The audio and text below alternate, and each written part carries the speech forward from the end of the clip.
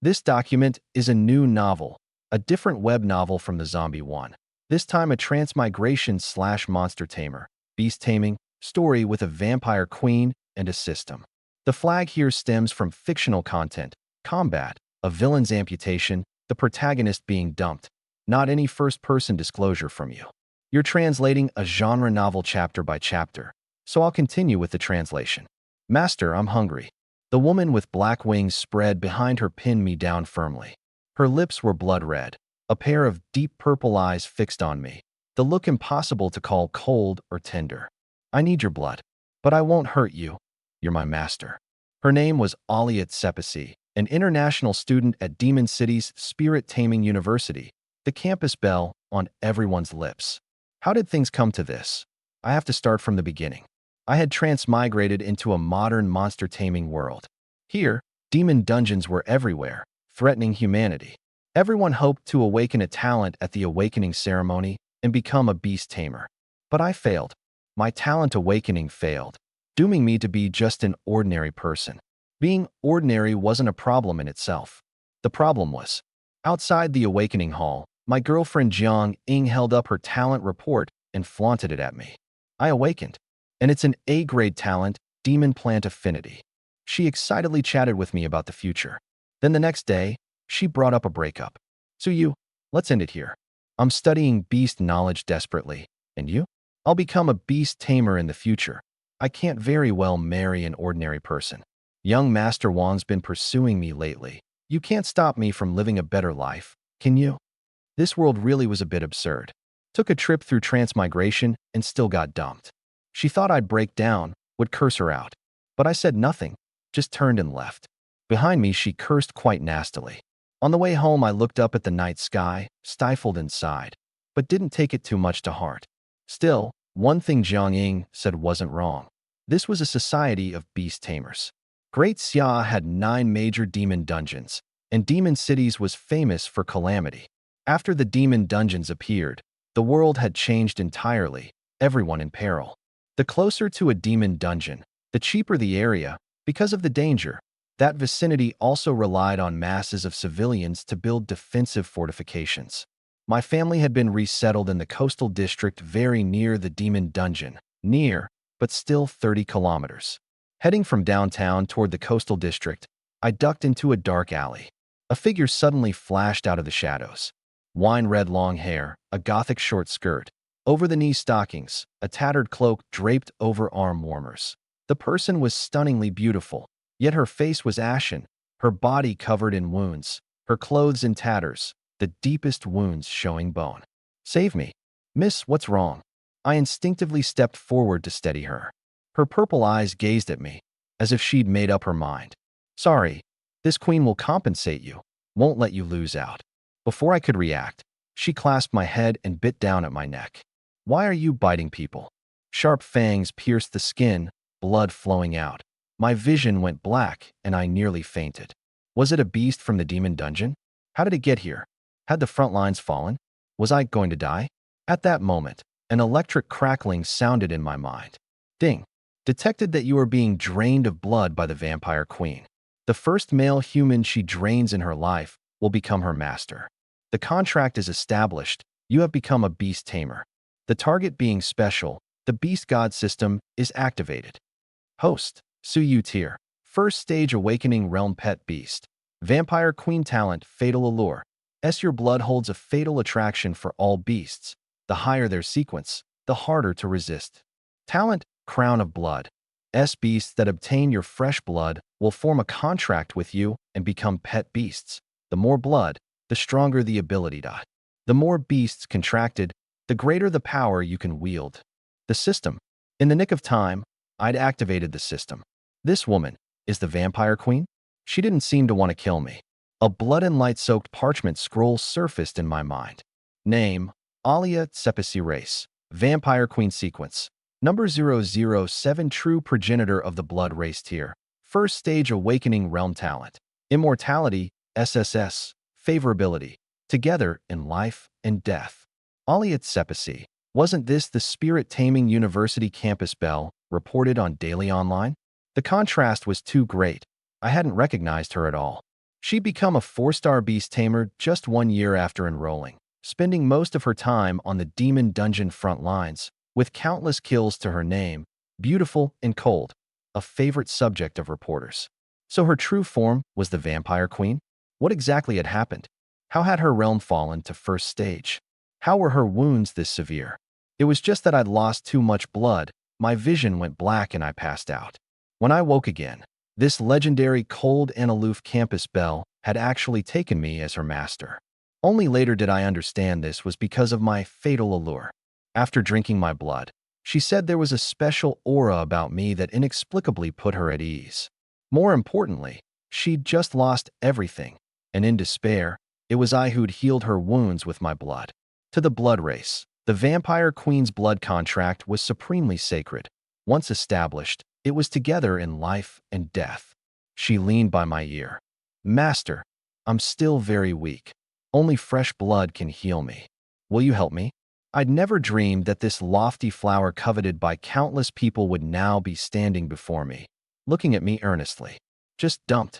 Honestly, a partner who could fight side by side and entrust life and death. Who would refuse? So this is all it is. Alia murmured softly. Alia, can you retract your fangs a little? It really hurts. The wounds on her body were healing at a visible speed.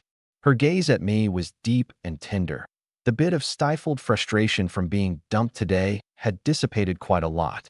It was just that from start to finish, I'd been far too passive.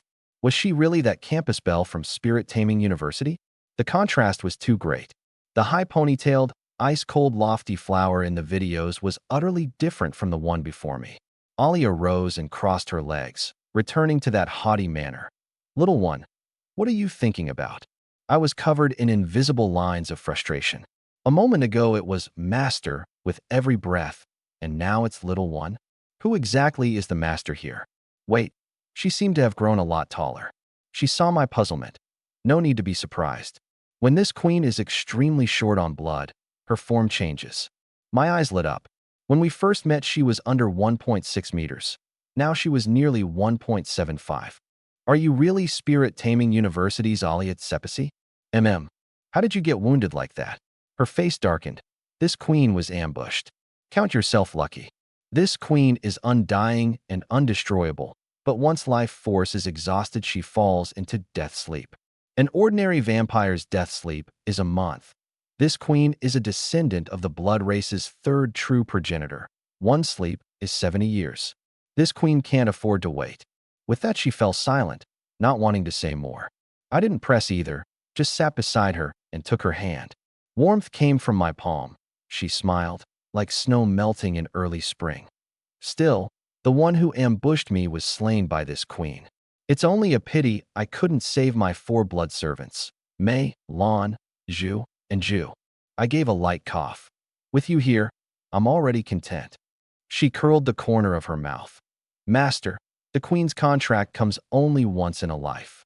From now on, the queen is with you in life and death, but you have to take responsibility for me too. Responsibility for what? The next day, sporting 2 dark circles, I went with Alia to Spirit Taming University's registration office. Originally, I wasn't qualified to register, but yesterday I'd successfully awakened a talent and contracted Alia, so now I was qualified to become a beast tamer. Today was registration day. The freshman office was packed. Student, let me see your talent report. Sorry, we don't take anything below C grade. This student, an A-grade talent alone isn't enough. You have to go contract a pet beast. The nearby Pet Beast Association sells pet beast eggs, 1 million each. Student Wang Hongxi, this is your enrollment credential. There's an entrance test tomorrow. Pass it, and you can enroll. I narrowed my eyes. Beast taming really was a money-burning trade. A luck of the draw pet beast egg cost 1 million. An ordinary family scraping the bottom of the barrel could afford only one. Just as I was about to register, a familiar voice came. Suyu? Why are you here? I looked up and saw Jiang Ying standing beside a man, looking at me in surprise. Spotting my dark circles, she was probably quite smug inside. Yesterday's air of breezy nonchalance had been an act after all. She'd surely not slept a wink. Coming here today too. Who else could it be but her? Before I could speak, the Wang Hongxi beside her walked over first. Why? Suyu, you have no beast-taming talent. This isn't a place you should be. Xiaoying is an A-grade talent beast tamer. You don't deserve her. Being with a penniless wretch like you will only hold her back. I frowned. So this was the young Master Wang Jiangning mentioned. Wealthy family, and his uncle was the dean of some college at Spirit Taming University. I couldn't be bothered to tangle with him, and shook my head. No, I'm here to register and enroll. It's got nothing to do with you two. Jiangning sighed. Suyu, stop pretending. With no talent, how can you register? I know you want to come prove yourself to me, but this only makes me look down on you more. A proper ex-boyfriend should vanish on the spot. We're already over. Me? These two. Aren't they feeling a bit too good about themselves? Wang Hongxi blocked in front of Jiang Ying. Suyu, leave here. Don't you know your family's situation? Can you afford a talent reagent? Can you afford a pet beast egg? The dispute drew more and more onlookers. Even the admissions office teachers glanced over a few times. There were incidents like this every year. Never mind, it was now wartime against the demon dungeons. Spirit Taming University students were reservists to begin with, and no one wanted to get involved. Wang Hongxi raised his right hand. Scram. Suyu, pester Xiaoying again, and don't blame me for being rude. He directly summoned his pet beast, a 2-meter-long male lion, both claws wreathed in raging flames, glaring fiercely at me. The onlookers backed away in waves. Heavens, is this sequence number 392, the Blazing Fire Golden Lion? Top 500 in sequence. A pet beast like this wouldn't go for under 10 million at auction. The Wang family is truly rich. Wang Hongxi said arrogantly. Well, do I make a move, or do you scram yourself? Can't listen to this anymore. A cold snort came from behind me. The crowd suddenly noticed that the woman behind me moved as if carrying a cold wind. She spread her pitch-black wings, her deep purple pupils chilling people. Yet that supremely beautiful face made them unable to resist looking more. Shut up, mongrel cultivator. Alia raised her hand, then swept it down. Blood Queen. Wang Hongxi's knees buckled, blood gushing from his calves. Bang! Both knees slammed heavily to the ground, his whole self kneeling toward me. The Blazing Fire Golden Lion tried to protect its master, but Alia drew it with a pointed finger, siphoning away half its blood. The fresh blood condensed in midair into a blood throne, pressing heavily onto the lion's back. Boom! Roar! The golden lion was pinned to the ground, able only to howl in pain. Alia sat on that blood throne, looking down on all beings, and crushed the lion's skull with one foot. Your blood really is filthy, mongrel. She pointed at Wang Hongxi again. And you, daring to shout and yell at this queen's master, tired of living? Wang Hongxi clutched his leg, howling, Who are you? Do you know my uncle is? Alia took my hand. Me? Of course I'm Master's pet beast, and his lover too. What? The onlookers all went wide-eyed, instantly erupting. A form-shifting pet beast. Isn't that a privilege only the top 100 high-sequence ones have? Heavens, what kind of luck would that take? High-sequence ones start at $1 billion at the Pet Beast Association. No wonder the Blazing Fire Golden Lion couldn't even struggle. Turns out he ran into a tough nut. And he mocked someone for having no talent, truly flattering himself. This is a high-sequence pet beast. The one with no talent is you, isn't it? And the key thing is she's gorgeous too, compared to my pet beast. I'm grinding my molars to dust. Why isn't the lucky one me? Alia's current appearance differed too much from before. Never mind the freshmen. Even the registration office teachers hadn't recognized her, only finding her familiar. Still, it probably couldn't stay hidden for long. Jiang Ying was simply dumbstruck. She dumped me just yesterday, dressed up specially today, hoping to grow closer to young Master Wang and trade for better beast-taming resources. The result? A day later, I showed up before her with a high-sequence pet beast.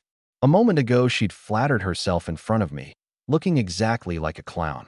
Wang Hongxi sized up Alia's supremely beautiful face and that frightening power, and spoke through gritted teeth against the pain. Miss, I don't blame you. Leave Suyu and come with me. This poor kid can't keep you. Our Wang family has resources to spare. Follow me, and you won't lose out. His leg hurt terribly. He was full of resentment toward us. But if he could get such a strong pet beast and snatch her from my hands, that would be worth it. Alia's lovely brows knit. unbearable to the ears. This queen's lover is only one. Your blood is nauseating. She clenched both hands. Wang Hongxi gave a miserable scream as severe pain struck. Ah, you dare. The onlookers took one look and their legs went weak. Her methods were truly vicious. The registration office teacher, Ding Li, finally rose and walked over. Small squabbles were no matter, but if an actual death occurred, that Dean Wang wasn't to be trifled with. This student, please stop. This is a university entrance, not a fighting arena. I glanced at Alia. She waved her hand and withdrew the technique, the blood throne turning into a puddle of blood water, and Wang Hongxi was released from his binding. He collapsed in pain, and two bodyguards quickly came to help him up. Su Yu and the rest of you just wait. Before he could finish, he passed out. After he was dragged away, Ding Li kindly reminded me. Huh, you've landed yourselves in trouble. I shook my head. I was only acting in self-defense. May I ask, can I register and enroll? Ding Li quickly nodded. You can. Student, though your talent report is blank, earning a high sequence 1's favor is enough for special case admission. This is your credential. There's an entrance test tomorrow that assigns colleges and resources by score. As for the relevant knowledge, you can read this handbook first. Okay. I took the handbook and was about to leave when, glancing back, I saw Alia looking Jiangying over. Your looks aren't up to much either. Apart from a slightly big face, I really can't figure out how Master ever took a liking to you before. You. Jiangying's face flushed crimson. She was actually decent looking, but compared with Alia, she was instantly knocked down a notch. Su Yu, so this is your revenge. Huh. Your thought processes are really. I scratched my head. I had no idea at all I'd run into you too. We were over long ago, weren't we? It's you who should stop pestering, all right. Jiangying was at a loss for words. Everything she'd said a moment ago had become a boomerang striking herself. Now she truly broke down.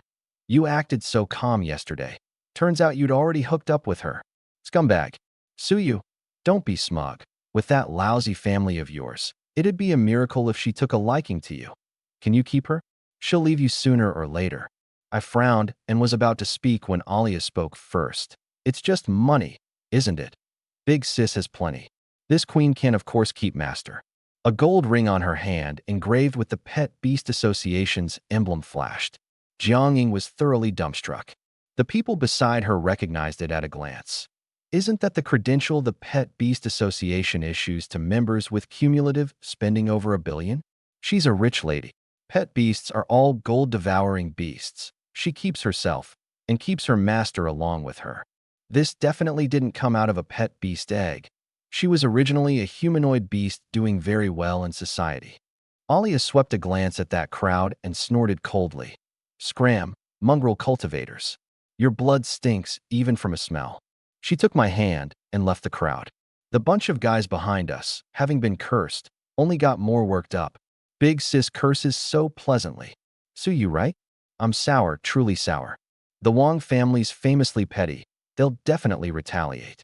Su Yu's entrance test tomorrow is probably in jeopardy. The whole school will be watching then. They shouldn't make too big a scene, right? Maybe we'll even get to see Senior Alia Tsepasi. Don't you think that high sequence 1 just now looked a bit like Senior? Squeezing out of the crowd, on the way home, I smiled and said, thank you. The ahog atop Alia's head wobbled. HM? Thank me for what? For standing up for me. She tilted her head. You humans are really hard to understand. I was a little surprised. Did she not quite understand human emotions? Then why did you stand up for me? She thought about it. And hearing them talk about you that way made me uncomfortable inside. So I just did it instinctively. I figured this would make you happy. My heart warmed. Maybe this was the vampire queen's kind of love, without the human trappings of concealment, yet exceptionally sincere. Her attitude toward others was terrible, but toward me she was surprisingly good. Alia smiled again. This queen read in a book that humans usually give gifts when thanking someone? Sure, what do you want? I'll do my best. I'm hungry. I braced my lower back. The last night was unforgettable. My body really couldn't quite take it. I said with a straight face, Miss Alia, I have to correct you. A girl should be a bit more reserved. She looked puzzled. I don't understand. Don't you want to fight side by side with me and grow strong together? The more blood I drink, the more your abilities can grow. I paused. True, by the system's setup, the more ample her blood and the deeper our coordination, the faster our strength would grow. This was a proper combat necessity. Fine then. The content Alia rose and changed into a different dress. My legs felt a bit weak. Ever since meeting her yesterday, this blood drinking hadn't stopped. But her complexion was far better than at our first meeting. Her wounds had fully healed, and her internal injuries had probably mostly recovered too. I looked around. Red sandalwood furniture, ivory-carved ornaments, a warm fireplace. The room had a very classical flavor. Just how many years had she lived? This offensive question I didn't dare ask aloud. Little one, what are you thinking about? Alia, come back home with me. I haven't told my family about enrolling yet. I hadn't gone back since last night. She paused. But from today, you live at my place. No problem. My home was just 3 bedrooms and a living room, with poor soundproofing too. If she moved in, there was no guarantee the neighbors wouldn't complain. In my family's kitchen, my dad Su Chifan and my mom Ning Shooting were muttering. Son's been out with Jiang Ying for a day and a night. You think we'll be holding a grandchild soon? I always thought that Jiang Ying girl was promising, able to become a beast tamer. A pity our son doesn't have that fortune. My mom frowned. How about we sell the house and buy our son a few pet beast eggs? As long as he can contract a pet beast, he can become a beast tamer too, right? My dad pulled out a cigarette, his hand trembling a little. This decision was hard to make. The family's entire savings was only enough to gamble once. Never mind little sister was still in school. Will it work or not? We mustn't hold our son back.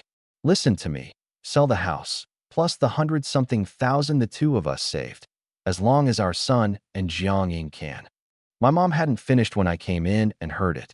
I'm gone for just 1 day, and the house is about to be gone? Hold on. Mom, Dad, sell what house? Housing prices are dropping hard now. Even if you wanted to sell, there'd have to be a buyer. And our family actually has this much saved. The spatula in my mom's hand dropped onto the table. Io, you scared me. My dad came over and patted my shoulder. Son, your mom and I want to sell the house to get you a few pet beast eggs. We can't hold you and Jiang Ying back. It took me a while to recall. When I went out yesterday, I'd said Jiang Ying had asked me out.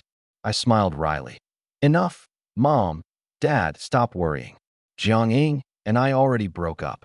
The two were startled, exchanged a glance, both eyes a bit bitter. Had the family held their son back? My mom wanted to comfort me, but didn't know what to say. The atmosphere instantly stiffened. I gave a light cough. But after the breakup yesterday, I ran into something. In short, I'm a beast tamer now. Alia, come here. What? The two looked at me in surprise. Didn't he say he had no talent? How'd he suddenly become a beast tamer? Then they saw a woman follow me in, 1.75 meters, tall and slender, beautiful beyond fault-finding. She'd specially changed her hairstyle to a more acceptable long, straight black high ponytail, a cool-toned dress paired with black stockings. Hello, I'm Suyu's pet beast, and his lover too, Aliat Sepasi. The two froze in place. They hadn't mourned their son's breakup for even a second before being met with a perfect daughter-in-law. My dad nodded repeatedly. I always thought Jiang Ying didn't suit you. And you, kid, bringing your girlfriend home without a word in advance. My mom shot him a look. Men really are fickle. Hello, I'm Suyu's mom. You're a pet beast, I explained. Mom, high-sequence pet beasts can all take human form. Ollie is even more special. She's lived in human society herself. Did you forget the video you scrolled the day before yesterday? You even said back then it'd be great if I could find a genius daughter-in-law like Alia.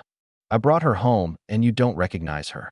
My mom suddenly recalled that front-page headline and grinned ear to ear. Welcome, welcome, old man. Don't just stand there dumbly. Where's your top-grade to Hong Pao? Hurry and bring it out. While my family was full of warmth and joy, Demon City First Hospital was another scene entirely.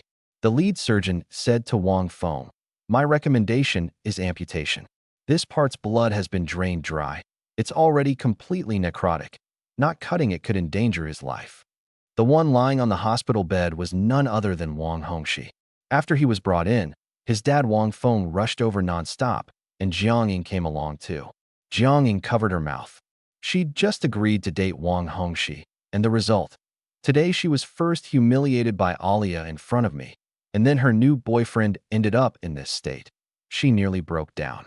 Wang Feng's jaw chattered. Cut it. After the doctor left, Wang Feng and several Wang family members stared at Jiang Ying. You're Hongxi's girlfriend, right? Tell us what happened. Jiang Ying didn't dare hide it and told them everything, even adding embellishments to smear me. Wang Feng sneered. Huh, so you're saying his pet beast crippled my son? Good, very good. Sue you. From the ward came Wang Hongxi's wailing. Dad, you can't cut it. I'm begging you, let me keep it. Wang Feng went in with a heart full of ache. Son, it has to come off, or you won't even keep your life. Don't despair. Once you advance to a 6th-stage beast tamer and master the power of regenerating severed limbs, it'll grow back. Really, really? Of course. Don't worry, I'll make him pay the price. At the word him, Wang Hongxi screamed in pain. Dad, I want him dead. I want to watch him be tormented to death. No, leave him a breath. I want his humanoid pet beast. Once I grow back, I'll humiliate them to his face. The butler beside them reminded. Master, the young master moved first. We're not in the right. After all, it was a society of laws. You couldn't just kill people. Wang Feng said ferociously. Isn't he taking the entrance test tomorrow? Adjust his difficulty to SSS grade. The butler caught his meaning. Brilliant. No 1st-stage beast tamer could possibly pass. As long as he can enroll, there'll be plenty of chances to do him in later. Students were reservists to begin with, having to go through a life-and-death baptism utterly unprepared. The school would set up protections and guarantee people survived, but there'd always be accidents. It was just that. Not everyone was utterly unprepared. Alia chatted at my home a while, saying there was an entrance test tomorrow. My parents didn't insist on keeping us, and the two of us left early. On the way, Alia said seriously, Little one, tomorrow's entrance test. We have to prepare a bit. I gestured smugly. Oh, is there a freshman stronger than us? Wang Hongxi and his blazing fire golden lion had both been insta-killed by her. What opponent was left? She smiled faintly. No, it's just a death test with a pass rate under 30%. Huh, these words instantly made me nervous. Maybe the day had gone too smoothly. I'd nearly forgotten this was a dangerous world, with life constantly threatened by the demon dungeons. Back at the villa, I asked, what exactly is the test? This queen was a special recruit student and didn't take it. But I hear it uses a demon dungeon mimicry field for assessment. That thing's no different from a real demon dungeon. Still, those old fellows at the college probably can't bear to actually let students go to their deaths. There should be protective measures.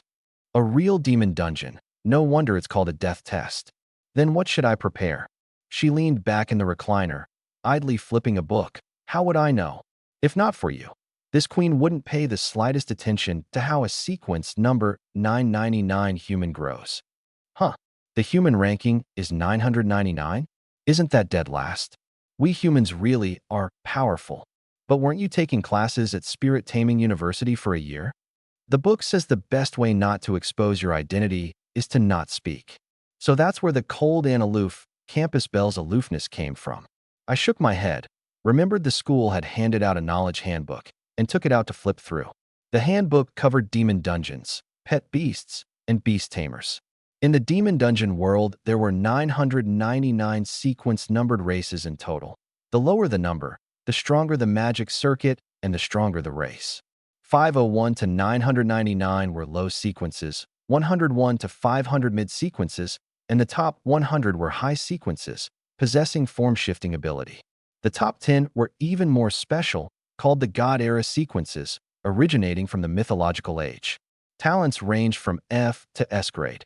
Only God-era sequences could possess power above S grade. After Beast Tamers and Pet Beasts awakened talents, both were first stage Awakening Realm. The first 4 stages were Awakening, Extraordinary, Metamorphosis, and Nirvana. Sequence number 999 humans had no magic circuit themselves. Before the 4th stage, they all had to rely on the pet beast breakthroughs to drive the humans' breakthrough. I drew a deep breath. No wonder there was a profession of beast tamer. It wasn't that humans chose beast taming, but that this was the only path. Reading on, pet beasts advanced differently from one another, but the principle for the first 4 stages was similar. eating beast flesh and blood to strengthen blood chi, eating crystal cores to strengthen magic. The higher the stage, the stronger, and the more expensive too. This document is the continuation of the Monster Tamer transmigration novel, and the flag is again triggered by fictional combat content. The protagonist's blood magic mind control move forcing enemy beasts to behead themselves. There's no first-person disclosure of distress in our conversation. You're translating a serialized genre novel chapter by chapter. So I'll continue with the translation. Alia, lying on my back and reading along, said with distaste, "This queen has no wish to eat that filthy blood food." Then how did you break through before? Her stat panel flashed through my mind. Tier, first stage awakening realm, 10 out of 1000. The healing of hers could only restore a blood-deficient state. It couldn't advance tier progress. Those 10 points seemed to have come from drinking my blood. Blood, naturally, she said gently. Other people's blood is foul. I only want to drink Master's fragrant blood. I'm a descendant of the third true progenitor. Advancing to the extraordinary realm takes 1,000 liters of blood. But she didn't want to hurt me, so her progress was stuck here. I rose and looked at her, my gaze sinking. Alia, your blood queen can control all blood cells, right? I lifted her chin, drawing it before my neck. Alia Tsepisi, hear your master's order. Use Blood Queen to control all my hematopoietic stem cells to regenerate infinitely. Then drink your fill. Her purple eyes brightened, the corner of her mouth lifting slightly. Only in this moment did she truly feel from the bottom of her heart that I was worthy of being her master. She disliked cowardly humans. Meeting me at first held both a flutter of the heart and a measure of necessity. But this streak of ruthlessness in me made light shimmer in her eyes. Looks like our meeting wasn't chance, but destiny. Don't worry, I won't make it hurt. I closed my eyes. In this dangerous world, the only things to trust were my own strength and Alia, who was with me in life and death. Blood Queen, activate regeneration. Ding. The Vampire Queen has drunk your fresh blood. Tier progress plus 10. Ding. Your fresh blood has triggered the Vampire Queen's atavism. Blood Queen's control is strengthened. Demon plant cells, undead souls, and everything conceptually regarded as blood are brought under control. Ding. Alia Tsepisi's progress is maxed. Advancement complete. Tier, second stage extraordinary realm Blood Queen's casting range expands to 200 meters. Death disciple him. Capture 5 living beings within 100 meters to enslave as death disciples. At the same time, I too rose to the second stage extraordinary realm. My body was noticeably stronger, every blood vessel as if steeped in magic, a single punch packing no less than 1,000 gene of force. Her drinking my blood didn't hurt anymore either. On the contrary, her touch was extremely light, like a gentle caress, the blood flowing slowly and peacefully under Blood Queen's guidance. Thank you for the meal, Master. The next day, refreshed in spirit, Alia and I came to Spirit Taming University. A full 3,000 some had registered, though beast tamers were 1 in 10,000. Set against Great Xia's population, the number was still enormous. In the crowd, I spotted the sinister-faced Wang Hongxi and Jiangying accompanying him at his side. The extraordinary world really was advanced. Wounds that severe, and he could come back to test in a day. Above Rose Plaza, a woman riding a lawn bird drifted down from the clouds, her voice echoing in everyone's ears. Students, welcome to apply to Spirit Taming University. I'm Shangwan Ling, Dean of the Beast College. The demon dungeons have been in the world 20 years, and humanity has suffered the ravages of war.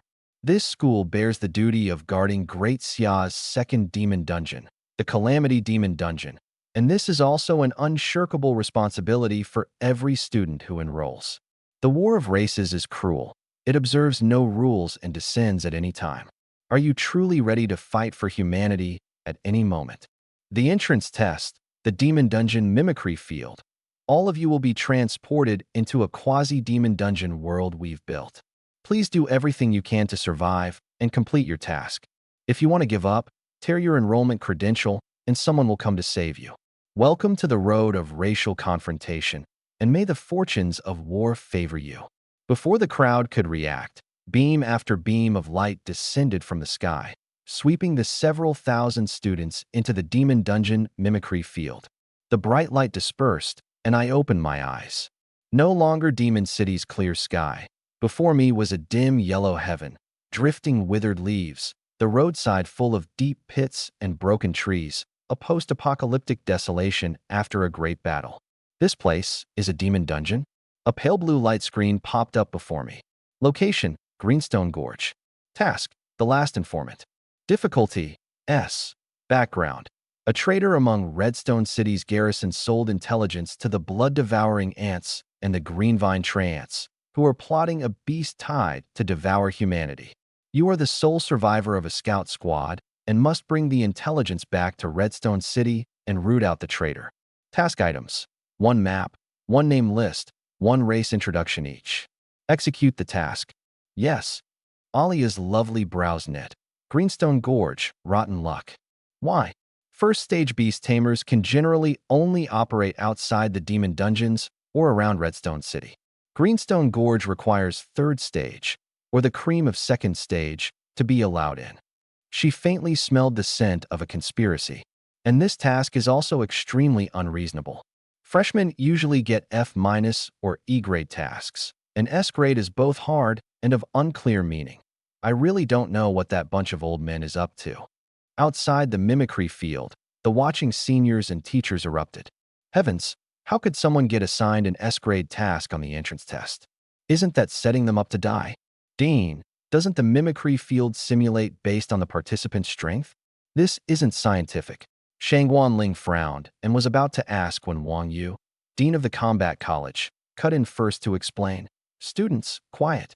There's no problem at all with the mimicry field. Look, this student's pet beast is in human form. Since it's a high sequence, the mimicry field clearly judged him capable of executing the task. A senior grumbled, but this is too unfair. The traitor side Wang Hongxi has a full 100 people helping block him, while Suyu has to execute the task alone, with blood-devouring ant and Greenvine Treant pursuers behind him. Really no problem. Another senior lowered his voice. I hear Wang Hongxi is Dean Wang's nephew, and yesterday, Suyu seems to have had a falling out with him. For real. For real. I saw with my own eyes them fighting at the school gate yesterday. I hear the Wang guy even got crippled, supposedly over a love triangle. No wonder, this is revenge. The gossip fermented in an instant. Wang Yu's face couldn't quite hold up. Damn Wang Feng, doting on his son and pulling strings, but don't be this obvious. He immediately put on a stern face. Nonsense. This dean has overseen the mimicry field for over a decade without error. Would I abuse public tools for a junior's antics? Besides, would you all flinch from a hard task on the battlefield? Give up when cornered? Then how did our forebears hold the human race's territory? A bout of righteous grandstanding left the students feeling something was off, yet unable to refute. The key was that Suyu's task was too monstrous. Strong enemies ahead, pursuers behind. Almost a certain death situation.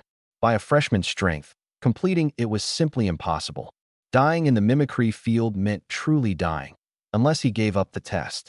Shangguan Ling frowned. Dean Wang, it's perfectly reasonable for a freshman not to complete an S-grade task. As long as the performance is passable, let him enroll. How about it? Wang Yu shook his head. Out of the question. The rule is you must complete the task to enroll. Why break precedent for him alone? If he really finds it hard, he can give up. We didn't force him to his death. Shangguan Ling was at a loss for words. This was blatant settling of a personal score through public means.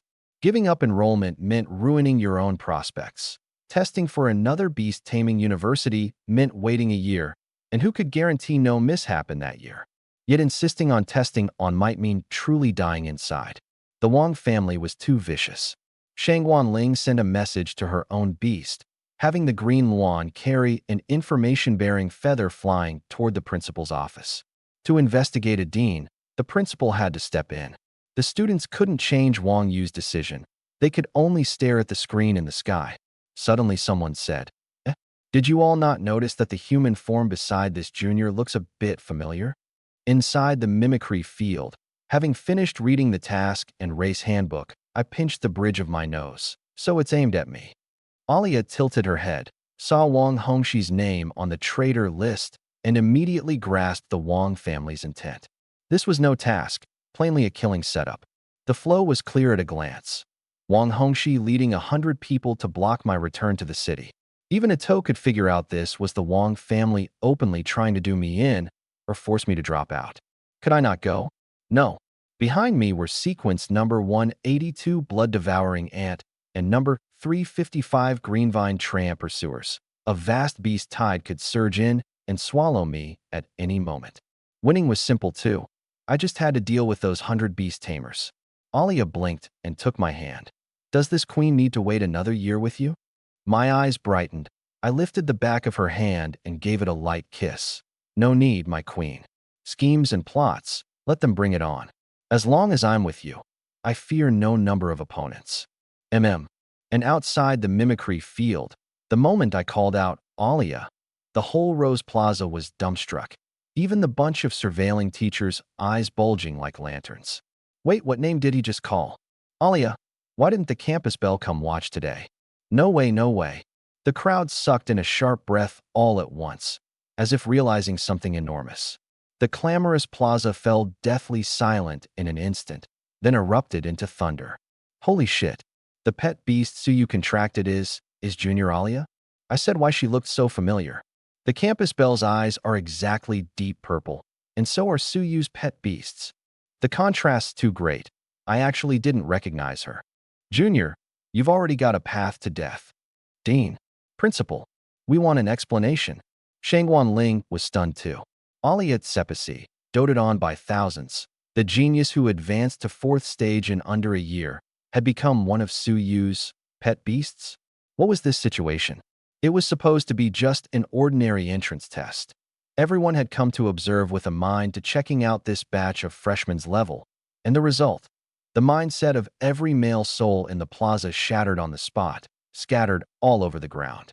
The female ones were too astonished to speak too. No one could explain why Spirit Taming University's treasure had become Suyu's pet beast. I mean, everyone's out here taming beasts. What right have you to tame the campus bell? The plaza was a din of voices. Shangguan Ling simply couldn't control it. Finally, a gust of swift wind swept in, blurring everyone's eyes. The clear breeze constructed a transparent floating corridor in the air, and a middle-aged man came treading on wings of wind. Ning Hanwen, principal of Spirit Taming University, master of the special spirit origin of wind, airdropping into Rose Plaza. Principal Aliashi, Shangguan Ling said. Ning Hanwen lightly pressed down his right hand. Students, quiet. The discussion subsided. Everyone waited eagerly for an explanation. Ning Hanwen said slowly, Alia's true body is actually a vampire. Seeing she had considerable talent, I admitted her by special recruitment. The day before yesterday, she lost contact in the demon dungeon while on a task. Presumably, she met with some mishap, and by sheer accident became this freshman's pet beast. A vampire, sequence number 99, a powerful high-sequence existence. Ning Hanwen omitted the information about the vampire queen and the true progenitor of the blood race. The students suddenly understood. So Ali is a vampire. No wonder her strength regressed so much. A vampire who's lost too much blood really does drop in realm. Damn it. Why do I never run into a good thing like this? I want to be a blood bag for Sister Alia too. What right has this good thing to fall to this freshman of all people? I won't accept it. Got the guts. Come out and duel one-on-one. Suyu hadn't even enrolled and had already become the whole school's public enemy of men. Shangguan Ling sent a message to Ning Hanwen. Principal, Dean Wang may have. After discovering their machinations last night, I already adjusted the mimicry field's settings back. Ning Hanwen cut her off. Shangguan Ling's eyes went abruptly wide.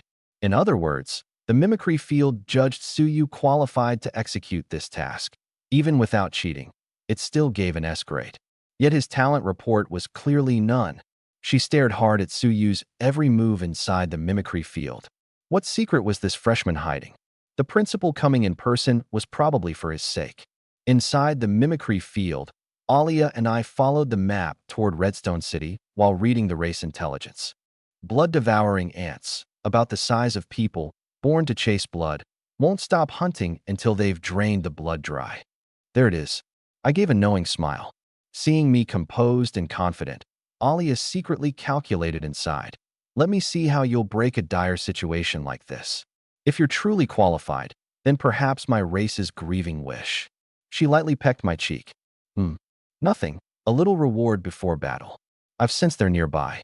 This little gesture was nothing in itself, but the guys outside erupted even more. This bastard. I chased a whole year without raising favorability, and he actually dares. Wang Hongxi, take him down. Shang Wanling held her forehead. This batch of students was beyond saving. She hadn't imagined that the cold and aloof Alia had such a passionate side either. At last, Wang Hongxi's bunch blocked me on the only path back to the city through Greenstone Gorge. Withered trees and green stone. Wang Hongxi blocked sinisterly on the slope. Dozens of students lined up in a row, ready to summon their beasts at any moment. Seeing me swagger up, his lower body throbbed in pain, and he said viciously, Suyu, your good luck has run out. One man and one pet beast, and you want to fight 100 of us? If I don't break your spine and make you kneel and beg for mercy like a stray dog, I can't dispel the hatred in my heart. I looked at the others. You're helping him too? A little lackey behind him, Song Chi, spoke up. Suyu, student Wang merely advised you not to harass his girlfriend, and you came in swinging and even put him in the hospital.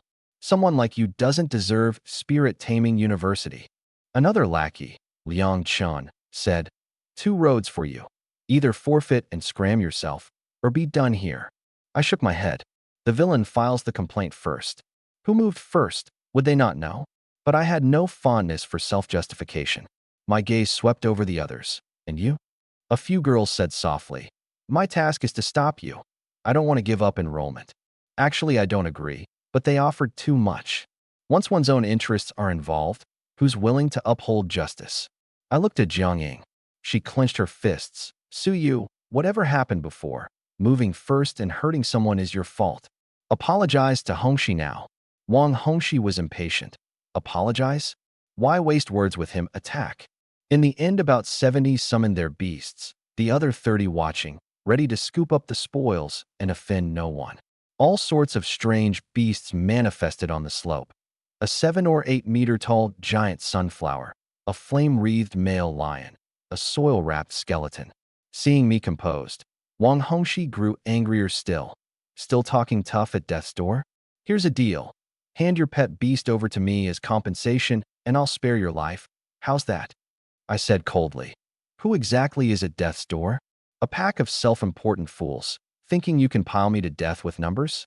You, Wang Hongxi, your scheming is filthy to this degree. You don't shed tears till you see the coffin. Alia, attack. The crowd was startled. He really meant to fight everyone alone? Arrogant. Charge. Careful. His pet beast is most likely a high-sequence vampire. Don't get close, or your blood will be controlled. Demon Plant Team. Undead Team go first. The beasts hold the flanks.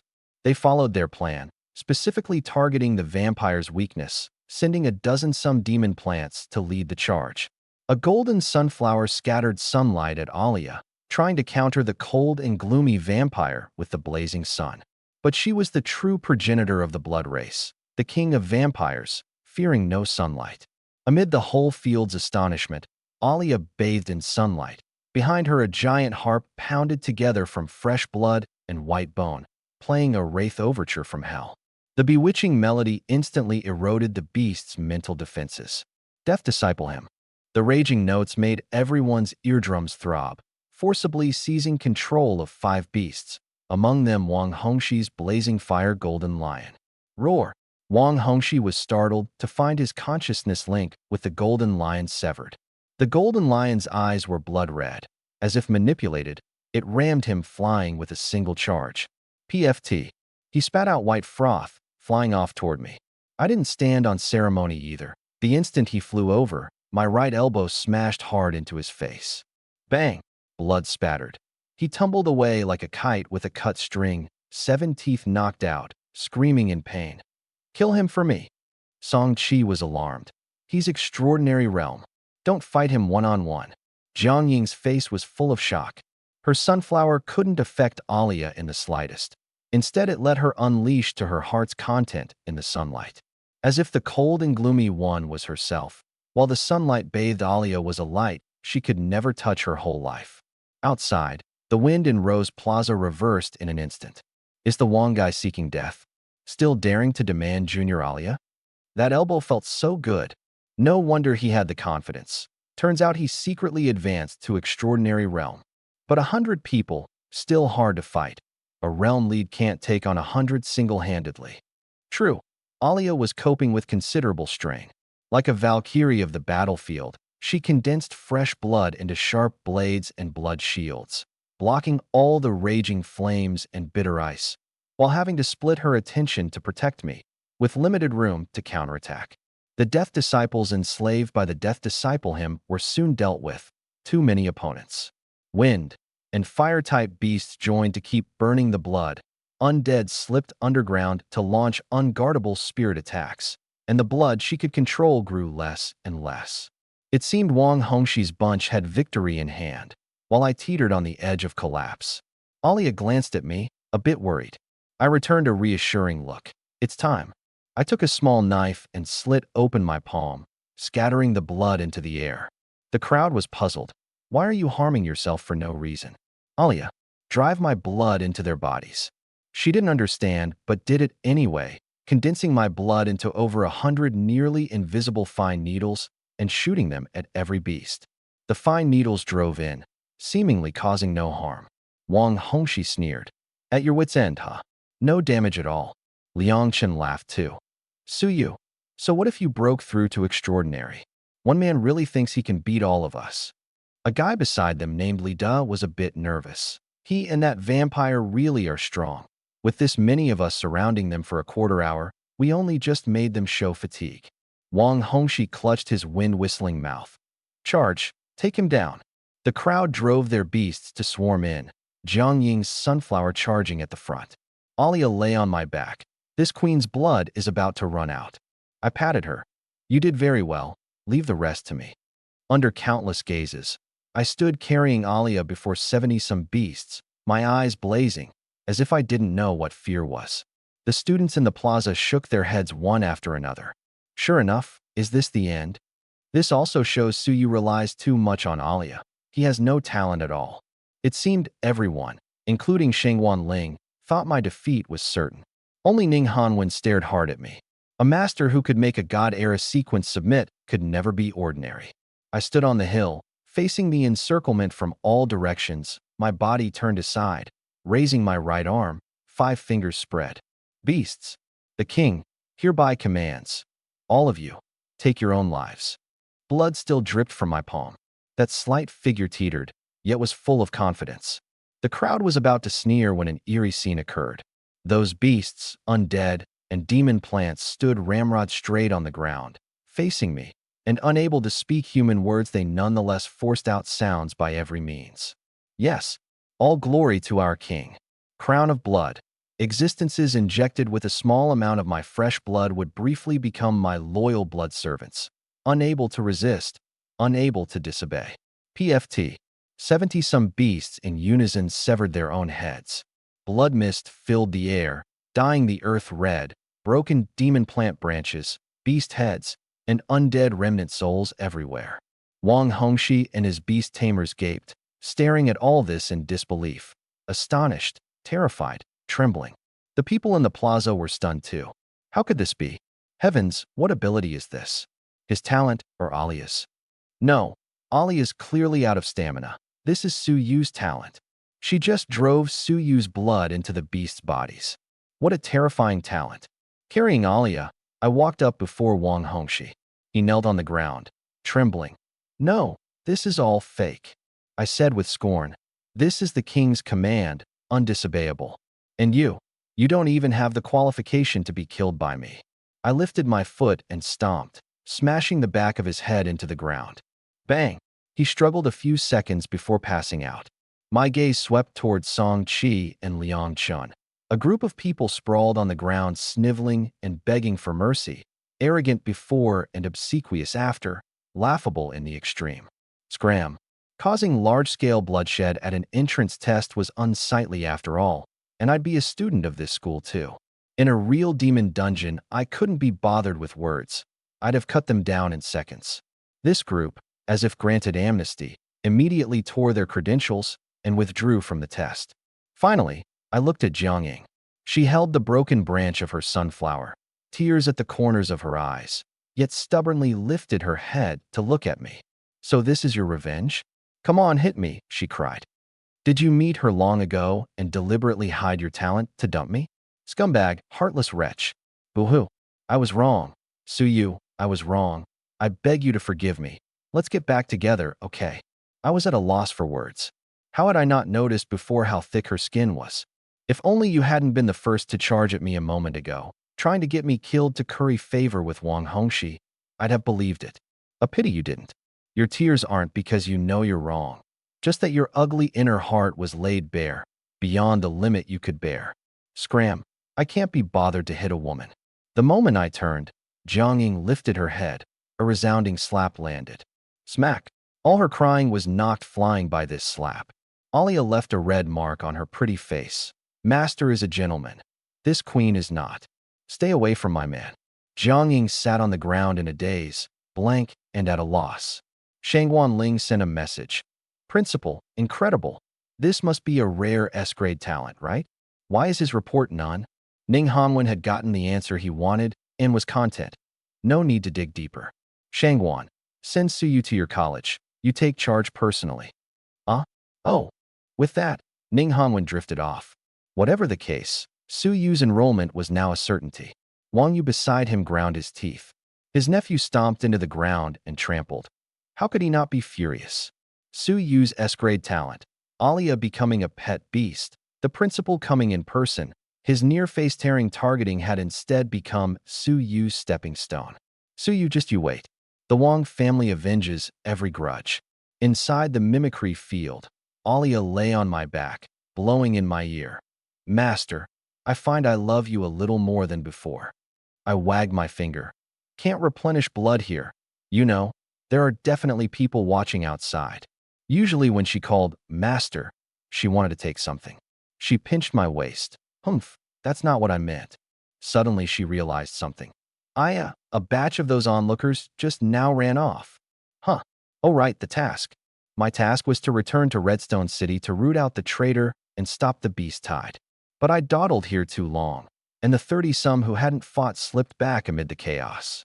In other words, as long as they held out until the beast tide came without being caught by me, my task would fail. The people in the plaza caught on too. How can they be caught now? 30-some fleeing in different directions, a needle in a haystack. It's over. Won the fight with such effort, and the task's going to fall through. But I chuckled lightly. Let them run. Who said completing the task required catching every traitor? Alia curled the corner of her mouth. "Oh, little one, tell this queen what exactly your talent is." She grew more and more curious. She'd thought my talent was just blood fragrance. I trusted her, of course, and whispered it in her ear. Light shimmered in her eyes. "I see. Little one, if one day an enemy far more powerful than these people demands me from you, will you still be like today?" I pinched her cheek. "What are you saying? Compared to losing my life, I fear losing you more. Let's go. We'll deal with the beast tide itself." The guys in the plaza were already numb. Watching these two being affectionate, the person they couldn't let go of had probably long been let into my arms. It was just, deal with the beast tide itself? How is that possible? Blood-devouring ants and greenvine trance were both communal. The beast tide they whipped up was at least 10,000 strong, likely with terrifying Samsara realm creatures inside. In many people's eyes, this was no different from a mantis trying to stop a chariot. However, what unfolded next exceeded everyone's expectations.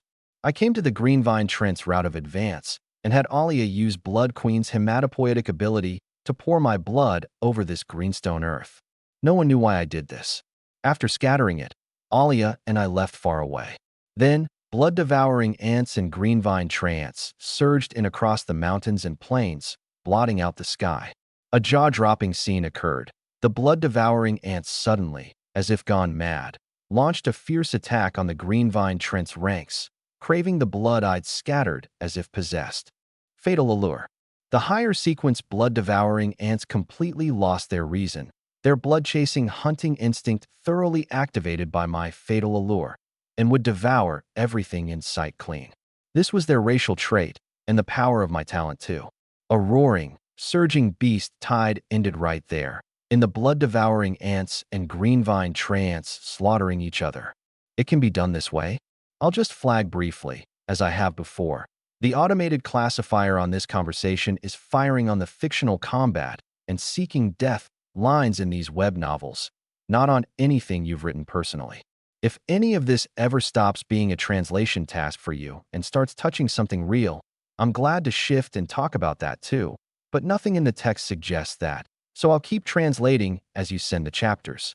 Bloodthirsty ants survive by chasing blood. But why does the blood of this one person have such a strong attraction? Disaster Demon Lair. I think he's more like a walking catastrophe. With performance like this, he's definitely going to top the trending searches tomorrow. Tomorrow? Videos have already leaked tonight. The square was completely buzzing. This new student had brought so many miracles. Before my eyes, a luminous screen appeared. Mission complete. Congratulations on single-handedly crushing the beast swarm. Completion rating, SSS. Special reward activated for Mimicry Field. Special reward? Reward 1, Mental Power Infusion Dot. Reward 2, 1 Selectable Talent Serum. Please decide within 1 day. I didn't understand what mental power infusion was, but I knew about the talent serum. People who hadn't awakened a talent during the awakening ceremony could spend hundreds of millions to purchase a talent serum to awaken a postnatal talent. Though postnatal talents weren't as good as innate ones, they still allowed ordinary people to embark on the path of becoming a beast master. This reward wasn't. Blood-devouring ants are born to chase blood. But why does one man's blood have such great attraction? Calamity Demon Dungeon. He's the one who looks like a walking natural disaster. This performance, it's guaranteed #1 on trending tomorrow. Tomorrow? There'll be videos leaking out tonight. The plaza boiled over completely. This freshman had brought too many miracles. And before my eyes, a light screen surfaced. Task complete. Congratulations on shattering the beast tide single-handedly. Completion rating. SSS activating the Mimicry Field's special reward. Special reward? Reward 1, Mental Power Infusion Dot. Reward 2, 1 Talent Reagent of your choice. Please decide within 1 day. I didn't understand what mental power infusion was, but the talent reagent I knew. People who didn't awaken a talent at the awakening ceremony could spend over 100 million to buy a talent reagent and thereby awaken an acquired talent. Acquired talents, though inferior to innate ones, could still set an ordinary person on the beast tamer's path. This reward was anything but cheap. Before I could react, a pure, ethereal energy seeped into my mind. The originally chaotic mind was as if lit by light, opening up a spiritual world, the thin spiritual energy gathering into a flowing little stream. Mental power, Spirit Stream Realm. Congratulations to the host on raising your mental power realm. You can now accommodate a second pet beast. Mental power broke through? Not having studied beast taming knowledge, I didn't quite understand what this meant, but I could faintly perceive the existences around me. Clear breeze, earth, fresh blood, fallen leaves. A perception breaking past the 5 senses. The range was still limited, but enough to prove I was already far from ordinary. Another light screen descended. In a daze, Alia and I were already transported back to Rose Plaza. In the plaza, a group of seniors ran over. Bastard, I want to duel you one-on-one. Alia, how am I supposed to live without you? Give her back to us. I curled my lip. I knew it. With Alia's fame and beauty, there were definitely no shortage of pursuers. I'd long been prepared to face a bunch of people, but this was too many. As far as the eye could see, a dark mass of heads. Alia looked displeased and spread her bat-like pitch-black wings to shield me in her arms. Scram, mongrels, what do you want to do to my master? I seemed to hear many hearts breaking. Big sis, how can that 37-degree mouth of yours say such ice-cold words? Moss, master? Why? I can't accept it. Shangguan Ling was covered in invisible lines. How is this anything like territory guarding, nation-defending reservists? Riding her green lawn, she said sternly, Enough. The entrance test is over. Aren't you going to hurry back and cultivate? The 9-School Alliance exchange match is coming up soon. You're going to compete like this? And have you completed your Demon Dungeon task quotas? And kill quotas? Want your beast tamer status revoked? One sentence subdued the crowd. Spirit Taming University gave students massive resources and the most professional guidance. But the competition was equally cruel. Beast tamers enjoyed extraordinary social status, while bearing an extremely high elimination rate and battlefield death rate. The crowd left sulkily, their eyes still carrying reluctance and envy. I was helpless. Teacher, is Spirit Taming University's atmosphere all like this? Shangwan Ling stalled. You turn the goddess in everyone's hearts into a pet beast. How could they not come at you with everything? And among Alia's pursuers are no lack of formidable figures. It's just that they're all still in the demon dungeon and haven't come back. Your campus life going forward probably won't be too peaceful. I shrugged, not too bothered. She sighed. Forget it, as long as you're mentally prepared. Still, congratulations on passing the entrance test, especially the hardest S-grade task. By regulation, students who pass an S-grade task can obtain S-grade student qualification. Come to my office. I'll explain your treatment and requirements in detail. I hadn't wanted to expose my talent. But Alia was simply a walking spotlight, and with the Wong family's targeting, it had ultimately blown up like this. Still, the outcome was good, a blessing in disguise. In the office, Shangwan Ling smiled. Please sit. Let me introduce our school. There are 5 colleges within: Beast, Combat, Demon Plant, Special, and Support, assigned by students' talents and pet beasts. With your aptitude, you'd suit Combat, Beast, and Special. But Special mostly excels at elements and undead, and Combat's dean, Wang Yu, is Wang Hongxi's uncle, so I nodded. I'm willing to enter teacher Shangwan's Beast College. She smiled gently. Very good. Your report says none. I know you probably don't want to expose your talent. Can you tell teacher your talent grade? I thought about it and decided to reveal a bit appropriately in exchange for better treatment. S grade. My blood is rather special, with the ability to lure enemies and control part of a beast's soul. She nodded, basically consistent with her guess. Sure enough, this is the student ID specially made for you. From today, you're this school's S-grade student. The school runs a credit exchange system. 1 credit equals beast taming resources that would cost $1 million to buy outside. As an S-grade student, you can collect 100 credits a month. All of Great Xia has fewer than 200 S-grade students. You also get priority in choosing pet beasts, priority in buying rare talent reagents, and the right to form your own beast taming squad. You know, Beast Taming University students are called students, but they're actually Great Xia's reservist soldiers. The Demon Dungeon's war can summon us at any time, and being able to form a squad lets you better bring out your abilities. Of course, your cultivation progress will be assessed monthly, and failing means revocation of qualification. After all, this is a large sum of money. In addition are your obligations. At the 9-School Alliance exchange match in half a month, U.S. grade students must get good results for the school. This concerns the university's resource allocation. The exchange match is twice a year, and afterward there are demon dungeon suppression tasks, the hardest often given to you all first. Are you willing to accept? I nodded. No reason to refuse. Over 100 million in resources a month. Spirit Taming University really was rich. No wonder. Beast Tamers were now Great Xia's true national defense force. A slight slip and a demon dungeon monster breaking in would be a cataclysm. Not to mention faraway events. Sakura Nation's volcano demon dungeon had just erupted into an invasion disaster the other day. Several cities destroyed. The losses incalculable, so every nation was frantically increasing investment in beast taming universities. Shangwan Ling smiled. Good, then get ready to enroll.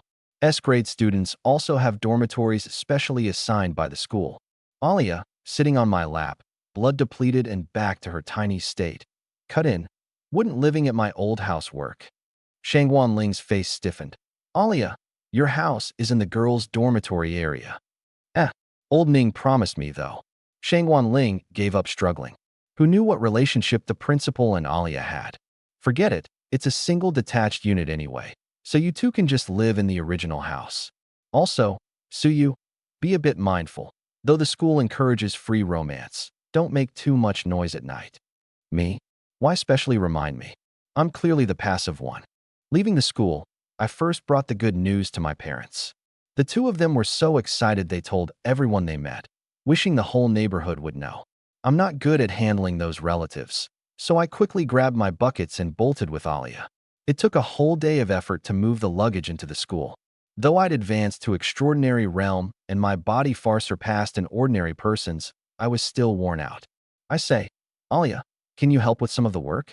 Almost all of these 100 boxes are your luggage. But I'm so hungry. How could I bear to make you do this little bit of work? I gritted my teeth. This time I absolutely had to pick a body-strengthening talent reagent. Alia's smiling face bloomed like a flower. I mean, my belly's hungry. While I was busy moving, news and videos about me spread like wildfire. The online gossip had long been replaced by beast tamer tabloid news, practically a nationwide carnival. Any family with a bit of money would consider buying a pet beast egg. Even without talent, an extra laborer at home was good, so they were especially keen on beast tamer news. That day at the end of September, news of me topped the headlines of every major platform. Hashtag Genius Campus Belle turns out to be a vampire. S-grade genius as a freshman. Spirit taming university entrance test video leaked. Beast taming expert. This is the most inconceivable beast taming talent I've ever seen. Millica Nation's Sepisi family sternly condemns. Questions origin of freshman's pet beast. Strategic value. Suyu's talent may change the battlefield situation. Exaggerated news came one after another, the gawkers watching with relish. But some who heard it were extremely sinister. A secret basement of the Wong family. Wong Feng. Who allowed you to act on your own? Father, there are so many vampires. How was I to know it'd be exactly that one? It's all because that mongrel Suyu came down hard on Sheer. Shut up. Sakura Nation's Ishikawa put up 10 bottles of S-grade talent reagent for us to capture that vampire, and the result? Both our Wong families and Sakura Nation's people were wiped out. After that, I repeatedly ordered no more moves. If it gets exposed and Ning Hanwen investigates his way to us, the Wong family is finished. Wang Yu said, yeah, big brother, you were too careless. Ning Hanwen clearly knows someone tampered with things, and he's already been probing me with insinuating questions. Wang Feng's face was full of resentment and grief. Finally, the family head Wang Chonglin spoke. All right, that's my grandson after all. Wang Yu used the special recruitment slots to admit those few into the school. Wang Yu was in a bind, but nodded for the sake of his elder brother. Wang Chonglin pondered. Don't rush. Let him be glorious for a day or two first. According to Redstone City Intelligence, the Demon Dungeon is about to face a great battle. As an S-grade student, he'll surely be conscripted, and we'll deal with him in the Demon Dungeon then. Wang Ping, Wang Qing, notify Mr. Ishikawa to be patient a while longer. Yes. Imperial Capital Spirit Taming University, conference room. This kid's talent must be S-grade. How did your admissions office not go block him at the Awakening Hall door back then? How did you let him freely apply to Demon Spirit University? The 9-school alliance exchange match. We were going to win the freshman one for sure, and now? If we lose this year and cause funding cuts, the admissions office bears full responsibility. Don't be so pessimistic. Imperial Spirit University's principal Jiang Huiran tapped the table. Didn't we also recruit several extraordinarily talented students this year? Especially Kong Huan Yuan, not necessarily losing to Suyu. Besides, Demon Spirit's sophomore year lost Alia. Their competitiveness greatly reduced. All in all, we came out ahead. That half-human, half-demon void spirit which, put that way, it's not a loss after all. The exchange match is imminent, and yet the eternal calamity Demon Dungeon still won't settle down. All right, go prepare on your own. Demon City Coastal District, Sakura Nation's secret contact point. Ishikawa Shuji said angrily. You Xia people took the deposit, and you want to gloss over the failed capture so lightly? Wang Qing explained. Mr. Ishikawa, don't be angry. We didn't expect Alia to be hiding such power either. But she's already very weak. Her strength regressed to extraordinary realm. Next time we'll surely succeed. Ishikawa forced down his fury. Tell me your plan. Wang Qing took out a document. We'll make our move in the Demon Dungeon then. No one can trace it. Even in the worst case. Even if that vampire still has special abilities, we can grab Suyu's family to threaten him. Ishikawa's worried look gradually faded. As long as you can catch her, our Sakura Nation is willing to put up another 5 billion. It's a deal. The day before, Alia and I had been busy breaking through, making do with bread and desserts even for meals. Finally finding some time, I personally cooked a meal while Alia leaned back in the recliner reading. Come eat, Alia. She stretched and came to the table, scooped up a spoonful of tomato fried eggs, and put it in her mouth. How is it my skills aren't bad, right? Jiang Ying's parents had always said their daughter wouldn't learn to cook, so I'd learned a bit in my free time, and the result, well, Alia's face changed abruptly, her fong tips even trembling. You added salt? Aren't you supposed to add salt? She covered her mouth, a bit uncomfortable. You should have added sugar. I got going, joking. It's supposed to have salt. How do you eat it with sugar? Never imagined you're a sweet faction. As my pet beast from now on, you'll of course have to follow your master's tastes. Alia's brows knit tight, a bit aggrieved. No, salted is the tastier one. You'll get fat always eating sweet, you know. The words barely out. I noticed a film of mist veil her purple pupils. How did she suddenly? She pulled a book from her bosom and threw it at my head, then ran into another room with tears at the corners of her eyes. Ow, was that necessary? This was the first time she'd been cross with me. I looked at the book fallen on the floor, Vampire Diaries. An inexplicable prick in my heart.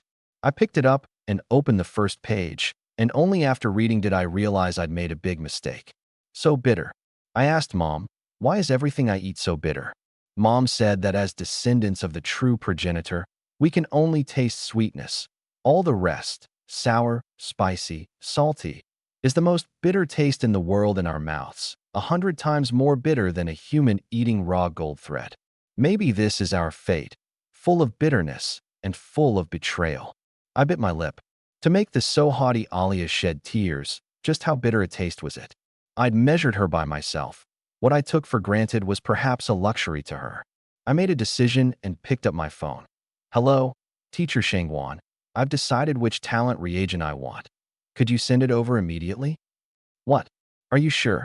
The Mimicry Field's reward talent reagent can go up to A grade. I'm sure. I need it urgently now. All right, I'll have someone send it. While waiting, I kept flipping through her diary. There weren't many entries, very trivial. The last page was about me. Today I met an adorable man. His blood smells so good. Meeting him may be heaven not cutting off my path. He's very kind and very gentle. I'm very satisfied with him. If only Mom were still here, I'd really want her to see. I believe he's my destiny. I became his pet beast. Mom said men are all fickle. How will he see me? Will he like me? Fighting side by side with him, growing strong together. He should be very happy, right? He said he'd cook for me. He looks quite skilled. It should be delicious. Will he like sweet things? Looking forward to it. My eyes suddenly went a little blurry. Is a vampire's love so much purer? The doorbell rang. I hope this thing really works. What I'd exchange for was the D-grade talent reagent Taste Link. Taste Sync. Blee. As if the most bitter taste in the world instantly filled my mouth. I retched non-stop, my whole stomach resisting. Alia curled up on the bed. That taste a moment ago really was more bitter than eating raw gold thread. Why does the little one never ask what I like to eat? Didn't he say he most feared losing me? Could he be not actually like me that much? She was cross for a while, only sitting up after the bitterness faded. Actually, it couldn't be blamed on him. No fault for what one doesn't know. She self-consoled a while and prepared to go talk with me. The door was pushed open. Alia. She turned her head away, then couldn't help wanting to turn back. I carried a tray to her, pressed my palms together, and said earnestly, I'm sorry. It was my oversight, too careless. I really am a lousy boyfriend. Forgive me this time. The corner of her mouth lifted slightly, like early spring thawing. I didn't blame you. It was just really too bitter. I made a new one. You must be starving. Eat up. She picked up the bowl and chopsticks and scooped up another spoonful. Didn't I say to add sugar, salty? Salted? Not bitter, a salty taste? This. She looked at me blankly. I smiled. I had Teacher Shangwan look into it. There's a rare talent reagent called Taste Link, and the entrance test reward happened to let me choose one. I tried your sense of taste, and only then knew that bitterness really is unbearable. I'm sorry, I was presumptuous. From now on, the tastes I can taste, you'll taste too. The world has more than just sweet and bitter. I want to taste sour, sweet, spicy, and salty all the way through with you." Her eyes were bright and watery. She chided shyly. "Wasteful, asking for such a useless reagent. How could it be? You're my salvation. Anything that can make you happy isn't a waste." Alia's face flushed crimson for once. She could clearly hear her own heartbeat. "She tossed me that gold ring from the Pet Beast Association. There's something inside I bought for you." With that, she lowered her head and shoveled food in big bites. Tomato fried eggs, mapo tofu, braised pork, steamed fish, taste never before tasted, an emotion never before felt. So delicious. "I want salty tofu pudding tomorrow morning." "Sure. I also want salty zongzi." "Wait, zongzi should still be eaten sweet. You just said you'd taste every flavor with me." "Fine, fine, fine, whatever you say. Let me see what you bought me. Deer antler velvet, lamb kidney? What do you mean by this?" "Because this queen still wants to eat the fragrant you." Alia's attitude toward you has changed together in life and death, faithful unto death.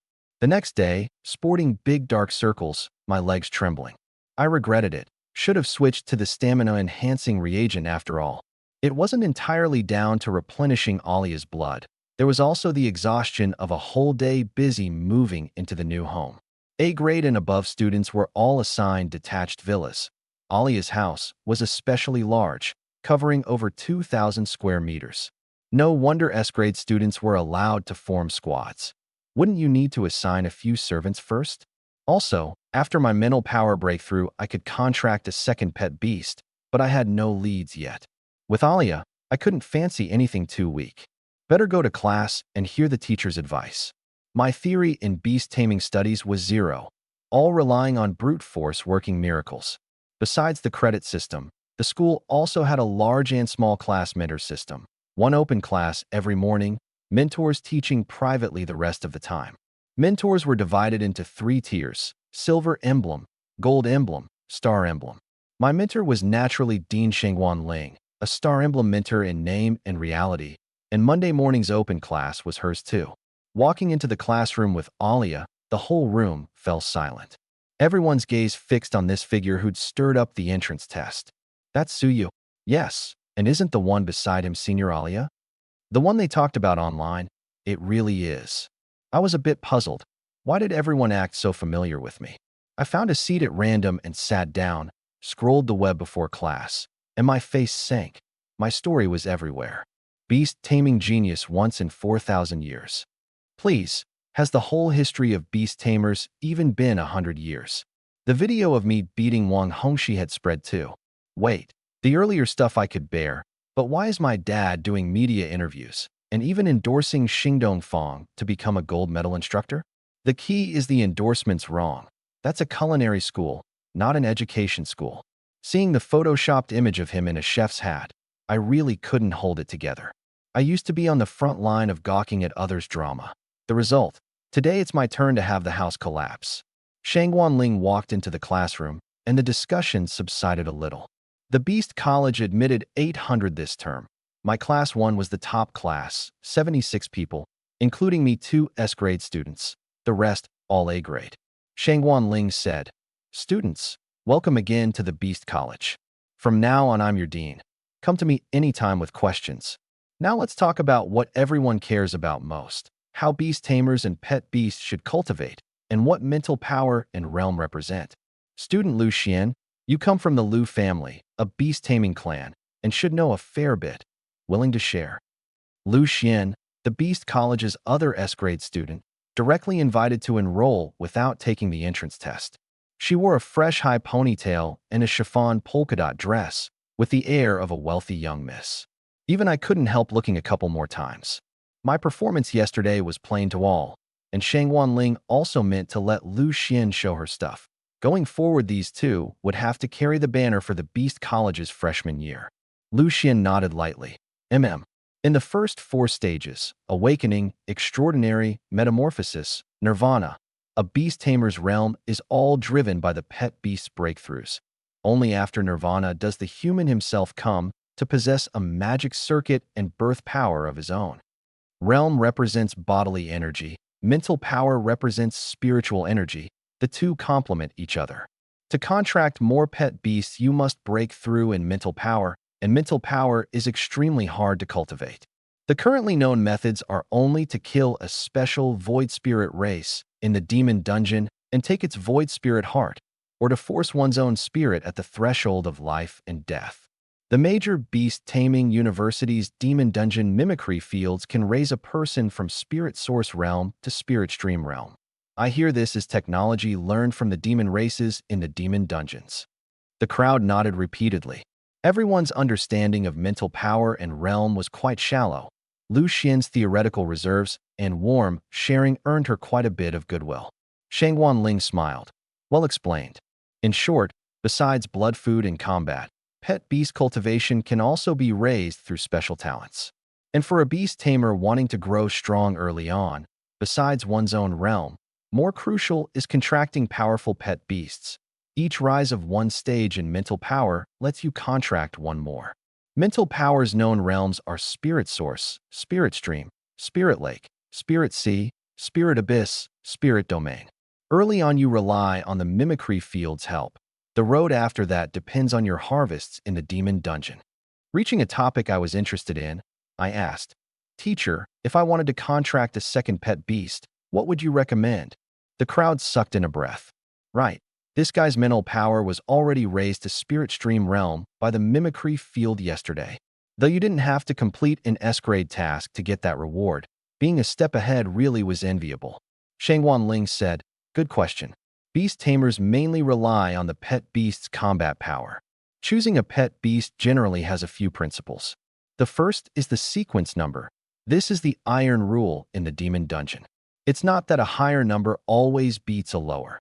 The number reflects the order of magic circuits from strong to weak. The higher up in existence, the stronger its magic circuit, the more easily it possesses formidable talents. If you can encounter a top 100 high sequence, try not to miss it. And if you can encounter a legendary top 10 God Era sequence, you needn't consider compatibility at all. Just contract it with all your might. God Era sequences are extremely rare. The holders in all of Great Xia can be counted on one's fingers, and this school has only the principle alone. I deeply agreed. The might of God Era sequences I had profound experience of every night. Alia's undying, undestroyable talent. No matter how severe the wound, as long as there's enough blood she heals. She can't be killed by any means, and even drained of blood she only falls into death sleep, standing at a height ordinary pet beasts simply couldn't reach. I just hadn't imagined God Era sequences were this rare. Shangwan Ling continued. The second is fitting the beast tamer's own talent. For instance, student Li Su's A-grade talent, Light Spirit Blessing, can give pet beasts great speed bonuses, so he leans more toward flight, or speed-type pet beasts. The third is a choice for the few, same system resonance. Overseas Millikan Nation's research found that pet beasts of the same system often have excellent chemistry. For instance, student Suyu, besides the vampire, sequence number 62, the Moonlight Apostle, and number 377, the Death Disciple, are all the same system. But I should remind you, raising mental power is extremely hard. Often better to leave a slot empty than fill it poorly. Though this is for the top class. Ordinary beast tamers should naturally find their second one as fast as possible. Then Shangwan Ling continued answering questions. I fell into thought too. Alia was very strong. It really was better to leave it empty than fill it poorly. Otherwise it wouldn't help in battle and might even become a burden to her. This matter I had to ask Alia about. What if she got jealous? Alia, she knew what I wanted to say, lifted my chin with a finger, and whispered in my ear. This queen doesn't object to you finding a second pet beast. It's just that something too weak isn't worthy of sharing a man with this queen. At minimum, find one in the top 10 of the sequence. I was startled. A God Era sequence? Big sis, encountering you alone is already luck against the heavens. Don't make that expression. This queen knows there's a place in the demon dungeon hiding a descendant of a God Era sequence. I'll help you catch it then. I hear that race, after taking human form, is quite. My eyes lit up. I hugged her and gave her several hard kisses. You really are my treasure. Shangwan Ling saw this scene and her face stiffened. Ahem. This student, cultivating feelings with your pet beast is certainly important, but this is class. Can't you restrain yourself a bit? I snapped out of it and found the people beside me casting envious, jealous looks, and quickly apologized. But the class had already erupted. Are vampire girls all this good-looking? I'm sour. My second pet beast definitely has to be a vampire. Stop it. The only vampire this good-looking is Senior Alia. Suyu, you really deserve to die. The class ended amid a clamor. Shangwan Ling shook her head repeatedly. Superb talent, but truly restless. After the large class, Shangwan Ling kept 7 people, including me and Lu Xian. Get to know one another. From now on, I'm your mentor. Also, I'll tell you that as my, Shangwan Ling's, students, you all have to participate in the 9-School Alliance Exchange Matches qualifiers. The exchange match to be held in half a month. I actually didn't understand why it was so pressing. Li Su was puzzled. Teacher, why is there an exchange match right at the start of term? Wasn't it 2 months after term began last year? Shangwan Ling frowned. I can tell you now, the exchange match isn't at a fixed time. The school bears the duty of suppressing the demon dungeon and must arrange around the frontline war situation. How important it is, you may have no clear concept. Besides Great Xia allocating funds based on it, it also determines the order in which the 9 major universities assemble elites to suppress the demon dungeon. We humans, in the demon dungeon, are not strong. Last year, Imperial Capital Spirit Taming University took the championship, and being 1 day late in suppressing the Calamity Demon Dungeon led to 1,462 beast tamers from Redstone City dying in battle and 391 missing, among them my daughter. This document continues the Monster Tamer transmigration novel. The classifier flag here is triggered by fictional genre content, a teacher mentioning students who died in battle, combat scenes, a vampire's self-sacrifice in a fight. None of this is a first-person disclosure of distress from you. You're a translator working through a serialized web novel chapter by chapter, exactly as in the previous turns. So I'll continue with the translation. The 7 fell silent. Li Su said softly, I'm sorry, teacher. Shangwan Ling wiped the tear tracks at the corner of her eyes. Nan Nan and I both had this mental preparation. Besides, she's missing. There's still hope of finding her. Even though she knew the hope was slim, she steeled herself.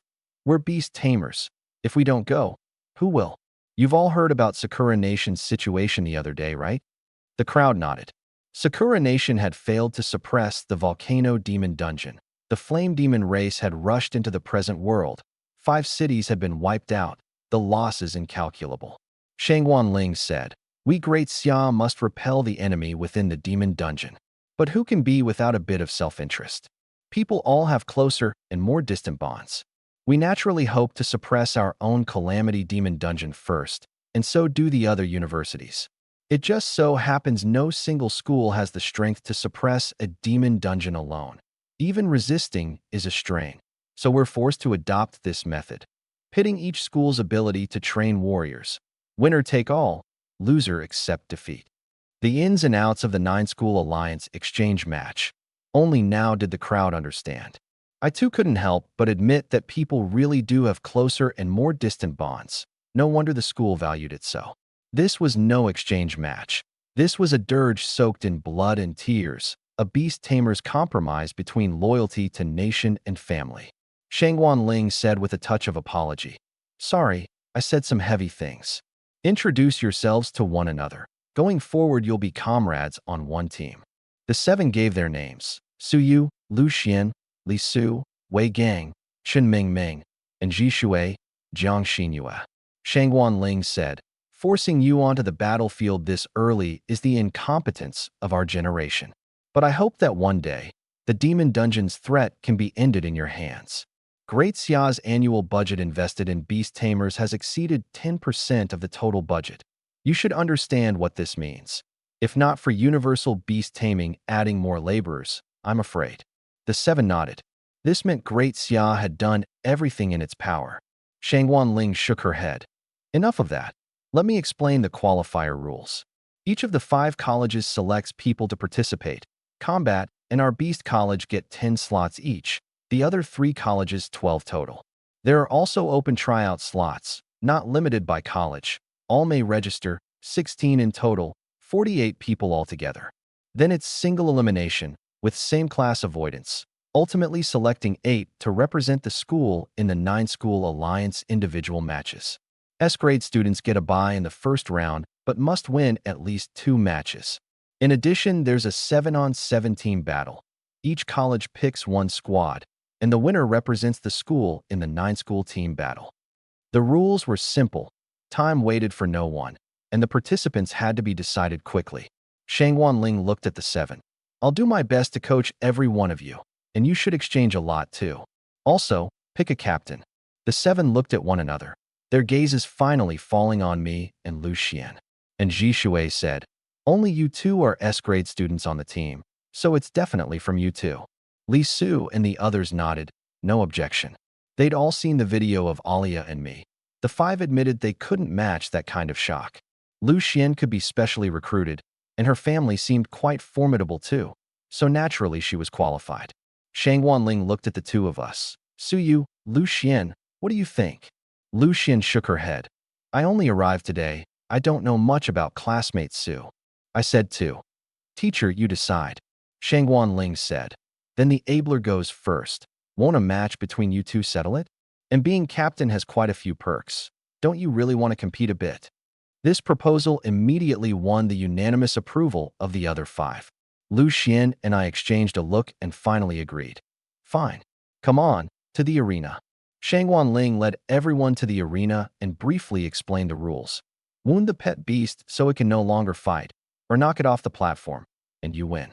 The platform was very spacious, 300 meters long, 150 wide, enough room for low-tier beast tamers. The other 6 sat in the spectator seats, watching intently.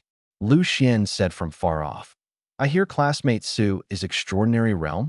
As it happens, I am too. Call it a fair duel. I held Alia's hand. Please instruct me. Classmate Lu, rest assured, I'll hold back. Lu Xian's expression was grave. Though she hadn't seen me fight in person, the scene of 1 against 100, using the king's command to make dozens of beasts kill themselves at once, made her heart palpitate. She surmised it must rely on some medium, most likely my blood, but it just so happened Alia was a vampire who could control blood. These two had compatibility too good, so good that an ordinary person would be insta-killed on first contact. Still, Lu Xian was the Lu family's legitimate daughter, also with an S-grade talent and a high-sequence pet beast, and was not afraid. Please. The words barely out. Lu Xian leapt up. A pure white griffin carried her into the air, opening distance to avoid being struck by my blood.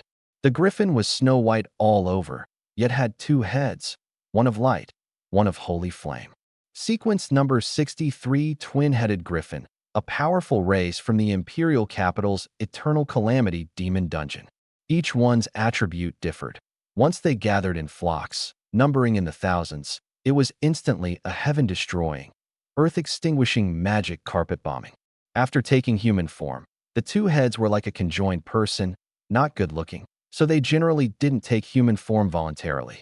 Paired with Lu Xian's S-grade talent, Void-Style Bound Release. Able to compress attribute energy into an energy ball smaller than a fingernail that bursts apart in an instant. She could be called a humanoid bomber. S-grade students generally had some kind of strategic potential to change the battlefield situation. The instant the match began, the twin-headed griffin's light roar and holy flame descended from the sky. Alia's and my figures looked tiny before the roar. However, Alia's blood shield condensed in an instant, and the light and holy flame all crashed onto the blood shield, unable to break through by the slightest. Lu Xian's pupils tightened. Light and holy flame innately countered cold and gloom, holding every advantage of timing against a vampire. Why could the blood shield block them so easily? And even faintly, the holy flame was being devoured by the blood shield. Useless. Void-Style Bound Release. Lu Xian activated her talent. The pouring vast energy was as if absorbed by a small black hole, condensing into an energy ball of frightening density. The moment her mind stirred, it would instantly burst open and burn the enemy to ash. This move, what do you have to counter it? As the Lu family's legitimate daughter, she didn't think any other S-grade student could stand shoulder to shoulder with her. Family background and resource disparity were chasms ordinary people couldn't cross. It wasn't that she looked down on people, Just that her talent plus her family's teaching from childhood gave no reason to lose to someone with resources far inferior to her own. I was still calm as a breeze. I see. Your talent's very interesting. Alia, let's end it. Has she given up? Lu Xian instinctively thought. But the next moment, a crisis alarm rang madly in her mind. It was the threat of death. I was serious for only an instant, and she developed an instinct of unconquerable death. How could this be? I turned my body aside and extended my right hand. The king's command is undisobeyable, including inanimate objects. Your void style, bound release. Obey the king's command, bloom. The energy ball abruptly shot at high speed toward Lu Xian. The twin-headed griffin beneath her, as if controlled by some force, irrepressibly crashed toward the energy body she herself had condensed. The terror of death blotted out the sky. How did he do it? He can control inanimate objects? She'd opened over 100 meters of distance and was still manipulated? The platinum energy ball bloomed light before her eyes, the terrifying ripples as if they could insta-kill her the very next instant. Lu Xian, stung by the golden light, squeezed her eyes shut. Everything happened too fast, giving her no time to react. A moment ago, she'd felt other S-grade students weren't qualified before her. And the result? Before me, she had no power to fight back at all. Alia, the energy ball didn't explode after all, stopping before Lu Xian. Looks like the outcome's decided, classmate Lu. Shangguan Ling looked at the two in the field in surprise. She'd predicted I'd win, but hadn't imagined the gap this large. And was that really my talent? Wasn't my talent reliant on blood as a medium, able to control only part of a beast? No, that was Alia's. I used words and movements to mislead others. What actually manipulated was Alia. But Lu Xian had opened a full 100 meters of distance. Was a vampire's ability this strong? Though Alia's reputation was great, her God-era sequence identity had always been well hidden. In the whole school, only the principal and a very few knew her true depths. Lu Xian and the griffin landed, her expression dim. The other few looked at one another. Hey, what exactly happened? Li Su, did you see clearly? Li Su shook his head. Didn't understand it at all. What exactly is Su Yu's talent? And Ji Shui said, Sister Lu Xian is an outstanding genius in the Lu family too. In an internal test, she ranked in the top 50 of Great Xia's potential list. How'd she lose this cleanly? Shen Mingming thought about it. It's not that Lu Xian's too weak, it's that Su Yu's too monstrous. His ability, without intelligence on it, you're his to toy with. The crowd nodded. I walked up to Lu Xian and said softly, You okay? Lu Xian was still frozen, only reacting after a while. What exactly is your ability? I put a finger to my lips. It's a secret, classmate Lu Xian. Once my ability is revealed, the effect isn't as strong. When Alia and I were feeling out our combat tactics, I realized my fatal allure and crown of blood both had an extremely strong first encounter kill effect. Paired with Alia's Blood Queen, it could easily disrupt the opponent's judgment. When Lu Xian released Void-style bound release, just now, Alia quietly fused blood into the energy ball, achieving manipulation. The twin-headed griffin was about 100 meters from her, also within Blood Queen's capture range. I deliberately used words and movements to disrupt judgment. In the whole field, except for Shangguan Ling, no one noticed all this was done by Alia alone. A bold thought surfaced in Shangguan Ling's mind, and she was immediately stunned by it. If everything just now was done by Alia, then her performance had far exceeded the scope of a vampire's ability. Sequence ranking was absolute. A low sequence number 99 vampire absolutely could not dominate a high sequence number 63 twin-headed griffin. Brief control was doable, but Alia's manipulation of blood had reached the level of domination. This was a suppression of an even higher sequence. Could it be? Shangguan Ling shook her head. How could it be? She clapped. A fine duel. Classmate Lu, your strength is also excellent. Just remember, facing an opponent like Su Yu whose talent is unknown and extremely threatening, prioritize gathering intelligence first rather than actively seeking battle. She looked at me again. As for you, Su Yu, you're hardly like a freshman. Your combat instinct is astonishing. I raised an eyebrow. Did she see through it? You flatter me, teacher. Shangguan Ling smiled. Since that's so, the captain is Su Yu. The other few walked over. No objections. Captain's too strong. Can you really not reveal a little of your talent? I smiled and shook my head. You're kidding. If you knew my secret, you could study how to deal with me. Lu Xian came around too. Teacher's right. Suyu, thank you for going easy. Though she didn't want to admit it, I really was far stronger than her. She didn't even know how she'd lost. Don't mind it, we're comrades. Teacher, what were the captain's perks you mentioned earlier? Shang Wanling laughed. So practical. The perk is an extra 20 credits per month going forward. And after winning the qualifier and the exchange match propers team battle, the captain has additional rewards. The other few, hearing this, immediately regretted. Teacher, why didn't you say so earlier? Had we known, we'd have tried too. In a war of attrition, Suyu might have had a chance against us. Shang Wanling said amusedly. Enough, you have to seize your own chances. Your first month's credits should have arrived too. Everything you do at school costs credits, including eating. If you have surplus, you can go to the logistics office next door. She said mysteriously. The path to strength isn't only pet beast cultivation and talent reagents. There's also demon dungeon armaments made from demon dungeon materials. The energy ball Suyu used to counter Lu Xian just now. Lu Xian, you should have a demon dungeon armament on you that could withstand it, right? Lu Xian lowered her brows and nodded. I thought it might be unfair to Suyu, so I didn't bring it. I looked at her in surprise. No wonder. I'd said a beast-taming clan like the Lu family should have a treasure or two beyond my knowledge. The girl had quite a bit of fighting on her. Shang Wanling said, the logistics office teacher is more professional than me. You can go consult. Those who need blood food to feed their pet beasts can go to the cafeteria. They sell dishes made from demon dungeon beast meat. That's it for class today. Everyone get cultivating. Time's tight. The qualifier starts in 3 days. The crowd nodded and left together. Shang Wanling went straight to the principal's office. About her conjecture on Alia, she wanted an answer from the principal. Outside the arena, Li Su proposed. The credits have arrived. Shall we go check out the logistics office? Wei Gang said. Do you have surplus credits? Didn't you hear teacher say eating costs credits too? Does anyone know how the cafeteria's beast meat is priced? And Ji Shui sighed and shook her head. You guys are really careless. I went browsing yesterday. The cafeteria's beast meat is charged by grade. Low sequence beast meat and demon plant essence are 0.01 credit per kilo, mid sequence 1 credit, high sequence 10 credits. So expensive. 1 credit is 1,000,000, so even low sequence beast meat equals 10,000 yuan. Just slightly below market price. Jiang Xinyue frowned. A pet beast's daily intake is limited. To advance faster, you definitely have to buy high sequence. The lower sequence ones give little improvement. I'm afraid I won't have surplus credits to buy demon dungeon armaments. I narrowed my eyes. So this was the worry of mortal beast tamers. I didn't need to, just had to serve Alia well.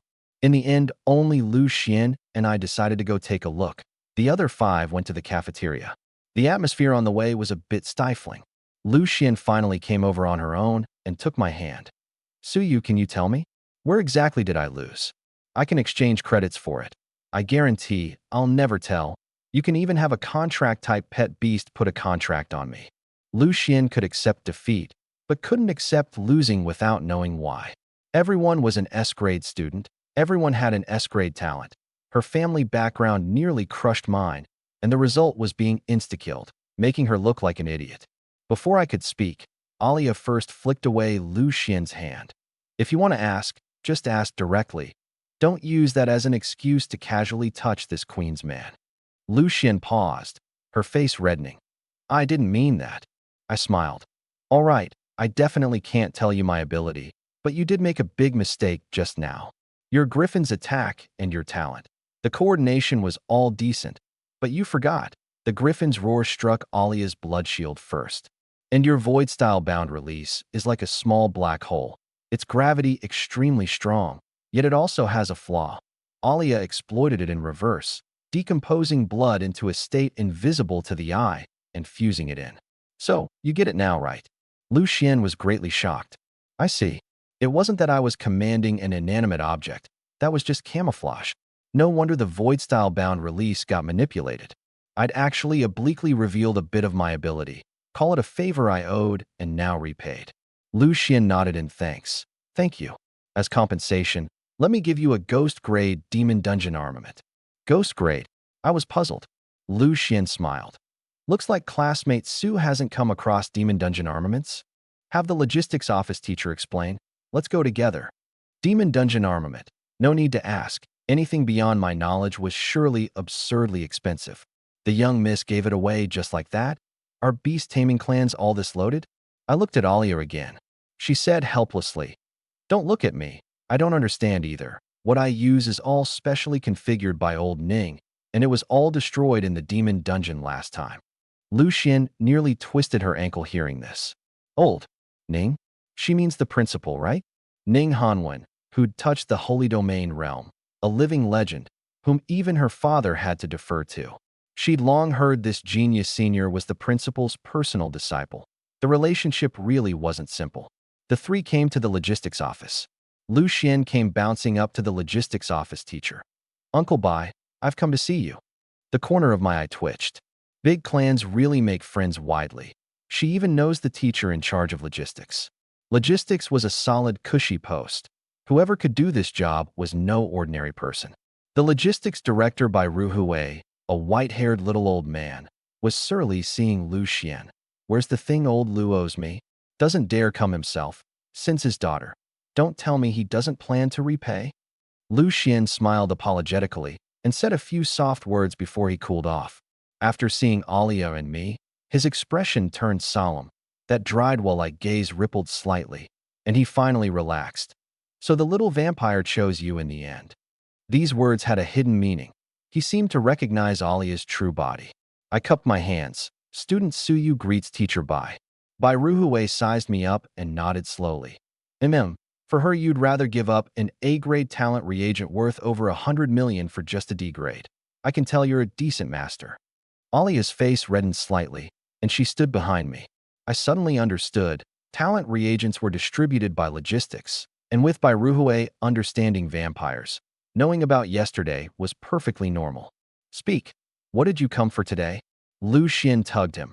"Uncle Bai, I promised to give classmate Su a ghost-grade demon dungeon armament." The tea Bai Ruhui had just drunk nearly came out. Cough, cough. "Little ancestor, you really sell your grandpa's fields without a care. One ghost grade is 50 credits. 50 credits. Worth at least 50 million outside, and priced but unavailable, so actually more." Lu Xian handed over a purple gold card. "Uncle Bai, there's 100 million inside. Count it as credits I'm buying." Spirit Taming University was a gold-burning pit. Funds were never enough, so it opened a channel for wealthy youths to buy credits, averaging 2 million per credit, up to 100 a month, sustaining its balance on the spread. Bai Ruhui said helplessly, "Fine then. Young man, how much do you know about demon dungeon armaments?"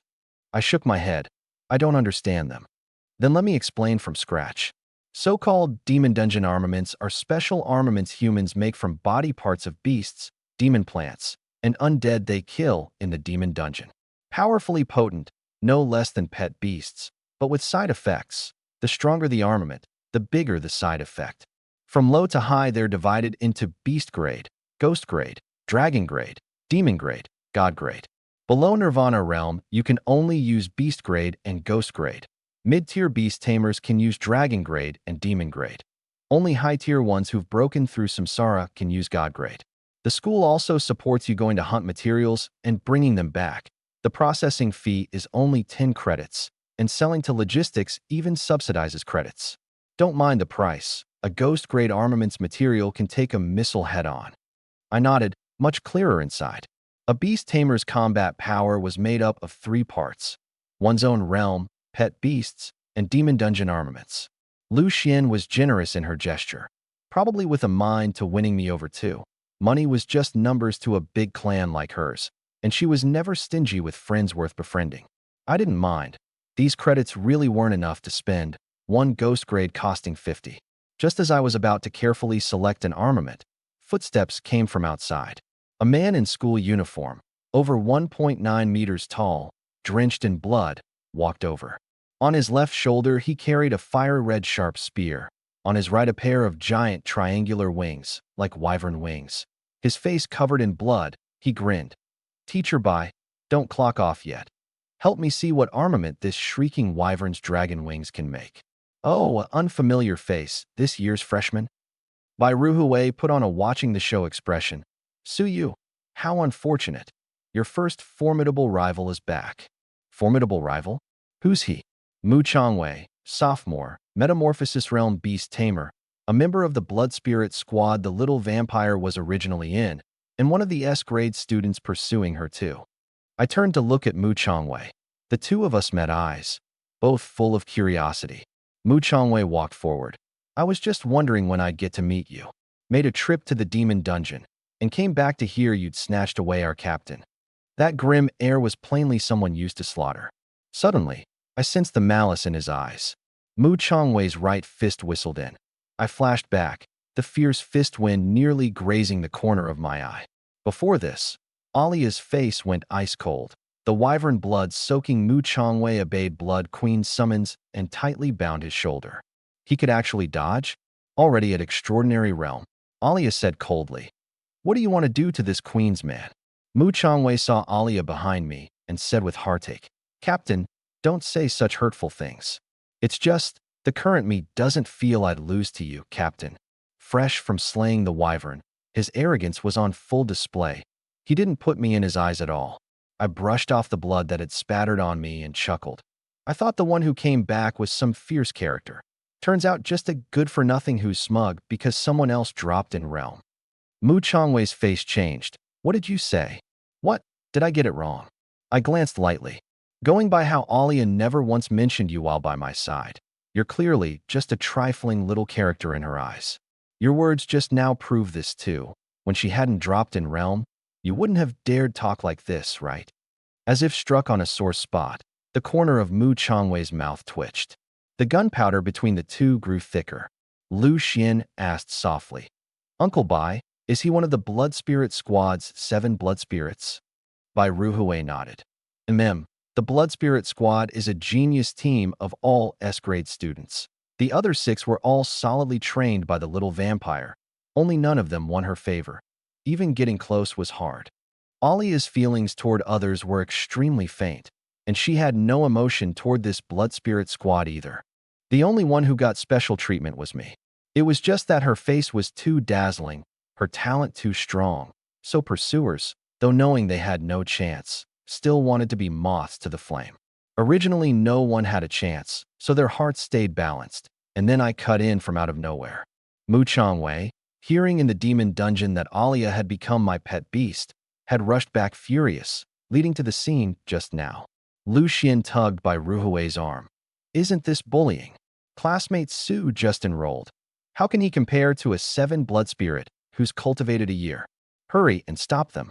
Bai Ruhui raised a hand to block her, signaling her not to speak. Kid, let me get a look at a God Era Sequences master. Mu Changwei threatened.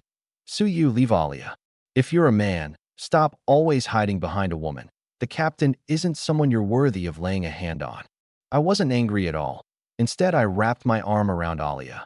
This isn't for you to point fingers at, is it? Veins bulged on Mu Changwei's temples, as if he could hear the sound of his own heart breaking. That cold, holy, inviolable captain was actually letting me embrace her like a little bird nestling close. Good, very good. Kid, let's have a match. You win. The wyvern wings I cut go to you. You lose, then leave nice and easy. This place doesn't welcome the weak. Before I could speak, Alia said with relish, You serious? It's not this queen putting you down, but compared to the little one, even with your realm lead and 2 pet beasts, you'll surely lose. You're nowhere near him. Me, nowhere near him? My sarcasm was infuriating, sure, but this line of Alia's trampled back and forth on his dignity. Mu Changwei gritted his teeth. Impossible. Captain, I'll prove that he's the one unworthy of you. Do you dare to take me on, Suyu? I won't use demon dungeon armaments. With the captain helping, you're already not at a disadvantage. I nodded. Fine. If I win, one more condition. From now on, don't appear before Alia. Fine. Lu Xian was anxious. How could a freshman compare to a student a year ahead? Realm suppression would greatly weaken pet beast skills. She looked to Bai Ruhui as if for help, but he said, Fight. Fight. With me here, don't fear smashing the buildings nearby. With that, he waved a hand, and a blue light screen spread out, lightly attaching to the buildings, seemingly flimsy yet impregnable. The two paid no attention at all to what others said. After opening distance, Alia said softly, "Careful, his talent is S-grade, an innate divine strength, able to erupt triple strength for himself and his pet beasts, an extremely pure strength-type beast tamer." Mu Changwei summoned his pet beasts, a black-maned one-eyed giant ape and a sky-piercing vine. A combination of beast and demon plant? The two sides met eyes for an instant. Mu Changwei waved a hand, the vine weaving a net in the air, the one-eyed giant ape clambering up the vine to swing into the air, descending from the sky straight at me. Giant ape, Vajra Earth Shatter. The giant ape's arms glowed with golden light, its might like a small meteor plummeting to Earth. Mu Changwei's tactics were practiced, using the demon plant for mobility, using his talent to send the beast's attack off the charts. Behind Alia, the bloodbone harp plucked wraith-like notes. "Death disciple him," Mu Changwei said wantonly. "Useless, Captain. Death disciple him can't dominate an existence of higher realm than itself, only influence it." This was precisely the source of his confidence.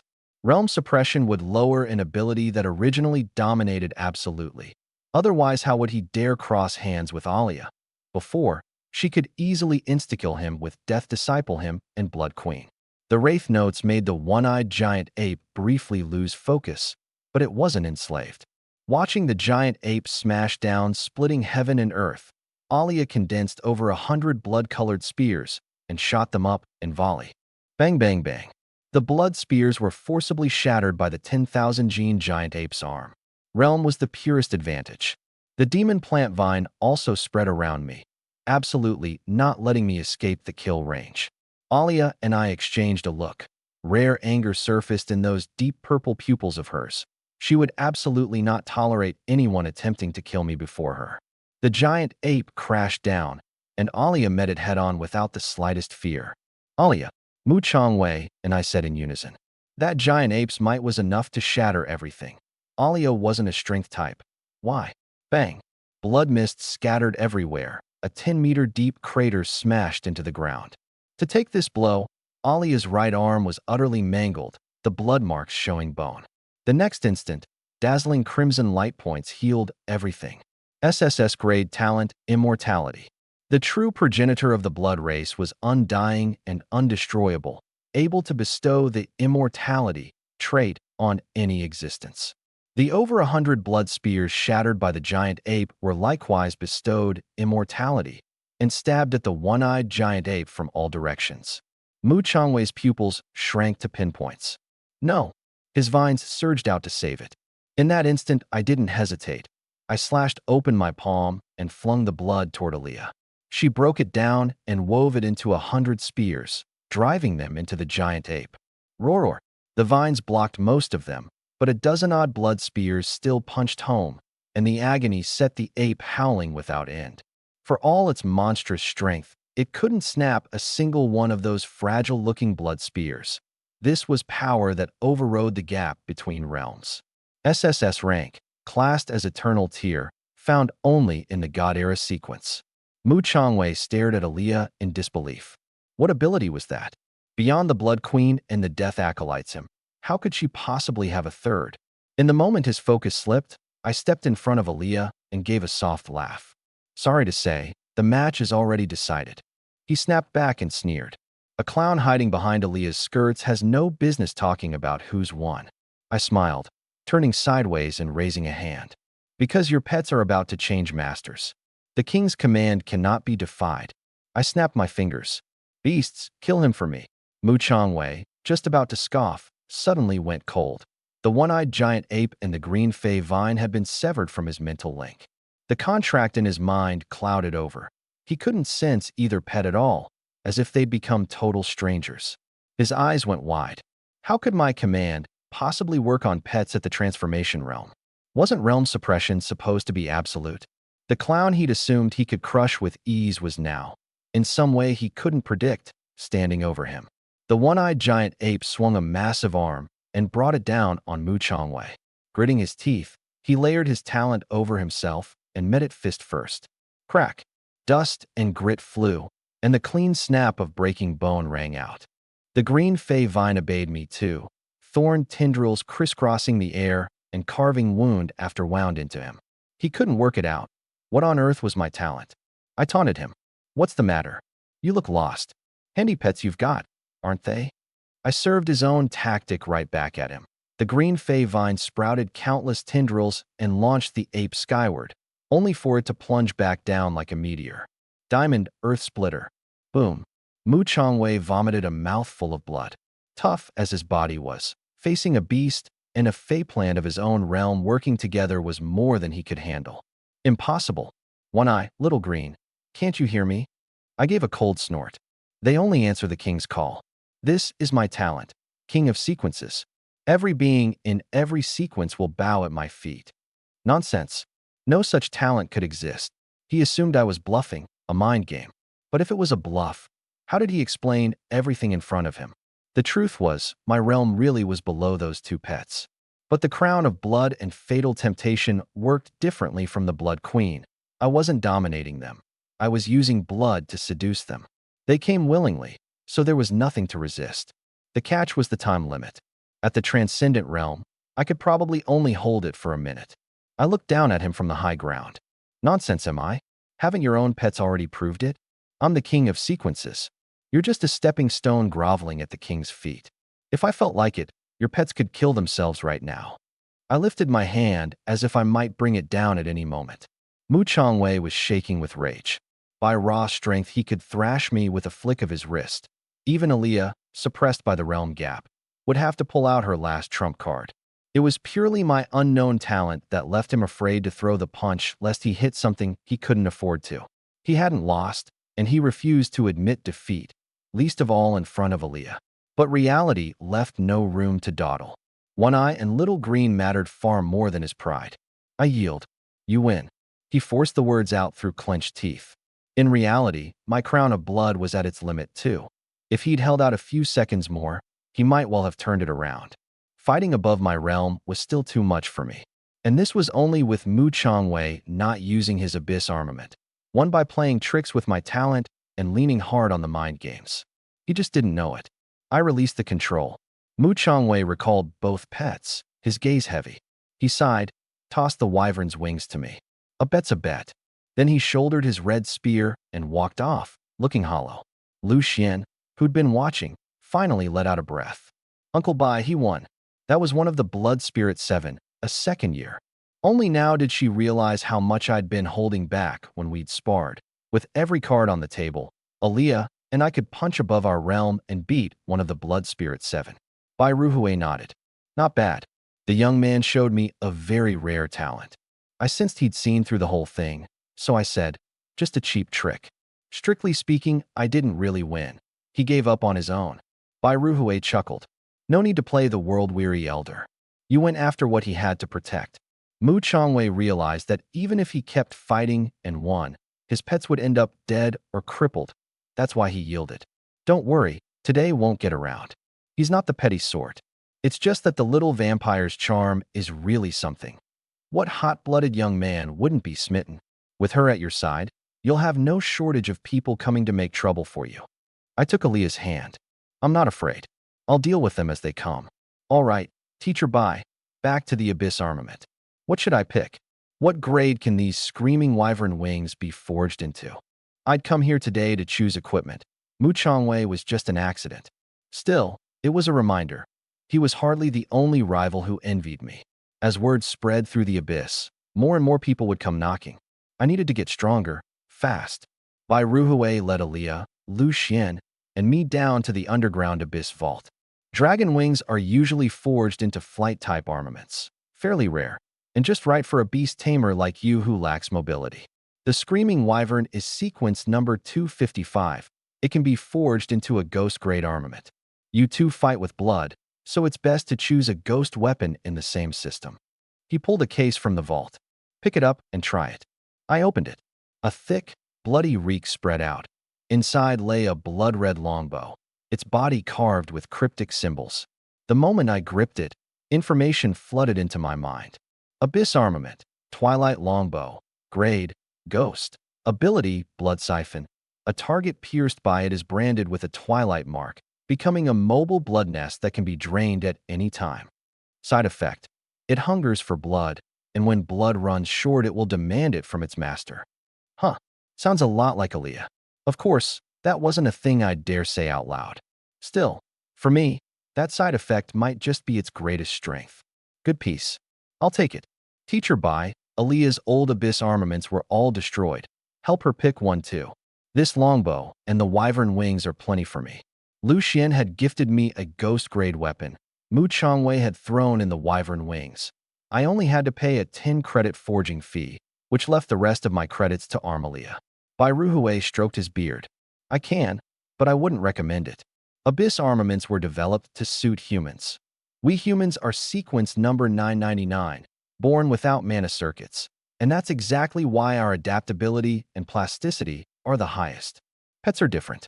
Their mana circuits are like genes. Using an abyss armament is like injecting a foreign gene, and the side effects they bear are far more severe than a human's.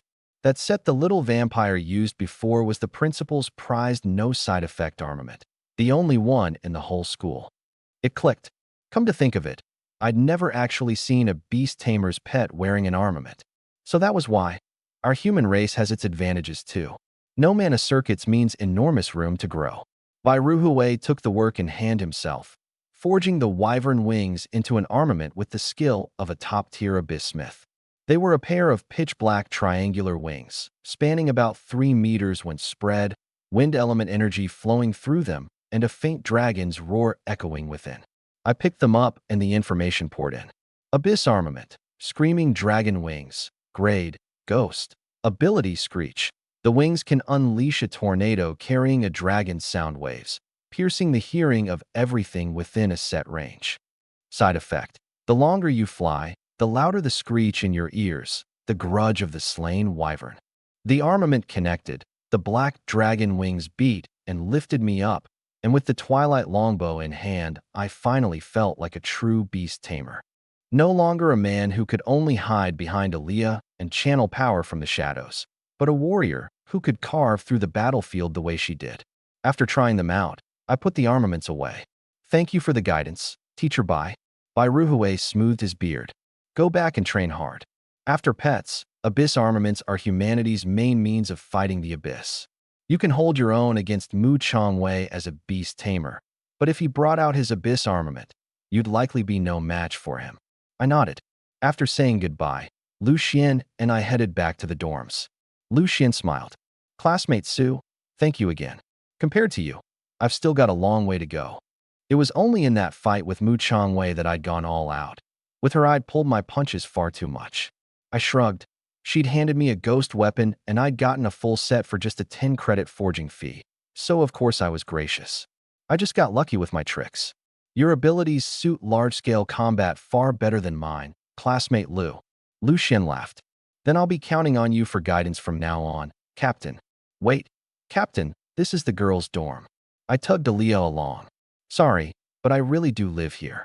Lu Xian went red. What was the school thinking with these arrangements? True, each was its own single villa, but mine was right next door to hers, and Aaliyah was so beautiful. She covered her face and bolted into her own dorm. I watched, puzzled, unable to figure out what was going through her head. Back at the dorm, Aaliyah and I ate our fill and settled by the fireplace. She lay back in the recliner leafing through a book, and noticing something was weighing on me, she said, "Little one, what are you thinking about?" I sat down beside her. To win against that guy today, you had to use Undying to take the hit. I've been thinking, maybe I rely on you too much. When I really think it through, without you, with my talent, I'd never even be qualified to. Before I could finish, she pressed a finger to my lips, her gem-like eyes flashing bright. This king will not allow you a single moment of self-doubt. I shook my head. No, that's not what I meant. What I meant was, didn't your arm hurt back there? If I can't get stronger, won't you have to keep trading wound for wound like that? I'm your man. From now on, I won't let you use that move so lightly. Aaliyah's heart thudded a few times. What was this? The little one was hurting on her behalf. The corner of her mouth curved up. It didn't hurt that much. A vampire's pain is far duller than you humans. But that's not all that's weighing on you, is it? I couldn't hide it from her. I know it's not right to think this way, and you're cold to everyone else and only good to me. But the thought of there being prodigies even stronger than Mu Changwei chasing after you, it gets to me a little. She smiled sweetly. They're all just mongrels. Little one, you're this king's knight. It's your duty to drive every last one of those mongrels off. And rather than worrying about this king getting hurt, you'd do better to give me more blood so this king can mend. Then something caught my eye. Wait, what book are you reading? I snatched it away and my face went dark. This is... Aaliyah, what's in this book is wrong. I don't like this. She leaned in against me. Then what kind of wife do you like? You can tell me directly. Anything at all. Of course. Whatever kind of wife you want me to be, I'll do as you say, because men deserve to be doted on too. My throat bobbed. So it turned out everything I'd ever wanted had been within reach all along. Combat Division, conference room. Wang Yu spoke. The preliminaries start in 3 days. Don't bother with the others. They're no match for our combat division. The only one worth watching is a single person. On the screen appeared an analysis report on Aaliyah and me. Wang Yu's combat division was formidable. This year's intake had 3 S-rank students, making it the division with the most combat power in Maoling. And in past years, it had usually been his student teams representing the school, except for last year, when they were crushed by the Blood Spirit Squad personally trained by the principal. This collaboration with Sakura Nation was crucial. The Wang clan head had charged him to suppress me by every means, and the incident in the abyss where Aaliyah was captured could not happen again. On top of that, I dealt Wang Hongxi a brutal blow. Even with him and Jiang Ying admitted under special recruitment, the boy had been listless ever since. How could Wang Yu let me off? S-rank student Li Mu said, Teacher, the team battles one thing, but in the individual matches, even the 3 of us together might not be a sure win against Su Yu. Wang Yu shook his head. A contest between beast tamers isn't just about combat power. Intelligence and compatibility matter more. Su Yu's talent is bizarre, but the moment we figure out exactly what it is, we'll find a way to break it. According to our intel, Aaliyah has acted several times over the past year, and her ability splits into 2, freely manipulating blood and invading the mind with the spectral melodies of the death acolytes him. So what about Su Yu's ability? Look, here's the entrance exam footage, and here's the arena footage. Watch them, and tell me what you think. To suppress me, Wang Yu couldn't act openly. The individual and team matches of the preliminaries were his opening. Every battle leaves a record, which is why most beast tamers won't reveal their abilities publicly. Apart from the private match with Mu Changwei, the 2 existing recordings had been watched by the combat division squad a full 7 times over. Li Mu said, It's strange. Any pet struck by Su Yu's blood loses its reason and becomes his death warrior. But in the second recording, he didn't use blood at all, and he could still command inanimate objects. Wang Yu hadn't been on the scene at the time. He couldn't observe the recording with his spiritual sense, and he certainly couldn't expect Shangguan Ling to tell him. That was exactly what had him stumped. Could Su Yu's talent really have no blind spots? S-rank student Leahy said, Teacher, is it possible he has 2 talents? One that targets pets, and one that targets inanimate energy bodies. Wang Yu nodded. Possible. But Hongxi says Su Yu comes from an ordinary family. He couldn't afford a strong talent serum, and the average beast tamer has only 1 talent. Let's just assume he's a mutant. Going by that logic, your odds in the individual matches might not be bad at all. Li Mu, Lei He, and Yuan Lang all looked up. Wang Yu smiled. Aren't there abyss armaments that counter blood magic and mental abilities? And the compatibility of you 3 against Su Yu isn't bad either. Keep your distance, at least 100 meters. Don't let his blood touch you, and you'll have a real shot at winning. Once we close the gap in talent intel, with your family's backing, surely you won't lose. Well said, teacher. Wang Yu looked satisfied. As for the draw, I'll find a way to arrange it. Consider this a personal request of mine. I'm counting on all of you. Yes, sir. Ugh. Aaliyah, you really don't have to drink this stuff. She pursed her lips. Even with the taste link, she still found the flavor odd, but she smiled. As long as you're happy. Now it's my turn. I cut in quickly. Wait, maybe we should be cultivating. To advance to the transformation realm, How much of my blood do you need to drink? Indulgence was all well and good, but with the Abyss campaign drawing near, there was no room for carelessness. Aaliyah knit her elegant brows. 3,000 liters. Last time, infinitely activating your hematopoietic stem cells in one go was just a stopgap. It's bad for your body. We may need another way. What way? In the Abyss, every demon city has a paired Mythic Realm city lord and Fey plant, and the Mythic Realm Fey plant secretes life spirit liquid. A single drop can vastly improve your constitution and keep your blood flowing endlessly. Sounded powerful. Where can we buy it? The Beast Tamers Association has it, but it's extremely expensive, 100 million per drop, with a limit of 10 drops per person. Daylight robbery? Then again, it made sense. In nearly a century, humanity had only ever slain a handful of Mythic Realm Fey plants. Having any stock at all was something. There's a deposit certificate inside the gold ring I gave you, just enough to buy 10 drops. If you want more after that, we'll have to figure it out ourselves. Warmth spread through me. Aaliyah had quite a nest egg saved up, and she'd placed it entirely in my hands without holding anything back. I resolved then and there. I would protect this Aaliyah who was mine and mine alone. Aaliyah, you're not the only one who can risk everything for me. I can too. I've thought of an ultimate move that belongs to you and me. I bought 10 drops of life spirit liquid at the Beast Tamers Association, and it hurt so much my heart practically bled. In the jade vial, the droplets shimmered with starlight, holding an unparalleled vital force. I didn't hesitate. I downed it in one gulp. It washed away the impurities, purged the filth, and an unprecedented vigor and blood vitality filled my whole body, letting Aaliyah resume her blood-drinking cultivation. With the life spirit liquid improving my constitution, her draining 30 liters of blood a day by activating my hematopoietic stem cells no longer harmed my health. To break into the transformation realm, the estimate was 100 days. Unless I could get my hands on more life spirit liquid to boost my blood vitality, Aaliyah absolutely refused to overdraw me. Over the next 3 days, my squad and I drilled our team coordination and got familiar with the 2 ghost weapons. Before long, the 9-School Alliance preliminaries opened on schedule. By the rules, Lu Xian and I had a bye in the first round. 2 matches a day, my turn came in the afternoon.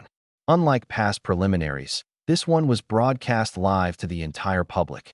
Before the match, my parents called. "Hey son, mind if we come watch you compete this afternoon?" "Sure, but Mom, tell Dad to cancel the Xingdong Fang endorsement immediately.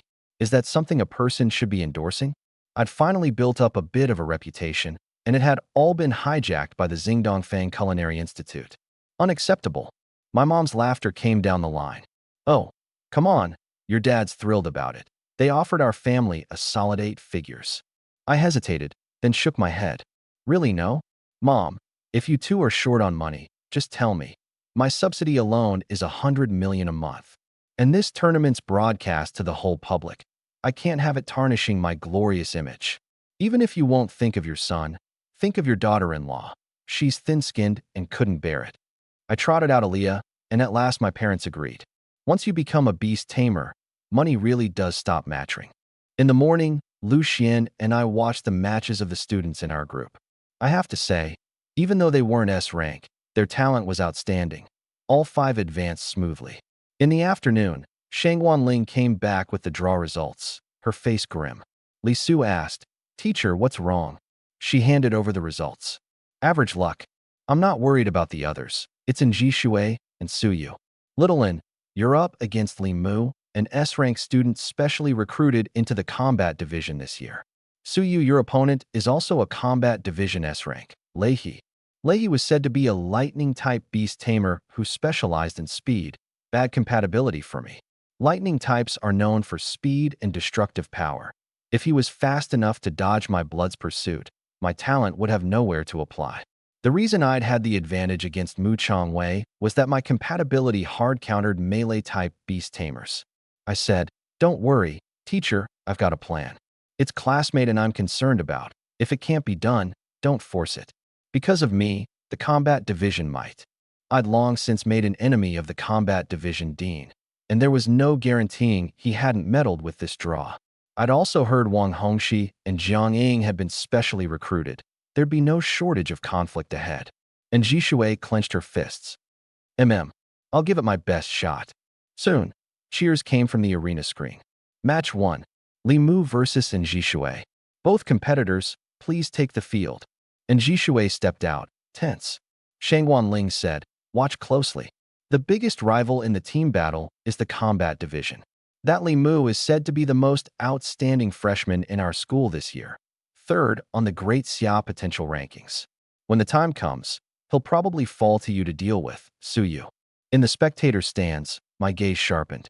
The preliminaries used Maoling's top-tier arena, lavishly furnished, able to hold tens of thousands, a field of 500 by 800, its edges ringed by 4 special pets forming an absolute defense barrier that kept the duel from spilling outside. Every seat was filled, and the online stream's heat shot past 100 million in no time. And Jishui calmed herself as best she could and walked onto the field.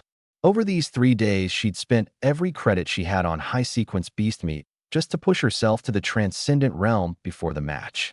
She told herself, inwardly, give it everything. The referee said, the preliminaries place no restriction on abyss armaments. Everyone, stop short of serious harm. Li Mu nodded gently. Classmate, I look forward to a good match. And Jishui didn't dare let her guard down. Classmate Li, please. The duel began at once. And Jishui kept Shangwan Ling's instructions firmly in mind. When unsure of an opponent's ability, open up distance and probe first. And her A-rank talent, Spirit Eye, was exactly suited to that, able to read an opponent's emotions, mana fluctuations, and composition from the faintest change. Windchaser Pegasus, carry me aloft. A sequence number 177 beast, snow white down, broad wings, its mobility and impact the pride of its kind. Li Mu looked up at the Pegasus and lightly raised his left hand. And Jishui locked onto his movement at once. Spirit Eye. Under the Spirit Eye, Li Mu's talent was laid bare. How can this be? The instant she realized it, it was already too late. His ability had long since unfolded. Li Mu's S-rank talent, Boundary Sever Crossweave, extended countless barely visible threads from his fingers, sharp and tough, forming a sky-spanning net that sealed off every route in Jishui head like a birdcage. His pet materialized, crimson all over, 2 horns crowning its head. Shangwan Ling cried out, from the volcano abyss. Number 39, the Scarlet Flame Demon. Littlein, yield quick. A perfect counter in compatibility. The threads of Boundary Sever Crossweave pinned the Pegasus's mobility. The moment it tried to break free, it would be sliced into mincemeat.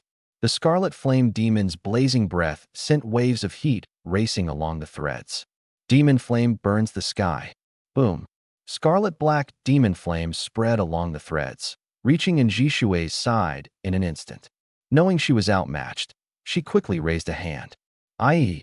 Before the words were out, Li Mu calmly twitched his fingers, and the threads of Boundary Sever Crossweave snapped shut, taking the demon flame they'd wrapped up with them. Boom. Littlein. Shangwan Ling sensed disaster and rushed out at once, leaping in to call a halt. But the arena and the live stream had already descended into a frenzy. Ordinary people had no sense at all of how dangerous, how vicious that one strike of Li Mu's had been. They were only cheering the arrival of a new generation genius. This is the strength of an S-rank student. Third on the Great Xia potential rankings, the name's well-earned. A Suyu, a Li Mu, Maoling's making its comeback in this year's 9-school alliance. Hey, isn't that girl in a bit of trouble? She had it coming. We pay these sky-high taxes to cultivate powerful beast tamers, not to watch a bunch of useless deadweights play house. Shangwan Ling and the referee charged into the demon flame and pulled Jishui out. The Windchaser Pegasus had shielded her with all it had, but defense wasn't its strength, and Jishui was badly burned across most of her body, and she vomited a large mouthful of blood. And go get a healing division beast tamer now. With countless eyes on her, Shangwan Ling couldn't let her anger show. When Jishui was carried down, our whole group crowded around. Teacher, Jishui, Shui, what happened to you? Was there any need to hit her that hard? I said, Teacher, let me. Aliyah nodded. Crimson points of light rippled, and Jishui's burns receded at a visible rate. Shangwan Ling's eyes contracted sharply. She remembered what the headmaster had told her when she'd gone to see him a couple of days earlier. Briefly, granting the undying trait was enough to heal burns. As Li Mu left the field amid applause, he shot a glance our way. Lu Xian demanded furiously, "Li Mu, we're all classmates." She'd already conceded. Why go for the kill anyway? Li Mu's half-smile was infuriating. "I just didn't hear her, that's all. Besides, I held back plenty. I didn't think you Beast Division types were so fragile you couldn't even survive one move of mine. If anything, you should thank me. A little more force, and that girl's beast might have been slaughtered too." Lu Xian's chest heaved. "You." Li Mu flicked his hand. "Out of my way. This is Moling University. It has no welcome for the weak. If you've got what it takes, say it on the field. Don't run your mouth down here." Lu Xian ground her teeth, itching to throw a punch then and there, but I held her back. Li Mu and I locked eyes, and inside his head the alarm bells maxed out, as if a hunter had marked him. A dangerous one, sure enough. In the Beast Division, no one but this guy was worth fearing. Even Lu Xian was no match for him. Only Su Yu, the freak among freaks. Still, Li Mu was no pushover himself. "What's this? The Beast Division wants to gang up?" I glanced at Nji Shui. This girl threw herself into everything. She dug up a lot of intel around the school for us, and our joint training these past days owed a lot to her care. When a member of my own squad got hurt, naturally it fell to me, the captain, to settle the score. I was silent a moment. "Tomorrow, wait for me to dig out your kneecaps." The combat division students rushed over, the two teams clearly drawn apart. Li Mu said coldly, "Big talk. You'd better think about how you'll get past Leahy first." Leahy clapped Li Mu on the back. "Nice work, Li. So this is the Su Yu everyone's hyping to the skies? Doesn't look like much to me. Kid, the next match is you and me. Shall we get to it?" The referee announced. First match, Combat Division's Li Mu wins. Up next is the only S-rank versus S-rank bout of this round. Combat Division's Leahy against Beast Division's Su Yu. The stands erupted in a thunderous roar. My last public showing had been so stunning that everyone was waiting for my performance. The scrolling comments nearly overflowed the screen. I shot Leahy a light glance and murmured, "Then you can regret being my opponent from a hospital bed, mongrel." Veins bulged on the 6'3" giant's face. "Heh, just the tone the rumors promised." Li Mu reminded him. "Lei, remember the dean's orders?" Leahy nodded. "Relax, I'll win. No one outruns my lightning. My matchup makes me the best possible person to fight Su Yu." The two took the field. The referee sighed. "You too. Abyss armaments are unrestricted, but keep it controlled." But with the bloodlust in both their eyes, neither heard the second half. This was Moling University, a place that bred only the strong. No one would stop them. They'd rather a student be crippled in training than die easily on the battlefield. Leahy said, "You think I'm like those trash from the entrance exam? Drawing me is your bad luck. Su Yu, you're the challenger here." The comments scrolled by one after another. "Here it comes. Aaliyah's hubby is about to take the stage. Go Leahy. Take down Chef Su." Wild. The odds actually favor Leahy to win. Matchup thing, I guess. Experts say Aaliyah and Su Yu might struggle against speed types. Even the Starmark mentors from Imperial Capital Yuling University and Zhanghe Beast Taming University showed up to watch. Today's marquee match drew huge attention. Starmark mentors from other top beast taming universities had come to observe as well. "Lin, old friend, Zhanghe came too? Here for Su Yu, I take it." Linley nodded. "Naturally. Though it's far from certain Su Yu can beat Leahy." Wang Jing gazed at the field. Leahy is, after all, a prodigy ranked 43rd on the Great Xia potential rankings. Su Yu's bizarre gift might land him in the top 10, but in terms of matchup, Leahy has the edge. For a beast tamer with low spiritual power, speed could sometimes be decisive. The strongest power means nothing if it can't land. The odds leaned a bit toward Leahy. The referee swept his hand down. "Begin." Leahy and I held our breath, and the instant we heard the word, we both moved. Leahy summoned a number 105 Thunderbird wreathed in lightning beside him, thunder splitting cracks across the ground.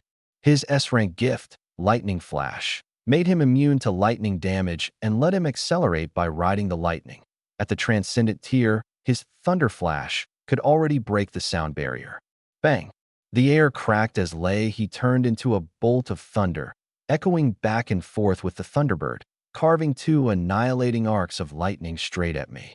Aaliyah, behind her, a harp of blood and bone struck up an undead overture. Death cultists him. The spreading notes assailed the Thunderbird's mind. Leahy had come prepared. To counter this very move, he brought a Wraith-grade armament from his family, the Drum of Echoes.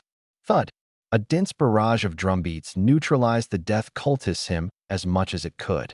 To his surprise, even a Wraith-grade armament couldn't fully cancel the melody. The Thunderbird wasn't controlled, but its movements lagged, its thoughts nearly thrown into chaos. Truly the prodigy senior of last year's class. Without this Wraith weapon, he couldn't imagine how he'd fight. I calmly watched Leahy's movements. It was no surprise he could produce the right Wraith weapon.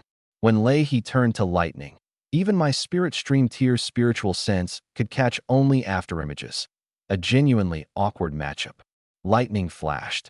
Leahy blinked across the field, and just as he was about to smash into my face, Aaliyah's Blood Queen activated. The blood in Leahy's limbs seemed to seize control, his knees buckling against his will. She could actually catch him as he moved at high speed within the lightning. Good thing he was ready. Another Wraith weapon, the eerie puppet, which let him swap his own injuries with a puppet. The controlled blood was, in an instant, transferred onto the puppet, and Leahy barely tore free of the bind. But the eerie puppet side effect was just as fearsome. Once its effect ended, every wound the puppet took would return to him multiplied. To win, he'd stopped caring about any of that. Suyu, you're finished. Just as he was about to reach me, a pair of pitch-black dragon wings beat the air behind me, and Aaliyah and I rose into the sky, dodging Leahy's lethal thrust. At the same time, Aaliyah condensed dozens of blood spears and drove them down. Not daring to take them head-on, Leahy dodged on speed alone, then looked up at the two of us hovering above, his expression grave. A flight-type abyss armament? You underestimate me, Suyu. My lightning isn't something you can dodge. The Drum of Echoes beats called the Thunderbird's mind back. It finally shook off the death cultists him and resonated with Leahy's power, its feathers standing up like blades, raining down a dense bombardment under lightning flash's boost. Thunder Feather Deluge. Over 1,000 thunder feathers unleashed a barrage more terrifying than a hail of bullets, and the crowd held its breath for me. But the pitch-black wings behind me whipped out a tornado, its piercing shriek sweeping away countless thunder feathers, the invisible sound wave turning into an acoustic blast that bore down on Leahy. He flashed aside in a burst, yet the sound wave still pierced his eardrums. For an instant, he nearly went deaf. Lucky he dodged fast. This wraith weapon of Suyu's was extremely high quality, probably forged from a shrieking wyvern's wing. Damn it, keep fighting like this, and soon he'd never withstand the eerie puppet's backlash. Thunderbird. As a direct heir of the Lei family, he could not, under any circumstances, bring shame to his clan. Losing to a mere commoner would be a disgrace for a first-rate beast-taming house. The Thunderbird and Leahy became arcs of lightning, the two arcs weaving into a single, more blinding bolt of incandescent white thunder. It broke the sound barrier at once and shot skyward almost instantly. Two became one. Too fast, faster than anyone could react. The arc became a lightning spear, sworn to run me through. It's over, several Starmark mentors concluded. Too fast. Leahy carried an abyss armament that could weaken Aaliyah's power. With my ability, there was no way to dodge that thrust. Bang! The incandescent thunder burst into a mist of blood. The arc had run Suyu through. The spectators' eyes went wide. Had Suyu really? Lin Li's gaze was sharp. No, it's Leahy who's finished. I never imagined Aaliyah's command of blood was this practiced. Suyu's read of the situation is meticulous, hardly like a freshman's. The two of them coordinate seamlessly. Leahy was still basking in the thrill of the strike, certain for a moment he'd won. But when he looked at the puddle of blood on the ground and lifted his head again, he saw something uncanny. Aaliyah and I were still up high, looking down on him. How was that possible? He'd clearly shattered Suyu. Suddenly, the eerie puppet's effect ended. The backlash hadn't come? Could it be? Slow on the uptake. Leahy only now realized everything just now had been under my control. Aaliyah hadn't used Blood Queen to control his blood and deal damage. She'd seized it just once at the very start, and after that merely altered the flow of blood in his eyes a fraction, throwing his visual judgment off by the tiniest margin, and that tiny margin had doomed it all. The puddle of blood had been there all along. Caught inside the trap, Leahy never grasped its meaning. But everyone watching had seen Aaliyah shape a dummy out of blood in my likeness. Leahy, guns blazing and trump cards spent, had charged straight at the dummy and shattered what was nothing more than a puddle of blood. In my hand, a blood-red longbow slowly materialized. Nice little acrobatic show just now. Does your family run a circus? Leahy was so furious his lungs nearly burst. The dragon-like display of power he'd just put on looked, in everyone's eyes, exactly like a clown's act. Laughter and chatter rose and fell through the stands. I thought this was a clash of titans. Turns out it's dinner table entertainment. This is a combat division S rank. Xingdong Fang needs talent like you. Leahy nearly cracked his back molars. Lightning flash. I drew the longbow and said scornfully, "Sorry to say, speed isn't your specialty alone." Arcs of lightning crackled, but from start to finish, I was the one holding the initiative. Pitch black wings, a blood-red longbow, like a herald of the night blotting out every light before his eyes, until all at once he could see no hope of winning. Impossible. My speed, so you can't possibly keep up. As long as he can't hit me, I can't lose. The lightning wove together again. In my hands, the twilight longbow condensed a crimson arrow brimming with blood energy, and a streak of red light locked onto Leahy and the Thunderbird. Alarm flooded Leahy's skull. That arrow could not be taken head-on. Instinct drove him and the Thunderbird to dart and weave, trying to shake the lock on. The corner of my mouth lifted. It's useless. Whoosh. A streak of blood split the sky, running through the Thunderbird's spine at a speed too fast to track. Scree. The Thunderbird shrieked in pain. The arrow's speed, past Mach 10, was 10 times that of the barely supersonic Leahy and his Thunderbird. Only now did Leahy realize speed was no longer his exclusive domain. My arrow was faster.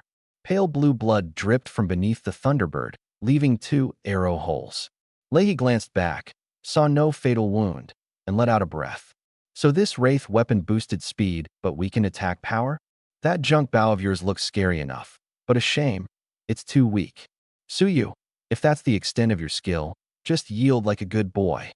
He turned into a lightning arc once more and charged at me. The crowd murmured. The arrow does no damage? That fast and a piercing hit, but all it did was draw a little blood. But in the spectator seats, the visiting star mark mentors wore grave expressions. Wang Jing sighed in admiration. A genius, he's actually turned the wraith weapon's side effect to his advantage. Lin Li gave a sharp assessment. About what we figured. Suyu uses his own blood as a medium to trigger his power. It's very hard to guard against. His compatibility with the vampire is too good. Leahy, thinking my offense was all thunder and no rain, was about to launch another attack. Squelch. A sharp talon punched through Leahy's chest from behind. He turned in disbelief.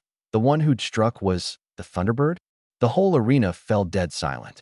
The spectators who didn't know what was going on, and everyone in the live stream, were spamming question marks. In the air, I extended my right hand and snapped my fingers.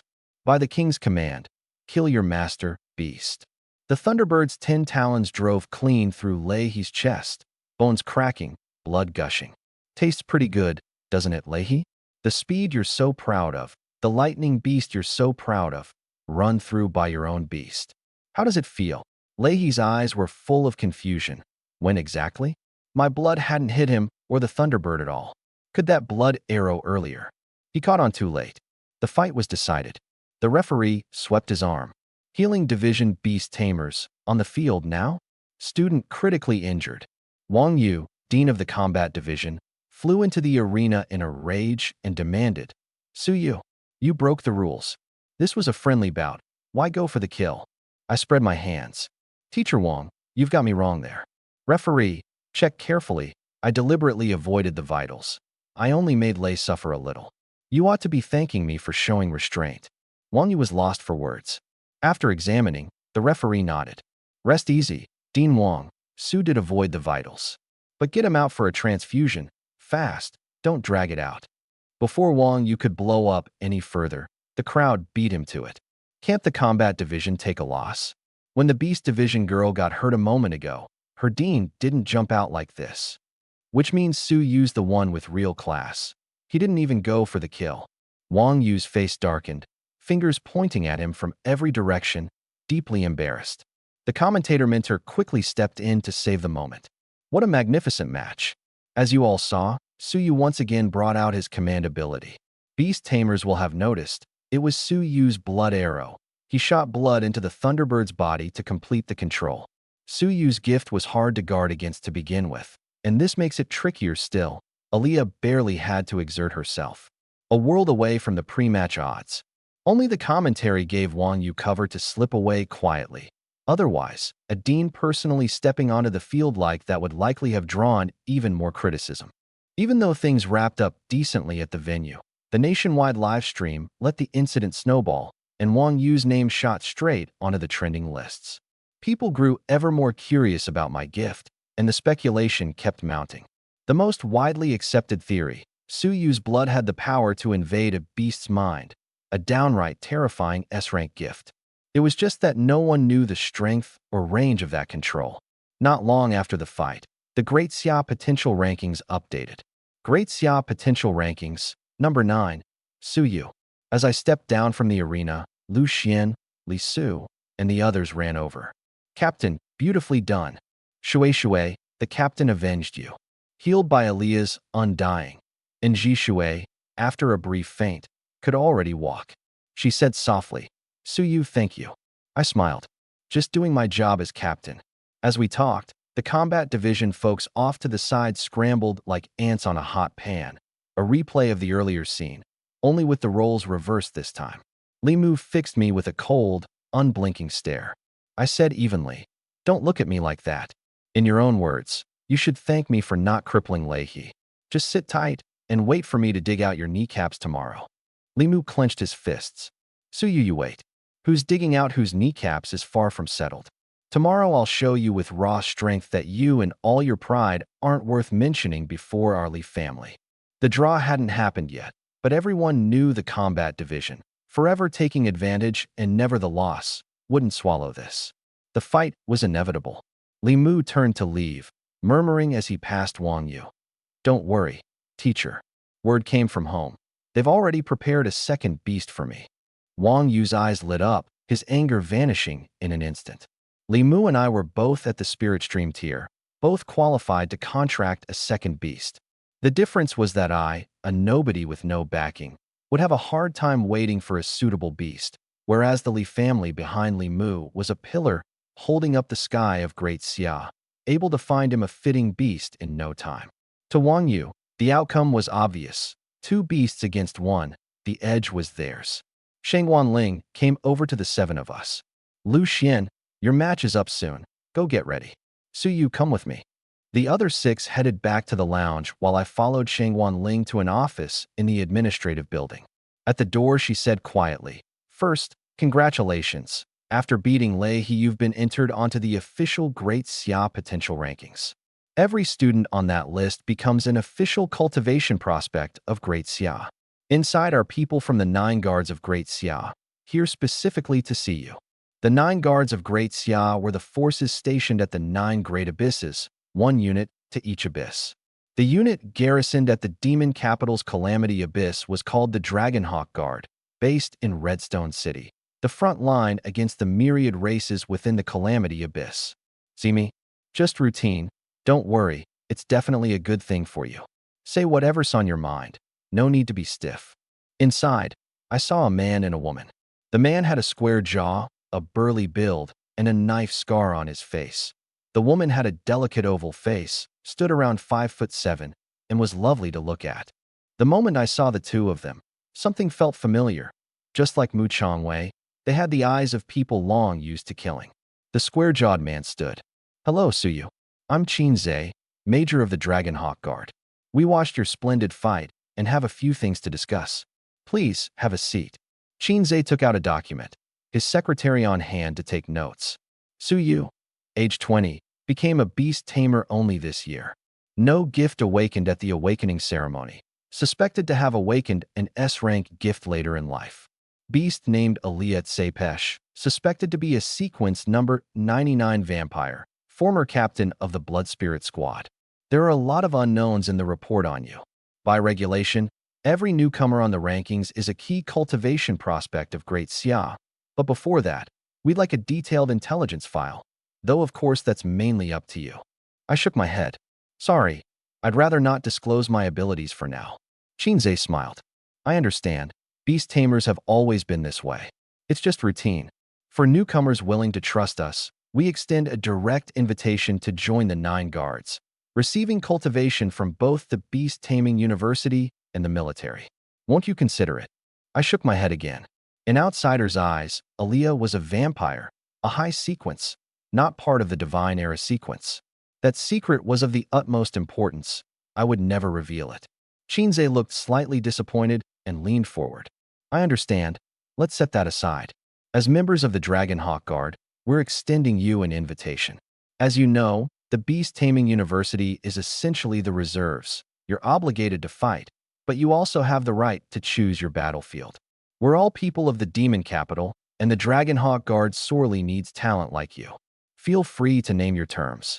I fell into thought. According to Shangwan Ling, after the 9 School Alliance Exchange Tournament, the order of deployment to the Abysses would be decided. At that point, every beast tamer would have to enter an abyss and fight. The responsibility that inevitably came with enjoying society's lavish treatment. As for choosing a battlefield, most people would pick the abyss that guarded their own home. I nodded.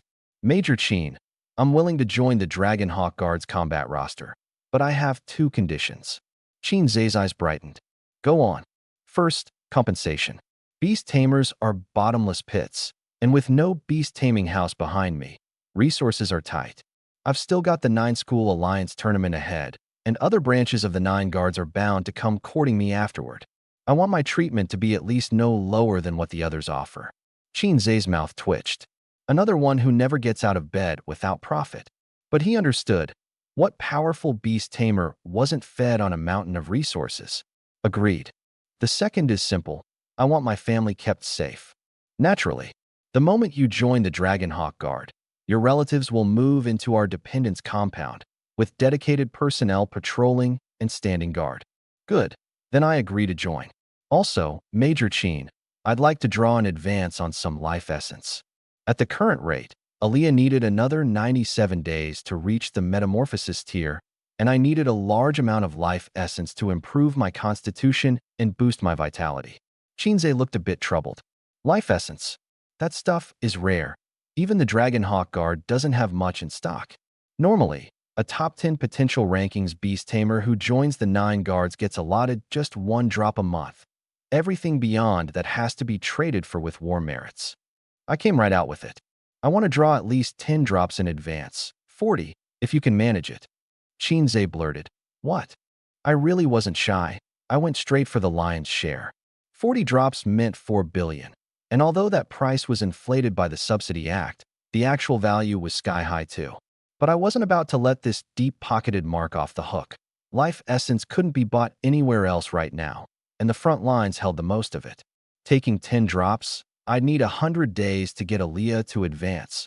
With another 40, in under 20 days, she could reach the metamorphosis tier before entering the abyss.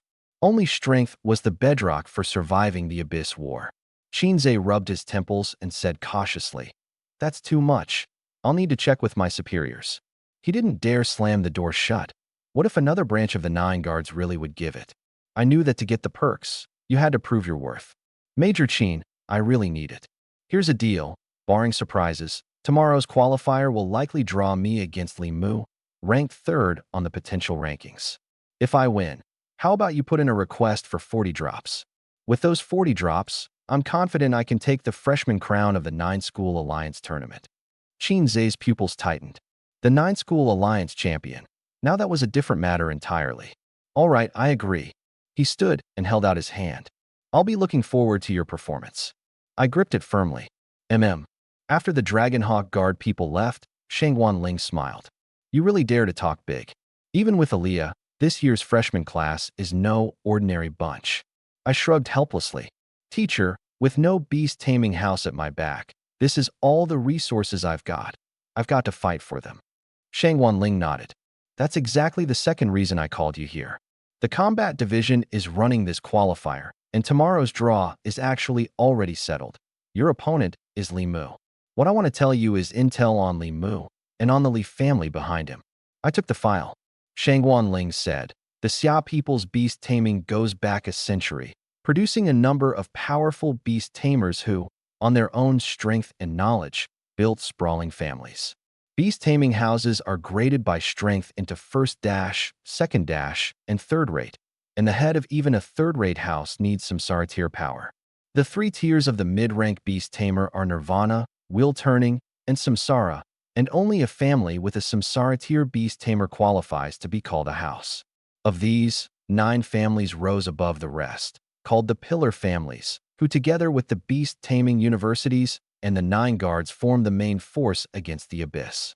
Uniting every power that can resist the Abyss is Great Xia's policy, and it's also what created the problem with certain families. The Li family is one of the 9 Pillar families, and Li Mu is the finest specially admitted S-rank student of this class, second only to Diling University's Kong Huanyuan and Jianghe University's Shi Shaolong.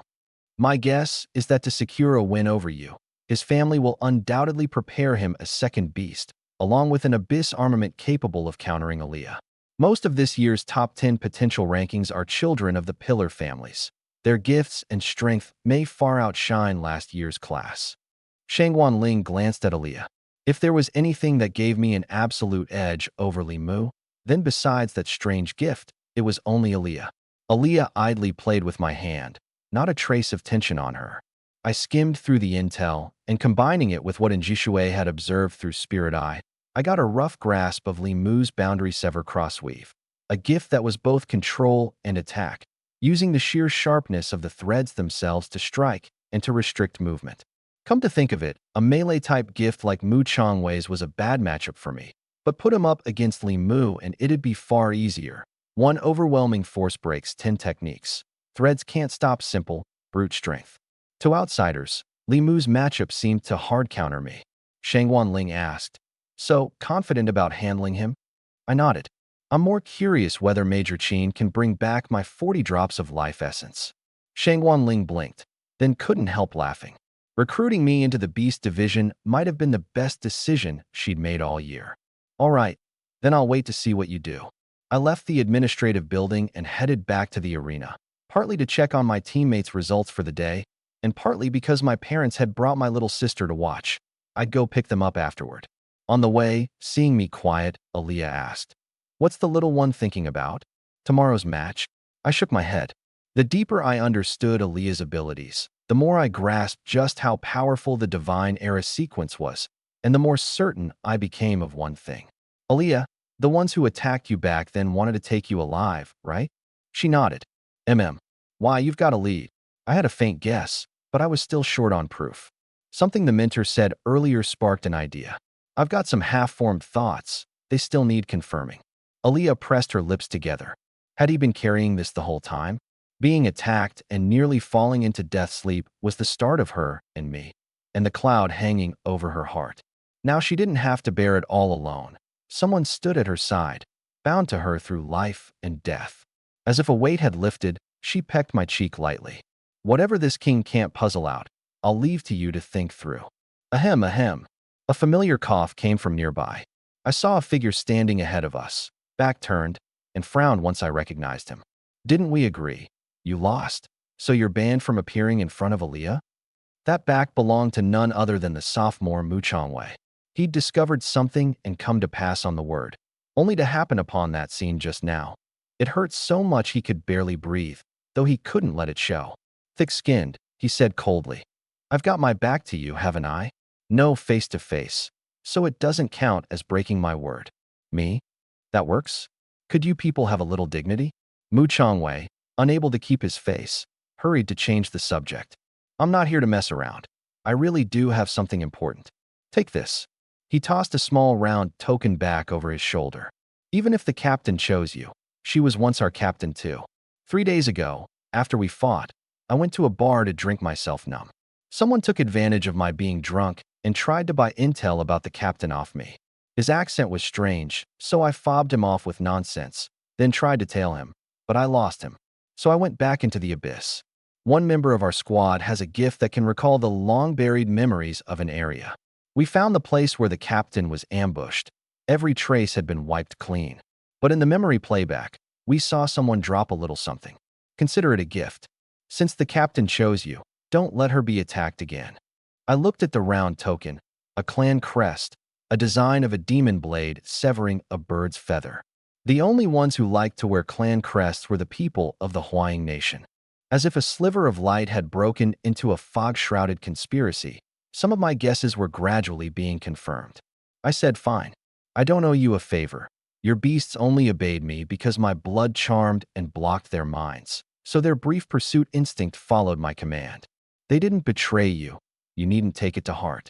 Mu Changwei let out a long breath, as if a knot in his heart had come loose. There's still the 9-school alliance tomorrow, don't you lose.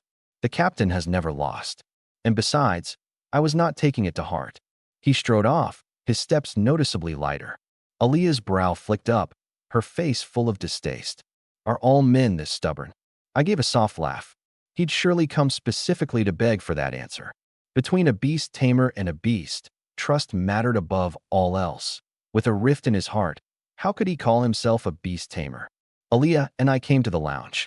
By now, Lu Xian and the others had finished their respective fights.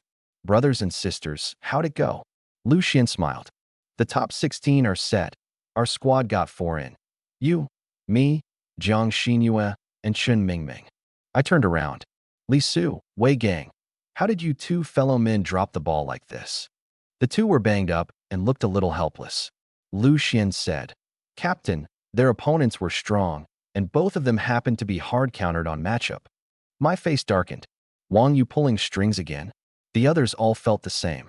Today's draw had been heavily rigged against us, most likely because the combat division's dean, Wang Yu, was the one running it. Tomorrow's draw for me is already out. It's Li Mu, the one who fought, and today. The other 6 tightened their eyes. The targeting had gotten downright blatant. Seeing the grim looks, I said quietly, it's fine. Let them come. Tomorrow I'll shatter every ounce of his confidence, and through him, make them too afraid to even look us in the eye during the team battle. We'll wipe out the combat division's pride once and for all. Mu Changwei's visit had taught me one thing. My ability would create cracks of distrust between a beast and its tamer, a fatal blow to a beast tamer. Li Su clutched his wounded leg and stood. I believe in you, Captain, but could you heal my leg? I waved him off. Shoo shoo. My Aaliyah doesn't heal other men. Go find a healing division beast tamer yourself. Li Su looked miserable. What happened to teammate solidarity? I said gravely. Li, I've got to give you a little talking to. Whining over a scratch like this, you're a disgrace to us men. Look at Wei Gang, not making a peep. Li Su glanced at Wei Gang, and Wei Gang patted his shoulder. Li, that's because I never had any hope to begin with. Lu Xian and Ji Shui and the others couldn't hold back their laughter. The exchange lifted everyone's spirits quite a bit. The last match in the arena ended, and we moved into the draw. I watched the lounge screen. Even though I already knew my opponent, I figured I'd hear what the outside world had to say. The first 2 rounds of today's qualifiers are done. Tomorrow will determine the 8 students who'll represent Moling. Yuling University in the freshman bracket of the 9-school Alliance Exchange Tournament. Take a look at the draw. Tomorrow's first match is Suyu versus Li Mu.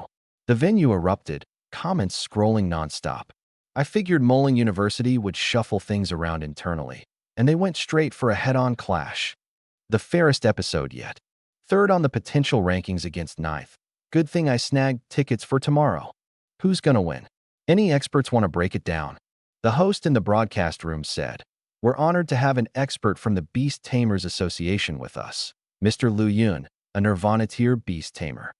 Mr. Lu Yun, how do you read this matchup? Lu Yun said with confidence. Many think this is a clash of dragons and tigers, but in my view, Li Mu will take Suyu down easily tomorrow. The comments flooded in. Bull. Like Suyu would have made the top 8, the top 16? Easily. Li Mu's 3rd on the potential rankings, sure, but Aaliyah was the strongest of last year. Lu Yun scanned the comments. Don't armchair tame. A beast tamer's duel comes down to tier, sequence, and matchup. Li Mu and Su Yu are the same tier, both with high sequence beasts, so the deciding factor is matchup. Su Yu's ability needs blood as a medium and a certain amount of room to maneuver, while Li Mu's ability happens to hard counter exactly that kind of zone control. On matchup, Li Mu's edge is too obvious. Plus, Li Mu comes from a noble house. No guarantee he doesn't have a second beast.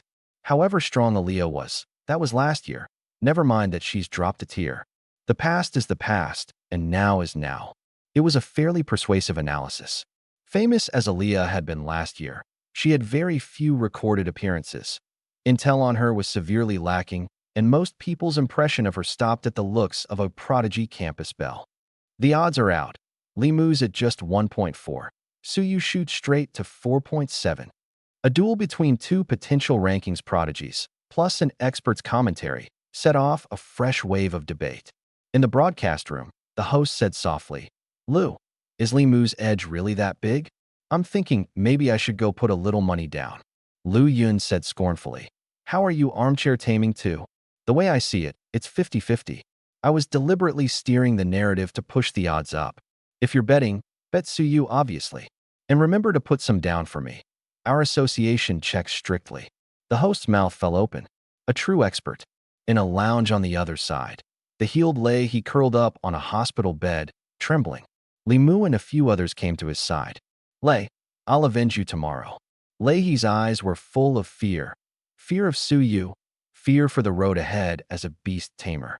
It was the thunderbird that had pierced his own body, and he no longer dared summon it. Even knowing it had been the effect of Su Yu's ability, the thought of a partner he'd trusted unconditionally and fought side by side, with driving a blade into him, seemed to have wiped away that trust and sense of safety entirely. This invisible wound had all but destroyed everything that made a beast tamer. Leahy said shakily, "You have to win. Watch out for Aaliyah. She can control the blood inside a body, and the eerie puppet isn't enough to hold it off." Li Mu gripped his hand. "Trust me, brother. We'll win." To deal with this vampire, Li Mu would contract a second high-sequence beast that very night, and he'd also receive a special wraith weapon designed to counter vampires. He would defeat Su Yu, to restore his best friend's spirit, and to fulfill his teacher's request, even though he didn't fully understand the grudge between Wang Yu and Su Yu. A basement somewhere in the demon capital. Ishikawa Shuji said angrily, "Mr. Wang, can your people actually deliver what you promised or not? Aaliyah and Su Yu are drawing more and more attention. What if they climb all the way to number 1 on the potential rankings and get put under the protection of the 9 guards and the demon capital's governor? Right now I have serious doubts about your Wang family's sincerity." Wang Yu was at his wit's end. He deliberately suppressed Su Yu precisely to weaken his influence and strength as much as possible before he descended into the abyss. Above ground in the demon capital, he and the Huaying people truly didn't dare lay hands on a great Xia beast tamer. He hadn't expected He not only to fail to stop Su Yu, but to get crushed. Wang Yu said solemnly, "Mr. Ishikawa, please trust our sincerity. Tomorrow I've arranged for Li Mu to fight. He'll absolutely block Su Yu from entering the 9-school alliance tournament. And no matter who protects Su Yu, he's bound to take part in the Abyss War regardless." Great Xia was different from other nations. Here, it was the bravest who went to the battlefield. Ishikawa's worried frown eased. "Fine. I'll trust you one more time. I hope our first collaboration can continue." Wang Yu smiled. "Then I'll watch and wait." The 7 of us finished watching the draw and left the lounge. Lu Xian went with the injured to find a healing division beast tamer, while I went to pick up the family who'd come to watch. After waiting the better part of an hour, my dad, my mom, and my little sister Su Wanrong finally squeezed out of the sea of people. Su Wanrong saw me and bounced straight into my arms. "Bro, you were amazing. That guy was no match for you at all." Off to the side, Aaliyah, wearing a baseball cap to avoid drawing attention, knit her delicate brows. Even knowing this was apparently my little sister, her nose somehow felt sour. Was this the jealousy the books talked about? Ever since I'd shown her the world's many flavors, she'd gradually developed a sense for taste. I pried Su Wanrong off. All right. You're 18. Why are you still acting like a kid?" My parents walked over smiling, their eyes holding both relief and worry. Beast tamers and ordinary people were already two different worlds. Their son's brilliance was a relief, of course, but for him to wield killing techniques so skillfully at such a young age meant the day he'd go to the battlefield wasn't far off. Su Wanrong pouted. Bro, I'm not little. I want to be a beast tamer just like you. I said firmly. Don't even think about it. No way. Why? One professional beast tamer in this family is enough. If you like beasts, I'll buy you one later, but you are not becoming a beast tamer. There were only 2 children in our family. My nerve to step onto the battlefield came mostly from Aaliyah. Otherwise, I'd have to be ready to face death head-on. The divine era sequence was so rare that having even one was like manna falling from the sky. I was firmly against my sister becoming a beast tamer. My parents felt the same. One beast tamer in the family was already doing right by Great Xia. With just this one, my mom still had nightmares at night, terrified I'd really go to the front and never come back. Su Wanrong tugged at her twin ponytails, sulking. My mom smiled. Come now, Rong, your brother's thinking of you. With him around, the family's well off now. Even if next year's contract ceremony doesn't go smoothly, there's enough to buy you a gift serum and a beast. Your brother has another match tomorrow, so let's hurry home and not hold up his preparations. Su Wanrong nodded, a little worried. Bro, don't worry, I won't lose. I mean, don't get hurt. With that, she turned and left. My parents said a few parting words and followed. I watched their retreating figures, feeling a touch lost. Aaliyah pointed out, not letting her become a beast tamer isn't a good choice. Why? Once you enter the abyss, you'll understand. The number of entrances connecting the abyss to Blue Star grows by 1 every few years. What? She spoke with weight. This is a calamity you humans can't escape. So even if you want to protect them, don't choke on your food and swear off eating. I nodded. I'll think it over. Aaliyah wrapped her arms around my neck. Enough about that. The contest is tomorrow. First, top this king up. Do I really need to go all out against a mere Limu? Blood Queen and Death Cultists him didn't consume much blood, only undying, burned through a large amount, and required topping up beforehand. Who knows? What? You don't want to. I gritted my teeth and agreed to tonight's cultivation with her. Having taken life essence, my constitution had long since improved dramatically. Even after a full night of replenishing her blood, I was still brimming with energy by dawn. Aaliyah, today guns blazing. Don't hold back. Yesterday's words had kept me thinking for a long time. Concealing my gift would let me seize the initiative later, but the threat of the abyss still loomed. I needed more resources, and to get them I had to show my value. A light rain drifted over the arena today, but it couldn't stop the swelling crowds pouring in. Fights among the top 10 of the Great Xia potential rankings were rare. Some students even skipped morning classes to camp in front of the livestream. Quiet, it's starting. Word from the combat division grapevine. Limu contracted a second beast. No wonder. Put that way, Suyu and Aaliyah are in danger. Look, the governor of the Great Xia demon capital came to watch too. He actually showed up? The demon capital's governor, who's also the Dragonhawk Guard's garrison commander and the guardian god of the Calamity Abyss, here in person. In the spectator seats, Ning Hanwen personally welcomed the distinguished guest. Governor Xia, is a student's contest really worth coming all this way for? Xia Tingyan smiled. I came specially to see the favored prodigy you hid away for a year, Headmaster Ning. Looks like something happened you didn't see coming. Man proposes, heaven disposes. Fortunately, this student isn't lacking in talent. Oh, then I'd best keep my eyes peeled. Who do you think will win, Headmaster Ning? Ning Hanwen's white beard stirred faintly, and he said nothing. Xia Tingyan laughed. Seems Headmaster Ning is rather confident. I've met this Li boy, a man of his generation, no easy mark to be pushed around. The Limu boy is malleable material too. Xia Tingyan shook his head. Ning Hanwen kept his mouth tight as a drum. Trying to guess what he was selling was a fool's errand. Earlier, when Shinzei had reported that Suyu had brazenly demanded an advance of 40 drops of life essence, he'd thought the kid didn't know the height of heaven or the depth of earth. But now it seemed it wasn't boasting after all. On him, it was worth a gamble. Because of yesterday's commotion, the referee was swapped out for Lin Tang, dean of the Fey Plant Division. Lin Tang amplified her voice with spiritual power. Moling Yuling University qualifiers, The deciding round for the slots. First match, Li Mu versus Su Yu. Amid the roar that filled the sky, Li Mu and I walked out from the two side tunnels. Goalie, don't disgrace our combat division. Senior Aaliyah, I'll support you forever. Neither of us seemed to hear. Our eyes were fixed only on the other across the field. Lin Tang stood between us and said in a low voice, I won't say much. If I judge that someone is on the verge of death, I'll step in. But that also means one side has to lose. Understood. We both nodded. Good. Show off your gifts to your heart's content, young ones. Humanity has to fight against the abyss, and you two even more so. Don't worry. As long as you haven't drawn your last breath, you can be saved. First match, begin. The clamor cut off all at once. Li Mu said coldly, You crippled Leahy. He's actually afraid of his own beast now. Your ability is truly sinister. More than the wound of being run through by his beast, it was the loss of that innate trust that was the blade destroying a beast tamer. I said, right back at you. If you want to target me, come at me, but you dragged others into it. I don't see an ounce of honor in you, sir. Li Mu spread his hands. Honor? That's just a loser's excuse. I'll take back everything my best friend lost. The wyvern wings behind me beat the air. A shame you won't get your wish. The crisp sound of a single raindrop hitting the ground became the signal for both of us to attack. Roar, Crimson Flame Demon. Manifest, Shadow Dancing Netherraven. The Crimson Flame Demon's true form was a 6-meter-tall giant of crimson fire.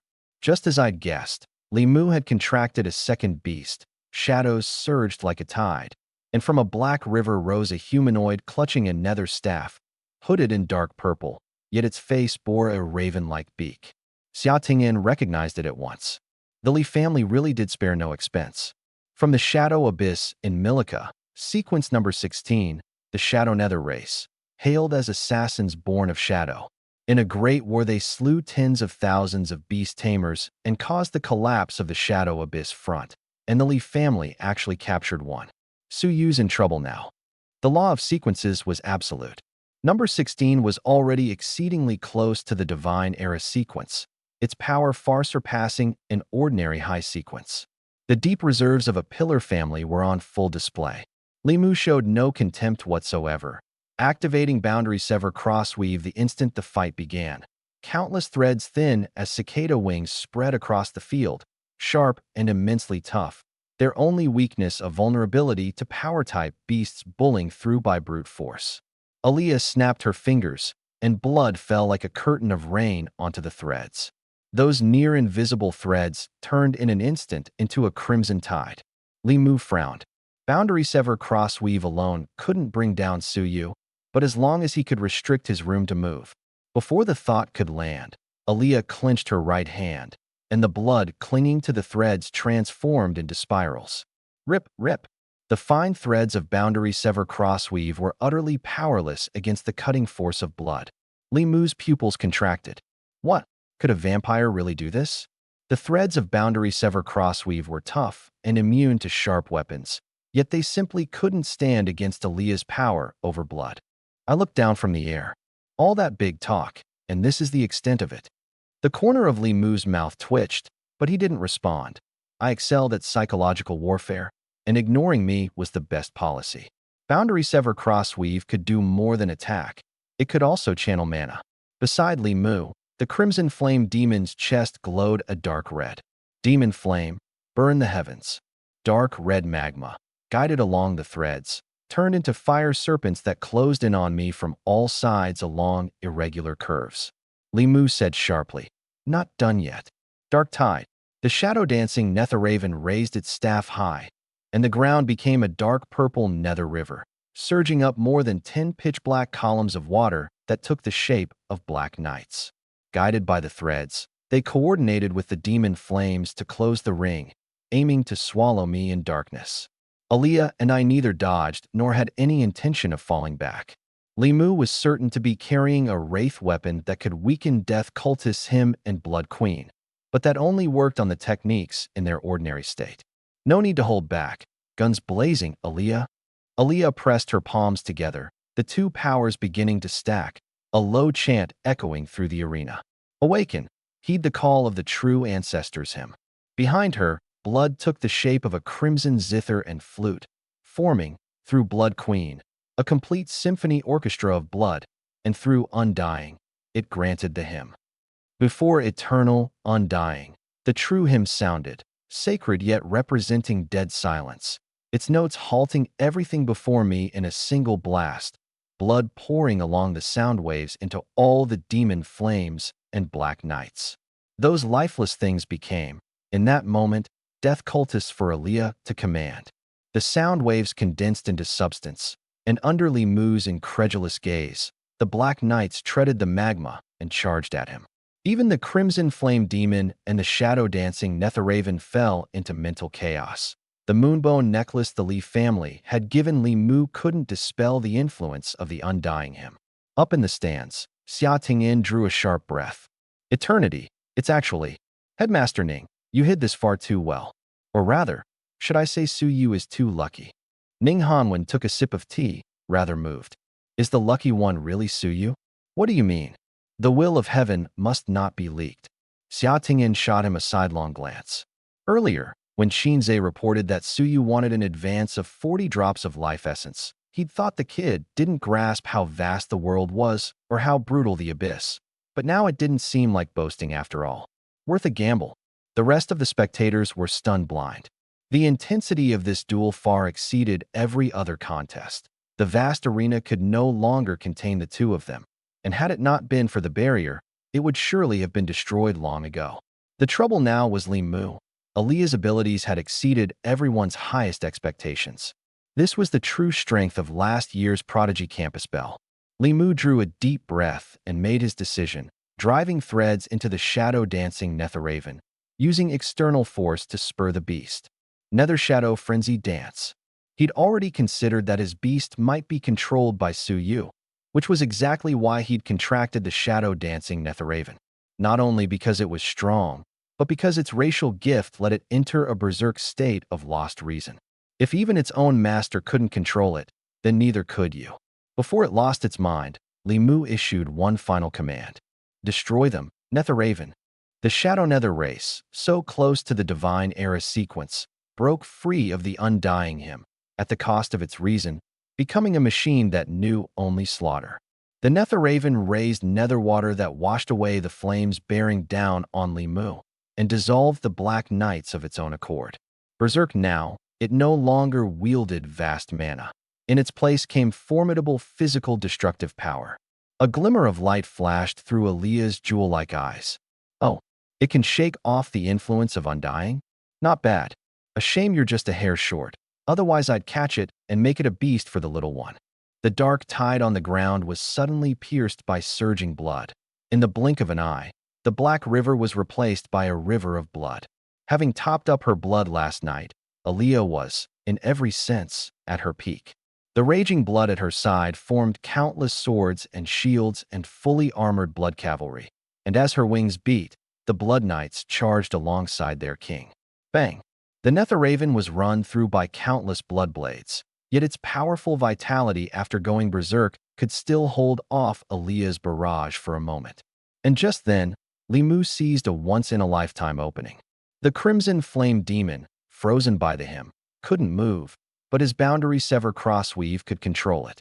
Threads pierced the Crimson Flame Demon and made it leap, striking straight at me in the gap, while Aaliyah had no time to spare for me, the threads spreading again to seal off all my escape routes. I beat my wings, and under the interference of the shrieking tornado, the Crimson Flame Demon missed, but a thread just barely grazed my arm, slicing open a long gash. Blood dripped. Li Mu had finally found an opening. A gasp rose through the stands. Isn't Aaliyah number 99? She's actually beating down a number 16. Mutation. It has to be a mutation. Li Mu found his chance. Su Yu's in trouble. Li Mu's desperate counterattack seemed to give people hope, and I had indeed taken a wound. Aaliyah didn't seem able to deal with the shadow-dancing Netherraven anytime soon. Everything was tilting in Li Mu's favor. In that moment, he didn't dare let his guard down for an instant. Aaliyah's power exceeded his highest expectations. Even the berserk shadow-dancing Netherraven was a candle in the wind before her, fit only to be a punching bag. He had to crush me within the time the Netherraven could still keep up its frenzy dance. Crimson Flame. The Crimson Flame demon shrank into humanoid form and, under the thread's control, spat wave after wave of magma. But then, a wall of blood shot up from the ground, and Aaliyah suddenly arrived right in front of the Crimson Flame demon. Li Mu was shocked. Wasn't she pinned down by the shadow-dancing Netherraven? A sweep of his eyes revealed the truth. The blood that had dripped when he gashed my arm a moment ago had tempted the shadow-dancing Netherraven in its frenzied state. Having lost its reason, it chased only Li Mu's final command and its own instinct, and at the most critical moment it abandoned the Aaliyah before it, lunging instead at my blood, brimming with fatal temptation. Switch. In that split-second gap, Aaliyah caught the Crimson Flame demon at close range, and Blood Queen took complete control of it. Meanwhile, I chased the Twilight arrow I'd loosed and charged at Li Mu. Li Mu had long since prepared a wraith weapon to counter the Twilight longbow and didn't fall into disarray. But the Crimson Flame demon being seized, and the shadow-dancing Netherraven abruptly turning to chase my blood, had thrown him for a moment. Where he'd first thought disaster had struck, the instant I came charging in so recklessly, hope of victory reignited in him. You actually dare charge straight at me. A death wish. Boundary sever crossweave can't cut Aaliyah, but it can't cut you? Countless threads spread, completely wrapping me the moment I broke through to right in front of him. Squelch. Victory was within reach. But then an even stranger scene unfolded. Dazzling crimson points of light flared across my body. Boundary sever crossweave should have cut me apart. Yet under those points of light, I punched through the threads like an arrow that pierces all. Body as arrow. Aaliyah's undying clung to my body, becoming an unsolvable force. Never mind that you can't cut me. Even if you somehow did, undying would swiftly knit me back together, and the blood that spilled would become the trigger for crown of blood and fatal temptation. As Li Mu stared dumbstruck, Aaliyah condensed the blood from my arm into a tiny blood needle and drove it into his body. In an instant, Li Mu's mind seemed gripped by a force. A blood-red crown reverberated through his sea of consciousness, that mighty kingly aura overawing his spirit. The dazed Li Mu gazed blankly at me. I issued the king's command. It's over. Fulfill my promise. The pre-match promise, to gouge out your kneecaps. Li Mu pressed his right hand to his heart, his face devout. Yes, all glory to my king. Beside us, Lin Tang only now realized something was wrong and tried to stop it, but it was too late. Li Mu used his own boundary sever crossweave to slice off his own knees. Bang! Blood mist burst, and Li Mu, his kneecaps gone, buckled and dropped to the ground, trembling all over. The Crimson Flame demon and the shadow-dancing Netherraven gradually vanished, returning to the beast space. The fight came to an abrupt halt in a scene no one could have predicted. The whole arena fell dead silent. Few people had understood what happened at the end. In that flash of lightning, I'd looked precarious, about to be struck at any moment by the Crimson Flame demon's magma. Yet the situation had reversed earth-shatteringly within 3 seconds. The shadow-dancing Netherraven suddenly stopped tangling with Aaliyah. Boundary sever crossweave dealt me no harm whatsoever, and Li Mu abruptly gave up resisting and cut off his own knees. Lin Tang rushed to Li Mu and anxiously summoned a crystalline fey plant, dripping dew brimming with life force. I said quietly, I held back. His life isn't in danger. To this world, a severed arm or leg was a minor wound indeed. Lin Tang let out a long breath. Li Mu was fine, healed in half a month. But being wounded by his own ability was a feeling that was probably no easier to bear than Lei He's. A terrifying gift. Lin Tang declared loudly, Li Mu is confirmed defeated. The first qualifier to advance is Suyu. The whole arena boiled over, though some hung their heads in dejection. He won? How exactly did he win? I didn't follow any of that at the end. As long as there's blood, it's within his grasp, like a sovereign who commands blood itself. Li Mu actually lost. I bet 10 on him. And it's all that wretched expert swearing up and down. Lost everything. Suyu and Aaliyah were sandbagging the whole time. The potential rankings updated. Suyu replaced Li Mu. He's third now. Not first. There's someone even stronger. The top 2 are monsters too. Hard to say. Wang Yu's face went livid one moment, purple the next. Limu had actually lost. What in the world was with this vampire? This was going to thoroughly enrage that pack of Huaying people. With even Xia Tingyan here to watch, the difficulty of moving against Su Yu was probably even greater now. In the end, he'd have to find a way through his family. In the spectator seats, Xia Tingyan stood. Headmaster Ning, a very interesting match. Looks like it's my turn to make good on my promise. What promise? Su Yu said before the match that if he could win, he'd draw an advance of 40 drops of life essence, and that he was confident he could take the tournament crown. And it turned out like this. It's actually a divine era. Going back on it, Xia Tingyan laughed. Not at all.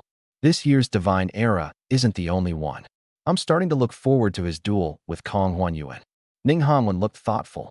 That little half-spirit witch-blooded girl from Dilling. If that's the case, this time it'll be old Zhang's turn to swallow a quiet loss. Imperial Capital Yuling University, conference room. Headmaster Jiang Huiran and the mentors had watched the whole match. Starmark mentor Wang Jing said, "He did have something in reserve after all. I never expected him to actually beat Li Mu. Then doesn't that mean this year is?"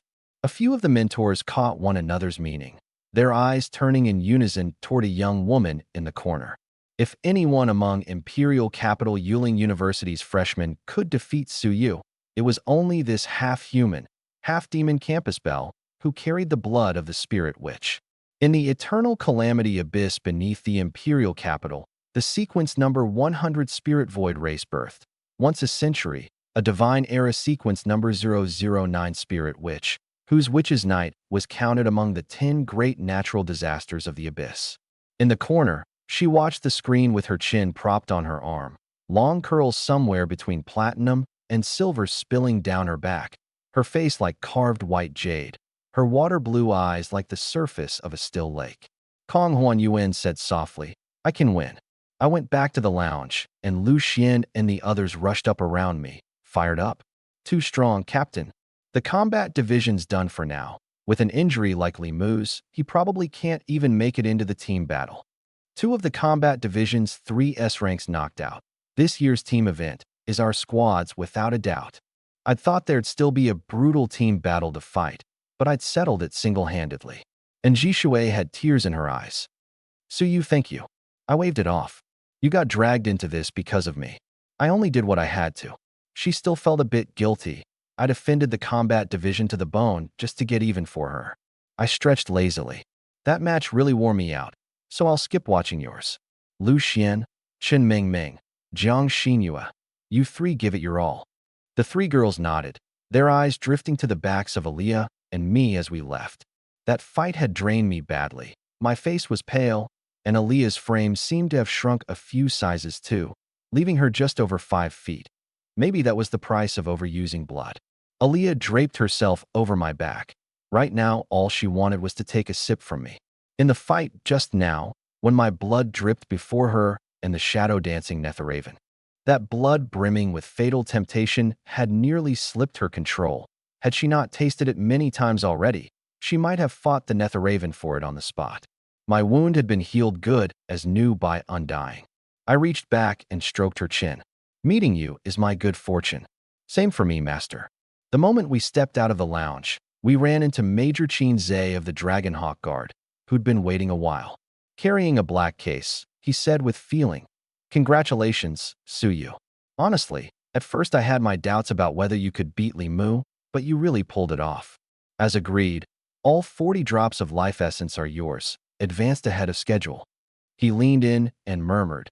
This was an order the commander gave directly, on site, today.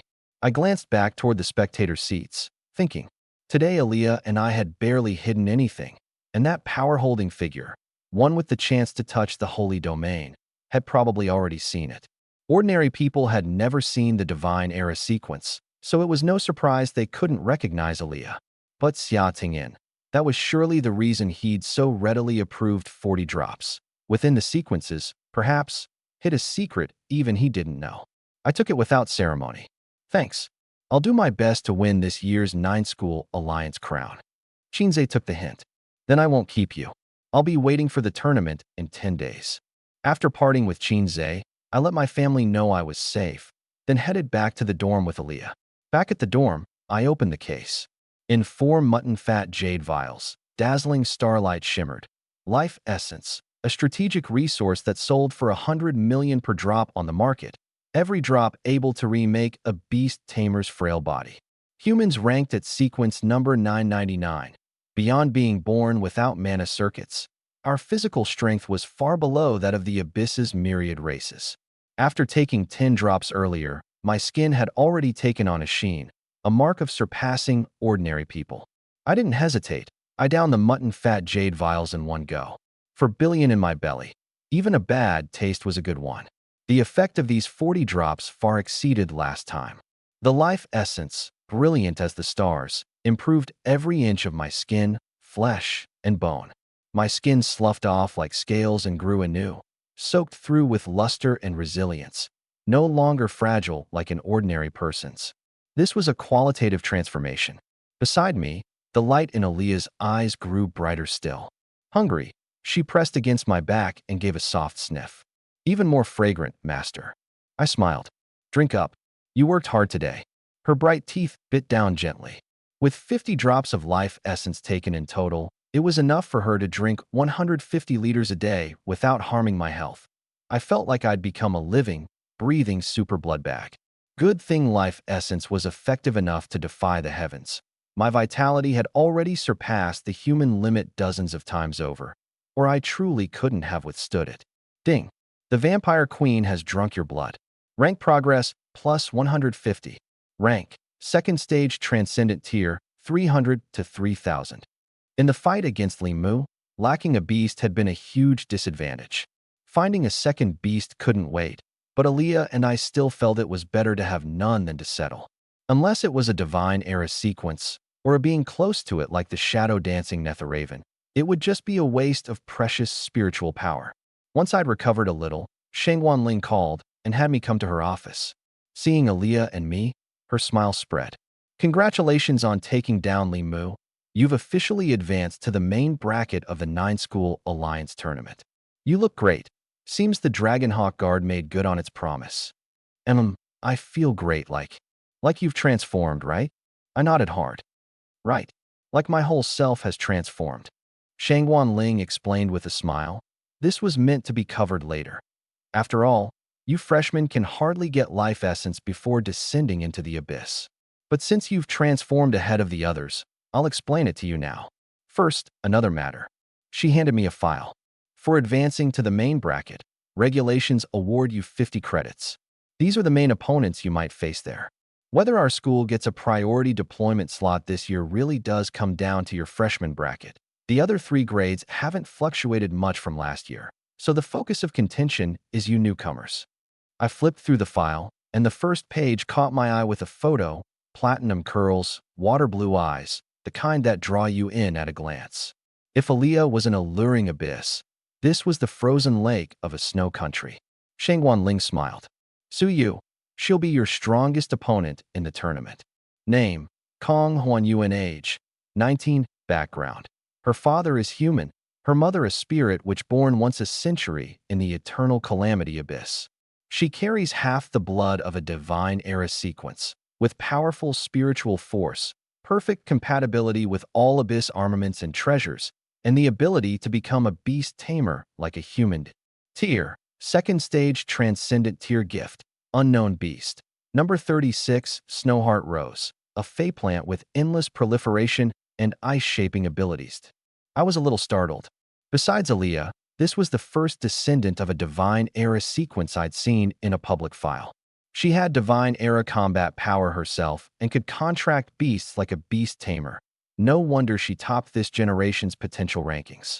Aaliyah glanced over with interest, and then the two of us looked at each other and smiled, as if struck by the same possibility. Shangwan Ling looked at us oddly. What is it? Something wrong? I quickly shook my head and changed the subject. No, this file is too vague. Are there no detailed combat records? None. Imperial capital Yuling University guards her extremely well. All we know is that in one day she fought 14 straight matches against the other 14 S-rank freshmen of Dilling. Undefeated. They call her the Undefeated Witch. It sounded impressive. It wasn't hard to tell Kong Huanyuan's strength was probably well above Li Mu's. Taking her down wouldn't be easy. Shangguan Ling continued. As for second on the potential rankings, Shi Xiaolong of Jianghe University. Your odds against him are about 50-50. There's combat footage of him out there. Take this disc and study it. I took it.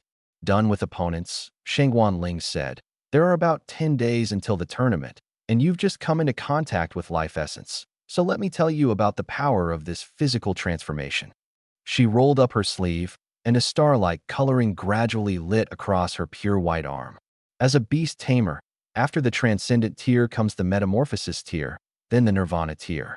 What is metamorphosis? We humans have no mana circuits, and we can't draw on the abyss's mana to strengthen our bodies. In terms of raw gift, we're perhaps the weakest race in the abyss sequences, but our forebears carved out this path of the beast tamer, letting a beast's breakthrough drive our own. Metamorphosis and nirvana are the tiers where we reforge our bodies and mana circuits. The body has 3 stages: gold, silver, jade, shown on the skin.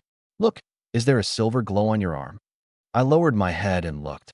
There were indeed faint silver threads flowing through the luster. By amplifying the body through abyss treasures, once you reach the mithril stage, you meet the minimum condition to advance to nirvana. After breaking through, you'll gain mana circuits and reawaken your innate gift. Treasures are graded the same as armaments. The life essence you drank is a dragon-grade treasure. 50 drops is barely more than a mouthful, yet it's enough to advance a human body to the mithril stage, which is why it's so precious. This stage is crucial.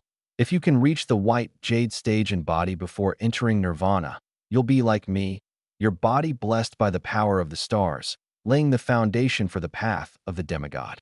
It clicked.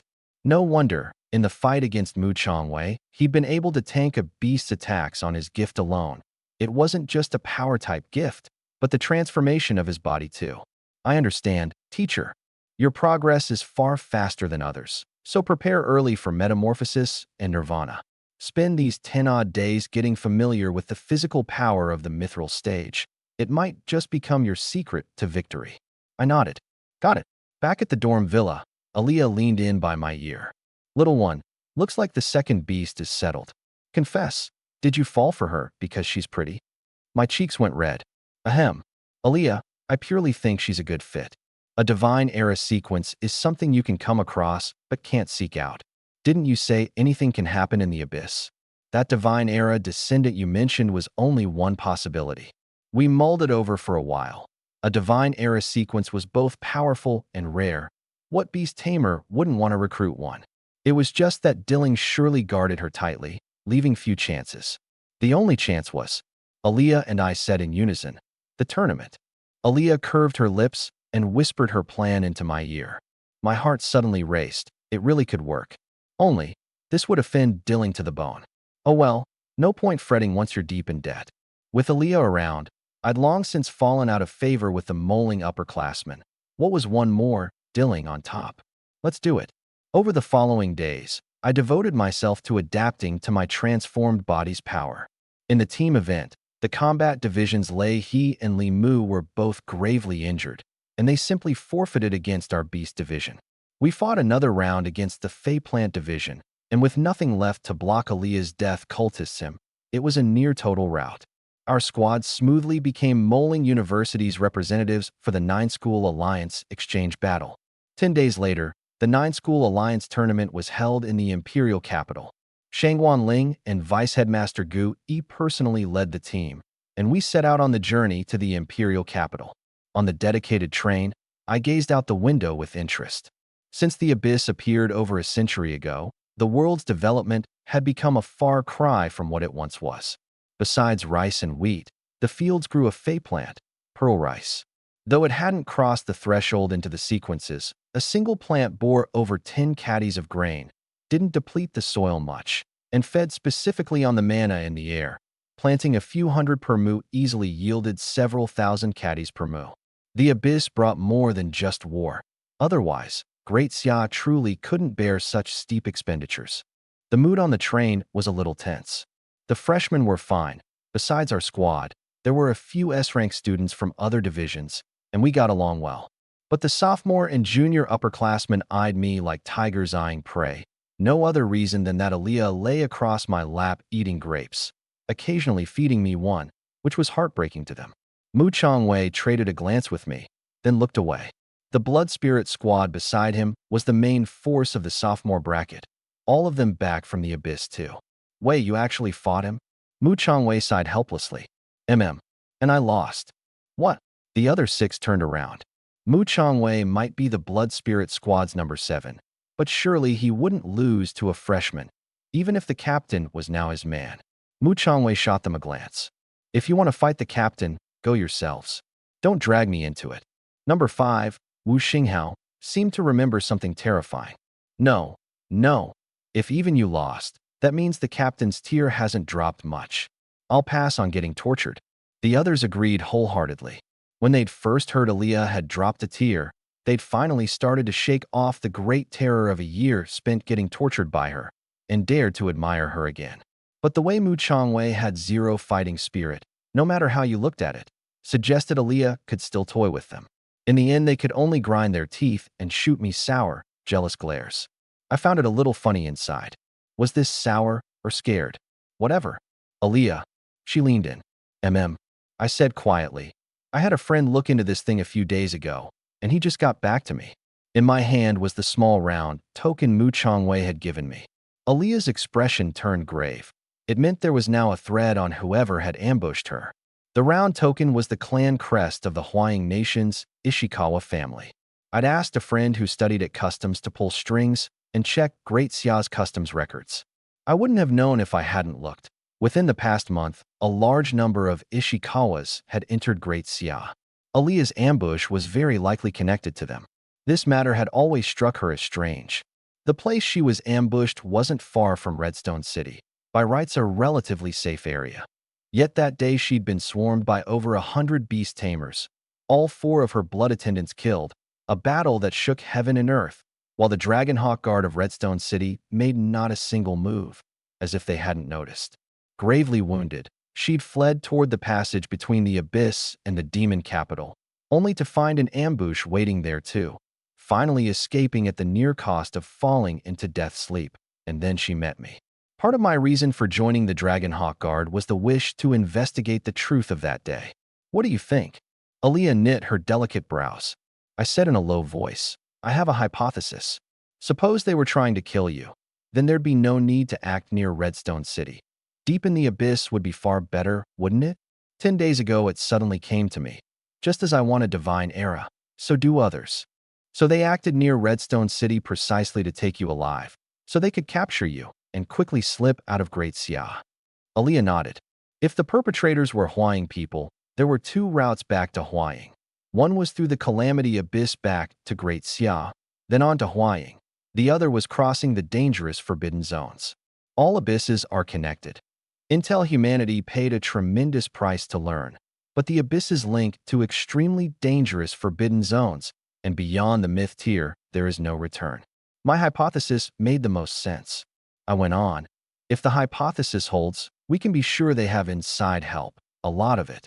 The Dragonhawk Guard mole may not be guard personnel, but must be able to exert influence. Otherwise, no one could pull off an ambush against their own people right under the guard's nose, soundlessly, even swapping out the guards stationed at the Abyss Passage.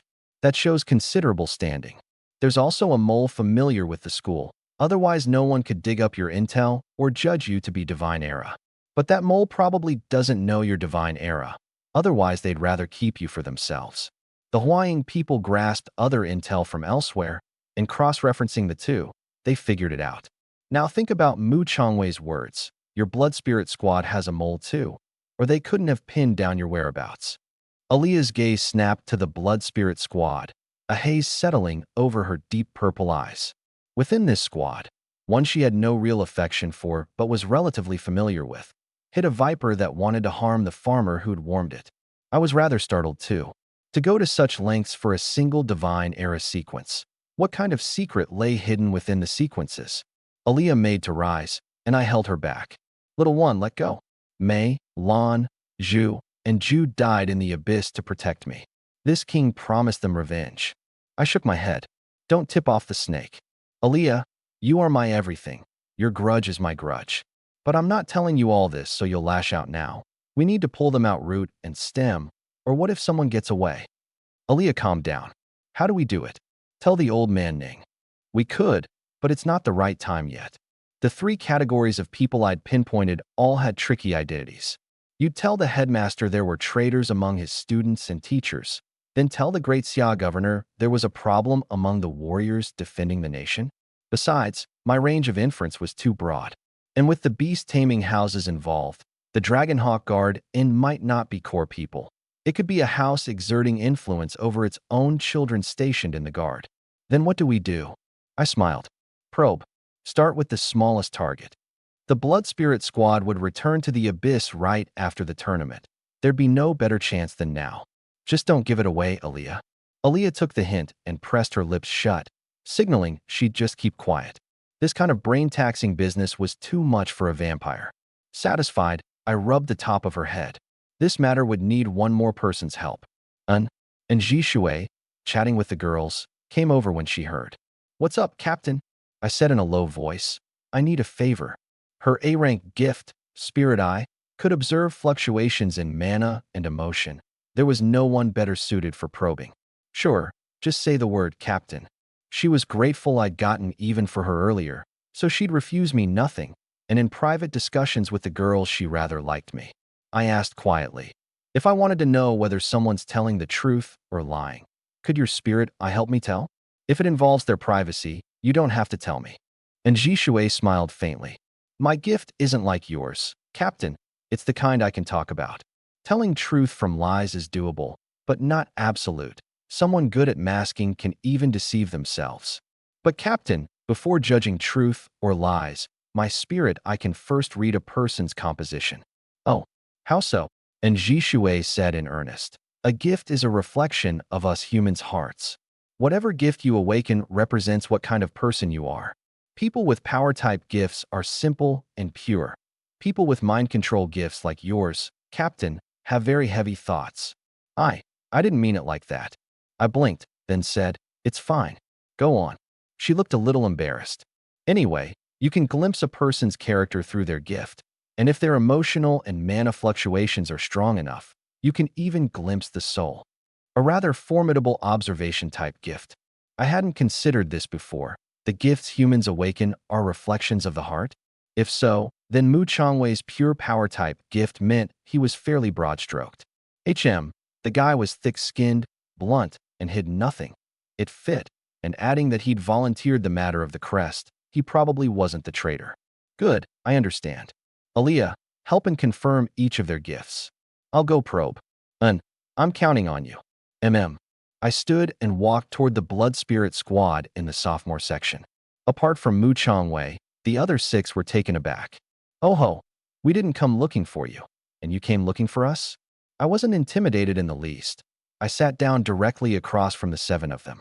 Let's get acquainted. My name's Su Yu. In the center of the 7, a 2-meter giant offered his hand of his own accord. Current captain of the Blood Spirit Squad, Duga Ming. 2 knife scars marked his broad face, quite fierce. I reached out. A powerful crushing force came at once, as if it could pulverize an ordinary person's palm in an instant. Silver light flowed across my hand, holding against the grip. Duga Ming gave me a startled look. Mithril stage. What? Mithril? The others were equally astonished. This newcomer who'd just set foot on the beast tamer's path. They'd been counting on the boss to give him a show of force, and instead, Duga Ming let go and sighed. No wonder the captain would. You and number 7, Mu Changwei, have met. Number 2, Niel Yang. Number 3, Su Ping. Number 4, Ho Sheng. Number 5, Wu Xinghao. Number 6, Lu Jing. I nodded to each. Duga Ming said, I'll be blunt. Number 7 approving of you doesn't mean we do. You've got some skill, but whether you can survive in the abyss is another matter. A beast tamer's world was a world of war. It had no welcome for the weak, especially a weakling who'd taken away the one they worshipped as a goddess. My expression didn't change. Sorry to say, I don't need your approval. Having Aaliyah's is enough. As if I'd stepped on their tails, the 6 looked displeased. When the 6 clearly had emotional fluctuations, off to the side in Ji Shui activated Spirit Eye, a hazy mist in her eyes shimmering with strange colors. 3 power types, 2 control types, 1 mind type, 1 special type. Aaliyah nodded, about the same as in her memory. Wait, that person has 2 colors. Does he have 2 gifts? Aaliyah followed her gaze. Number 5, Wu Xinghao. Her willowy brows knit slightly. In my memory, he's a beast tamer with fey plant and spirit body beasts. His gift is called something like Cliff Lock. And Jishui shook her head. Besides the color unique to control types, it leans toward mind type as well. By Jishui's account, a gift was a reflection of the heart. Control types tended to be greedier and more domineering. Mind types had heavy thoughts. This gift was unknown even to Aaliyah. What did that mean? Something fishy. I made small talk with them. When the conversation turned to the round token, Duga Ming and the others wore equally heavy expressions. However they regarded me, the matter of Aaliyah's ambush was itself deeply strange. On this point, I'll provisionally assume our goals align. Duga Ming nodded. We don't want to see the captain ambushed either. What's your thinking? My eyes turned sly. I suspect there's a mole. As I said this, I swept quickly over the 7. Some confused, some bewildered, some shocked, some thoughtful. I both struck the mountain to startle the tiger and avoided pointing out that it was a blood spirit squad member, leaving room to smooth it over later. Duga Ming frowned. What do you mean? I left out the part suspecting the blood spirit squad and laid out the rest. He drew a deep breath. You make a good point. The Dragonhawk Guard is a mixed bag, with all sorts of factions threaded through it. We'll find a way to investigate. Also, he circled back. If you lose the tournament, I advise you to honestly leave the captain. Nothing personal. I just don't want to watch the captain go die in the abyss carrying dead weight. I stood. No need for you to trouble yourselves over that. Back at my seat, I asked, how'd it go? And she whispered, Wu Xinghao, his color fluctuations are off. On the surface, he's a control type, but in essence, he's hiding a mind type gift. Also, I don't know what you all talked about just now, but one other person's emotional shifts were different from the rest. I recalled the glances I'd swept over. Was it Su Ping? Number 3's gaze had been a little shifty, clearly thinking about something else. Yes. Captain, do you have observation abilities too? No. I just noticed his eyes were off. Oh, and it was only for an instant. He recovered fast. I nodded. Those 2 were fishy. Narrowing the target from 7 to 2 was good news. Much better than fishing for needles in the 2 vast oceans of the Dragonhawk Guard and moling. Thanks. Don't tell anyone about this. As long as I can help you, Captain. She returned to the girls. Lu Xian curiously asked what she and I had talked about, and Jishui smiled and brushed it off vaguely. Lu Xian seemed to mind a little but didn't press, her eyes rolling as if calculating something. Aaliyah lay across my lap. Grab the 2 of them and interrogate them. I laughed. Don't rush. Let them move first. Maybe we can follow the vine to pull out the whole melon. How? After the tournament, I'll find a chance to compare notes with the dean and the headmaster. Also, I glanced at Lu Xian. She met my gaze and couldn't quite look away. There was a young miss of a beast-taming house here too. After my last talk with Shang Wanling, I'd sounded things out indirectly. The Lu family, likely Muesli family, was one of the 9 pillar families. Considering Lu Xian's overtures toward me, maybe I could borrow her strength. Of course, the premise was that I had enough value. This 9-school alliance tournament, I had to win. Otherwise, the next time Aaliyah and I entered the abyss, the hidden hand behind it all would most likely not let the chance slip. For others, it was just a competition, an order of priority for suppressing the abyss. For me, it was a matter of life and death. Aaliyah closed her eyes. Then it's all on you, little one. After all, you are my knight. The train soon reached the imperial capital, and the moling party transferred to a chartered car bound for Dilling University. Dilling sat at the entrance of the Eternal Calamity Abyss, Great Xia's most brutal battlefield, and the only one of the 9 abysses that was a primary offensive direction. Unlike the Calamity Abyss with only one front line at Redstone City, 3 mutually supporting cities were built inside the Eternal Calamity Abyss to oppose the myriad race's 7 cities. In recent years, Dilling had often dominated the 9-school alliance for first place. Stepping out of the car, Dilling came into view. Unlike Moling's modernity, it was a quaint, grand palace design. Its only tall structure was a clock tower facing all 4 directions. The tower's bell didn't mark the time, but signaled an abyss assault. Once it rang, the entire imperial capital would take up arms as one. As we entered the school, I faintly felt a pair of eyes on me. Aaliyah handed me a pair of binoculars. Look at the tower. I looked. A girl with platinum curls, in a pale blue skirt, sat barefoot on the tower's edge, pure and untouched by dust, her gaze calm as a lake's surface directed at me. Kong Huanyuan sat on the tower taking in the wind with interest, watching the approaching Moling team, that newly risen star. Her lips curved. So you're a descendant of the divine era too? Between descendants of the divine era sequence, there existed a subtle resonance. It was on this basis that Aaliyah was certain there were other divine era descendants in the abyss. From two different places, the two women said in unison, "The prey has come." After settling in, Shang Wanling gathered the freshman students for a meeting. The tournament schedule is tight, so I'll keep it short. The main bracket starts tomorrow, beginning with the individual matches, again broadcast to the whole public. The first is a gauntlet. The rules are announced only that day, but of the 9 schools' 72 students, only 8 will make it into the knockout rounds. Your opponents are most likely the ones near the top of the potential rankings. You've read their files many times, so come to me anytime you have questions. The team event follows the individual matches, with specific rules decided by draw. The sophomore, junior, and senior brackets aren't much different from past years. It's your freshman bracket that draws the most attention for the school, and for our demon capital, I'm counting on you all. The Abyss War was about to begin, and the tournament's results would be an important reference for the order in which the 9 beast-taming universities deployed their forces.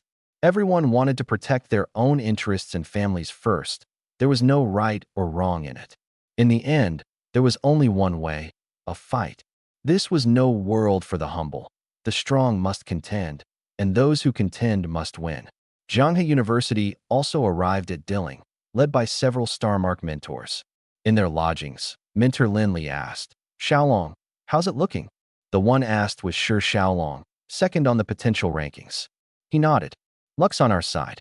The race rumored to be in the Thousand Lake Abyss really did surface, and the headmaster personally captured one. Linley drew a deep breath. "Good. This way, whether it's Kong Huanyuan or Su Yu, you've got a solid chance of beating them." Besides Sure Xiaolong, a cute girl with twin ponytails smiled. "Brother Long, in my eyes you're the undisputed number 1 of this whole tournament." Sure Xiaolong said gently, "Don't worry, Yin Yin. I'll take the crown, then go to your family to propose. Until then, you'll wait for me, won't you?" Yin Linger nodded, her eyes full of affection. Night fell. In my sleep, I hazily glimpsed a dream. I'd never been so lucid in a dream, clearly knowing it was one. It was a dead silent wilderness and a castle forged from blood. Atop the castle, a woman with pitch-black wings spread, armored like a valkyrie of the battlefield, fought a desperate fight against invading enemies. She was like a skiff in a raging storm, on the verge of capsizing at any moment. Yet like an unshakable king, long wine-red hair spilled behind her, and with a snap of her fingers blood condensed into hundreds upon hundreds of blood knights to fight for her. An ancient hymn turned enemies against their own, and even when she stood alone, she held her ground. The enemies were many, beasts, fey plants, like a bestiary of the myriad races. Except in this memory, they all passed through me like spirit bodies. I gradually drew closer.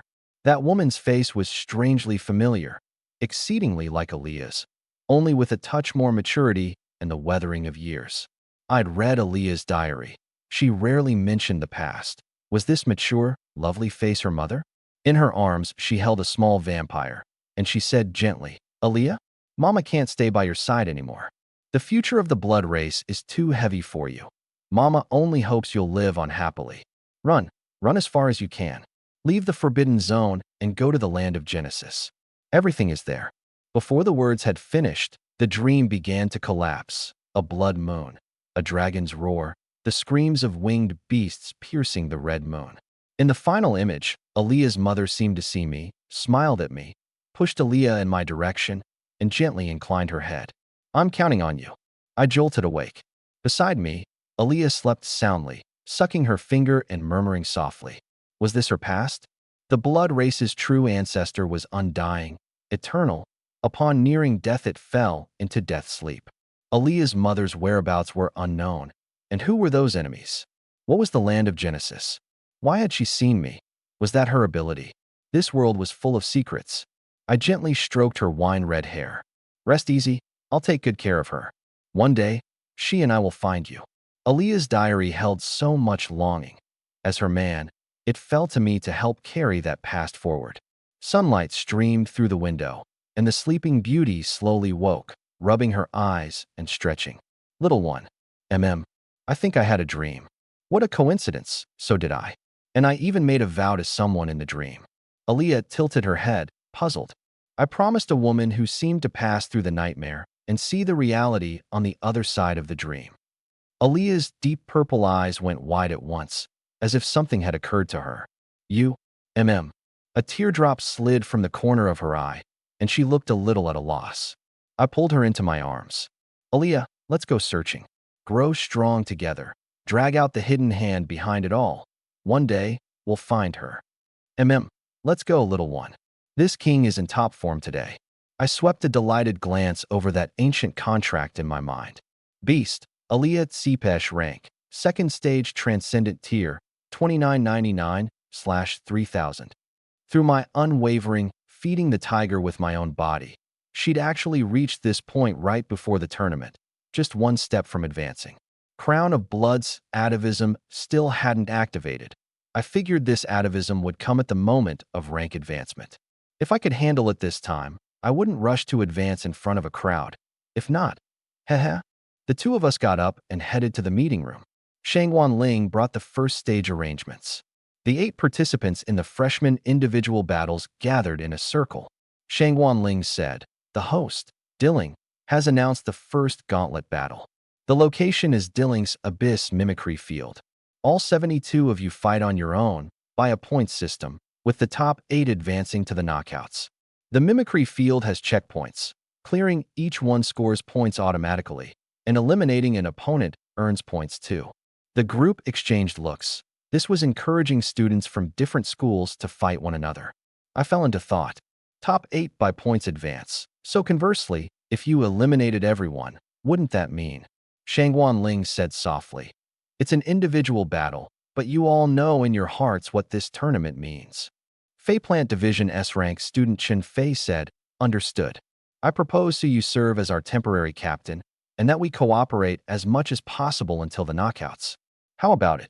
Shangwan Ling nodded with satisfaction, and the others didn't object. My performance in the individual battles spoke for itself. Only the combat division's Yuan Lang looked a little uneasy, but unwilling to go against the group. He reluctantly agreed. "Good. Then I'll look forward to your performances. Let's go to the teleportation array." Dilling teamed with people today. Many beast tamers from famous overseas universities came to observe as well. Beast tamers were already the backbone of every nation, and the contests between students were quietly becoming an arena for the nations to test their strength. Dilling's Rose Plaza held over 70,000 spectators, and the live stream, counting overseas viewers, had topped 10 million before things even began. Among the freshmen, who do you all think is number 1 this time? Kong Huan Yuan, I'd say. Dilling's lineup is strong. Moling's no slouch, but a shame. One of the top contenders, Li Mu, got eliminated internally by Su Yu. Su Yu's got a real shot too. He and Aaliyah coordinate seamlessly. Naive. The first match is a free-for-all. If I were Dilling, I'd just swarm Su Yu. Sure, Xiaolong's got a chance too. His gift is terrifying. Outside, the human tide roared like a tsunami, yet before the teleportation array, it was utterly serene. Dilling's Starmark mentor Lin Li handed each of us a jade vial. I'm Lin Li, Dilling mentor, serving as referee for this first gauntlet battle. You'll be teleported to the Abyss Mimicry Field, the Eternal Calamity Abyss. It's the abyss suppressed beneath the Imperial capital, and the only abyss Great Xia attacks of its own accord. Inside, besides us, 5 high-sequence races hold their ground. The Spirit Void race, the Crimson Python race, the Twin-Headed Griffin, the Three-Eyed Golden Lion, and the Night Yiksha. What makes the Eternal Calamity Abyss unique is that spring, summer, autumn, and winter each bring a different calamity. It's now late autumn, so the calamity is the snowstorm calamity. After teleporting, you'll find bone-piercing cold and knife-like gales inside. Survive in there, walk the snowstorm road, and slay the beasts of the 5 races that the mimicry field generates along the way to earn points. Walking the whole snowstorm road earns 100 points, slaying a beast 10 points, eliminating an opponent 10 points. The time limit is 3 hours. After 3 hours, the top 8 by points enter the knockouts. The abyss is exceedingly dangerous. If you face a danger you can't resolve, crush the jade vial, and you'll teleport out. I advise you not to overreach. If you die in there, you really do die. The rules laid out. The group's expressions turned grave. Lindley sighed softly. They were freshmen who'd only enrolled half a month ago. Even a crowd of geniuses facing a life-or-death trial so soon was, to some degree, hard on them. But war waits for no one. He'd received word from the Forbidden Zone the day before. A certain high-sequence race in the sequence top 20 was planning a war to break through the 9 guards' defenses and invade Blue Star. His mood was a little off. As I lowered my head in thought, someone beside me said, "I thought Moling's Suyu would be as sharp and showy as in the matches, but you look rather unremarkable." I raised a brow and glanced over, a faint recollection stirring. Jianghe University, Shi Xiaolong? Shi Xiaolong was about my height, the other championship favorite of this tournament. I'd watched his matches when I was bored. His gift was the combat type. Under his beast's cover, his own destructive power was no less than some high sequences, so his beast leaned toward defense. He nodded. "Right. Li Mu, who lost to you. He and I happen to have a bit of a personal connection." I frowned. "So you've come to avenge him?" His gaze flicked toward a certain spot. No. Him losing to you is on him for lacking skill. I have a proposal. How about we join forces first and take her out?" I followed his line of sight. The girl with platinum curls stood among the Dilling team, and together with Aaliyah, they were easily the most striking sight in the whole place. I said, "Not interested." "Don't be ridiculous. She was the very one I wanted to recruit." To be honest, this first match's format was a huge help. If a referee could step in outside, Aaliyah's and my plan would be hard to pull off, but in the mimicry field, anything was possible. I gave a soft laugh. What can I say? I'm a gentleman. Ganging up to bully a girl? As a gentleman, I firmly object. What? If you're not confident, I'll allow you to come try to snatch the peach from my hand after I've beaten her. Sure, Xiaolong's face stiffened. He'd figured I might be arrogant, but this near-charitable tone meant I didn't have him in my sights at all. Fine, then let each rely on his own skill. If you and that vampire are still at the strength you showed against Li Mu, then I'll have to unfortunately inform you. You have not a sliver of a chance. Equally confident, he turned and left. Back with his team, Yanlinger asked, "Brother Long, what did you say to him?" Sure, Xiaolong said gently, "Nothing much. Arrogant, as the rumors say. I'll show him what the wall between geniuses really means. Also, I'll pay him back for Li Mu. Isn't he your cousin?" Yanlinger nodded with a smile. After Sure Xiaolong left, Aaliyah leaned by my ear. "Little one, this king smells another sweet, fragrant scent." Huh. It took me a moment to catch on. She meant the smell of blood. Who? Her gaze locked on. "The woman beside that mongrel who came to chat you up just now." I recalled the file. "Wait, isn't that Sure Xiaolong's fiancée?" Aaliyah nodded.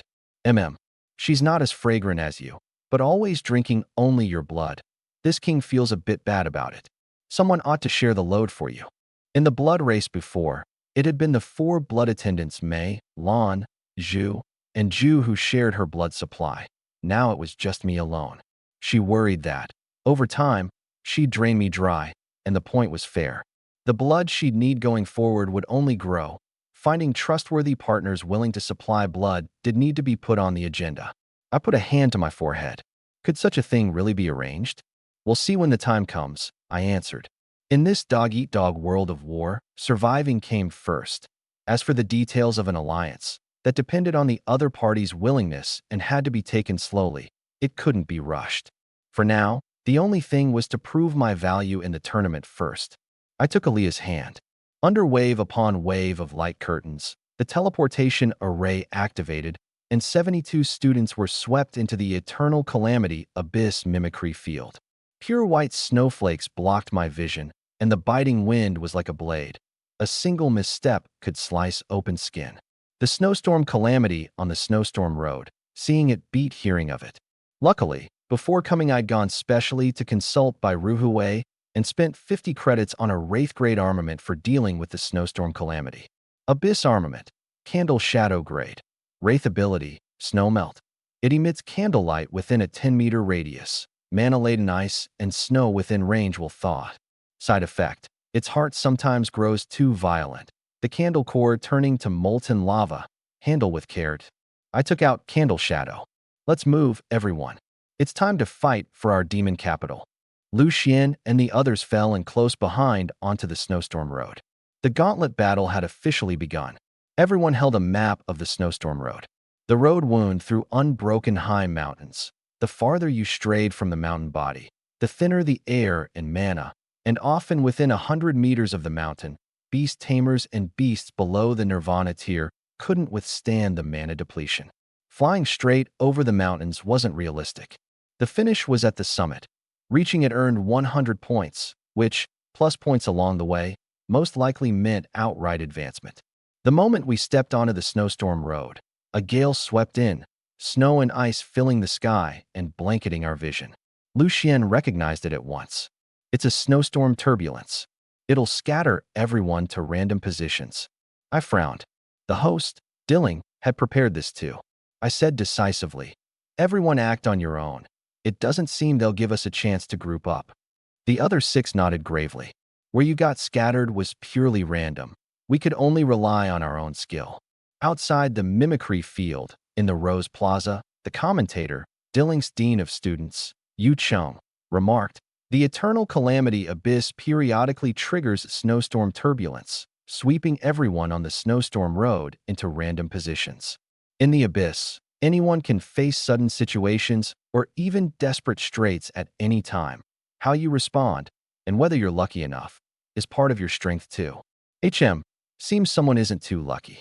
Aaliyah and I were swept into a pine forest at the foot of the snow mountain. 5 others from other schools were swept there with me, 2 of whom I vaguely recognized. Zhu Luan of Great Desert Beast Taming University, 7th on the potential rankings, and Luo Hong of Snowplain Beast Taming University, 9th. The rest, by their uniforms, were from these 2 schools too. The 2 opened their eyes and, without prior agreement, both saw me and each other. Zhu Luan said decisively, Luo Hong, join forces? Luo Hong glanced back. Counting himself, his school had 3, Great Desert had 2. But Su Yu's combat power alone made his heart pound. Frankly, even 3 together might not have a chance, and he hadn't prepared to counter Su Yu's abyss armaments. Fine, Luo Hong eyed me. Sorry to say, meeting you alone, I wouldn't dare take you on. A shame, luck's on our side. The students of the 2 schools instantly reached agreement, the 5 forming up to face me together. I wasn't surprised. No use saying more. In the Rose Plaza, people chattered. He's done, 5 against 1. Such terrible luck. Everywhere else got at least 1 or 2 of their own, and Su Yu's the one swarmed. Is he getting wiped right at the start? Zhu Luan and Luo Hong didn't dare let their guard down. The power I'd shown against Li Mu was tremendously strong, and neither of them had a good answer for mind types. Careful, don't get affected by that vampire. That singing only controls weak beasts. Same tier ones should just be influenced. Good thing this is a snow mountain. Luo Hong of Snowplain Beast Taming University had a snow fox for a beast. This terrain was quite favorable and might be able to resist the death cultists. The 5 spread their formation and summoned their beasts. Zhu Luan and another Great Desert student had a desert blood scorpion burrow into the snow, aiming to strike at Aaliyah from underground. Luo Hong's snow fox became a white blur in the storm, hard to track with the naked eye. The other 2 had 5-meter-tall snow beasts that hoisted pine trees and swept them forward. The corner of my mouth lifted. I'd never exposed the full extent of Aaliyah's power before, precisely for a moment like this. Did you really think the little toys of Li Mu and Lei he could block a divine era sequence? Aaliyah, bang! The pitch-black wings behind her flung off the storm, and the harp of blood and bone, boosted by crimson points of light, struck up the undying hymn once more. Unlike every duel before, this time the power of the hymn was no longer influence, control, but domination. The demon tune pierced the ears. Boosted by Undying, the death cultists him even cut through the howling blizzard. The wind and snow flung back wave by wave as if by the sound waves. Bang! The snow beasts, the snow fox, the desert blood scorpion. Before they even got within 30 meters, they were already under Aaliyah's domination. Luo Hong discovered to his shock that his beast had been severed from him. However he called, the snow fox ignored him. Zhu Luan was even more dumbfounded. Didn't that singing only charm weak beasts? Weren't same tier ones only influenced? I gave a soft laugh. Sorry, luck's on my side. The unlucky ones are you, daring to stand before me without any preparation at all. You are eliminated. The death cultist him could command 5 death cultists.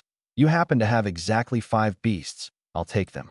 The snow fox, snow beasts, and desert blood scorpion wheeled around, bearing their ferocity at the 5. Luo Hong and Zhu Luan backed away in fear. Without beasts, a beast tamer lost most of their combat power. How could they still fight? Aaliyah said scornfully. Mongrels, this king will borrow these little beasts for a while. If you don't want to die, scram on your own. Behind her, over 100 blood spears gathered, leveled at the 5. The two exchanged unwilling looks and could only crush their jade vials. We forfeit, the sky announced. Moling University's Suyu eliminates Zhu Luan, plus 10 points. Moling University's Suyu eliminates Luo Hong, plus 10 points. No one had expected that the moment the individual battle began, facing a swarm, I'd insta-wipe them and rake in 50 points. In the Rose Plaza, Yu Chung was astonished. Unbelievable. Doesn't that vampire only dominate beasts of a lower tier than herself? Last year and this year alike, what Aaliyah had publicly shown was domination of 1 tier below. This time she'd ripped off the disguise outright. The spectators were all startled. Hidden this deep. Anyone who plays tactics has a dirty heart. With no ability to counter mind types, before Suyu you're just free points. Snowplane University popped the champagne too early. Did you really think this snowplane was your home turf? In the sky, a real-time scoreboard showed the points, and I took the lead at number 1. First, Suyu 50 points. Second, Kong Huanyuan 20 points. Third, Shi Xiaolong 20 points. Right from the start, quite a few had been eliminated. Between ordinary geniuses and top geniuses lay a wall of size. The snowstorm road could block the mortal, but not the steps of a genius. I sat on the snow beast's shoulder, Aaliyah on my lap. Legend says killing a special spirit void can yield a spirit void heart to boost spiritual power. A shame the ones in the mimicry field are only simulations. We'd taken out a spirit void beast for another 10 points, but no spirit void heart dropped. Aaliyah asked, "What are you doing?" She saw me bite open my finger and drip a few drops of blood along the way. The summit will probably be a free-for-all. Let me make some preparations first. Aaliyah watched, reluctant, as her rations were fed to the beasts of the snow mountain. She knew well, though, that this was to deal with that rumored spirit witch. Let's go to the summit. The snow mountain was about 3,000 meters, level ground to a capable beast tamer. In about an hour and a half, Aaliyah and I successfully reached the top. At the same time, on the other side of the summit, several familiar faces appeared before me. The giant screen announced, Moling University's Suyu reaches the summit, plus 100 points. Zhanghe University's Shi Xiaolong reaches the summit, plus 100 points. He'd made it up first, with Yin Linger and another top 30 potential rankings ace beside him. Shi Xiaolong was a little surprised too, then eyed me warily. I didn't rush to attack and asked quietly, "Aaliyah, can you sense her?" She nodded. She's nearby, but hasn't shown herself. There was a faint resonance between divine era sequences. No exact fix, but she wasn't far. Wait. On the other side, Yin Linger whispered, "Brother Long, he's alone. Shall we fight? Eliminate him here, and we're at least top 2 this year." Shi Xiaolong shook his head. "Our reinforcements are coming. And look over there." Yin Linger followed his gaze. In the storm, an irregular flow of mana, seemingly camouflage. Catching on, she said directly, "Why hide, famous genius of Dilling?" The words had barely left her when the patch of storm dissolved. Kong Huanyuan walked out of the snow, her long curls dancing in the wind, her feet floating, an illusory ripple flickering in her every movement. She said gently, "And here I thought you'd fight among yourselves first. If you'd care to wait quietly here for the gauntlet to end, this little one would gladly watch." She glanced at me again, her eyes shifting as if pondering something. To be honest, Sure Xiaolong's and my scores were already enough to advance, yet no one wanted to stop there. If you could take out an opponent a step sooner, you wouldn't wait. Everyone bore the hopes of their own city. A wordless standoff, as if even the storm had frozen. In the Rose Plaza, the spectators hushed and murmured. I thought we'd only see these three clash in the knockouts. First match is the final, one fight to settle it all. Half the time's left, they're probably going to fight. On the commentary stand, Jincheng Beast Taming University's Starmark mentor Zhuang Chu said, I didn't expect three title favorites to meet here. Brother Yu, who do you think has the better chance? Yu Chung said cautiously. In strength, they may be evenly matched. I originally thought Kong Huanyuan and Sure Xiaolong were slightly stronger, but Su Yu tore off his disguise. Now it's impossible to predict. Of course, Kong Huanyuan's odds of winning are still high. Her personal combat power alone is no less than a beast's. The standoff didn't last long. I faintly sensed the beast that had drunk my blood drawing closer to the summit. I wasn't sure what trump cards Sure Xiaolong and Kong Huanyuan had prepared, but a chance that was mine to seize had to be seized. The man behind Yanlinger whispered a few words in Sure Xiaolong's ear, and he nodded knowingly. Then, without warning, Sure Xiaolong casually snapped off a branch beside him. It instantly turned into an air-splitting blade, hurtling through the storm at Kong Huanyuan and me. His S-rank gift, Piercing Champion, gave any object in his hand unrivaled piercing destructive force. The fight was on a hair trigger. Aaliyah condensed a blood shield before me. The Piercing Champion broke through 3 layers of blood shield before being dissolved. Before Kong Huanyuan, a violent mana ripple like a spatial distortion tore the blade apart by force. In that instant, all 3 of us charged straight for the summit center.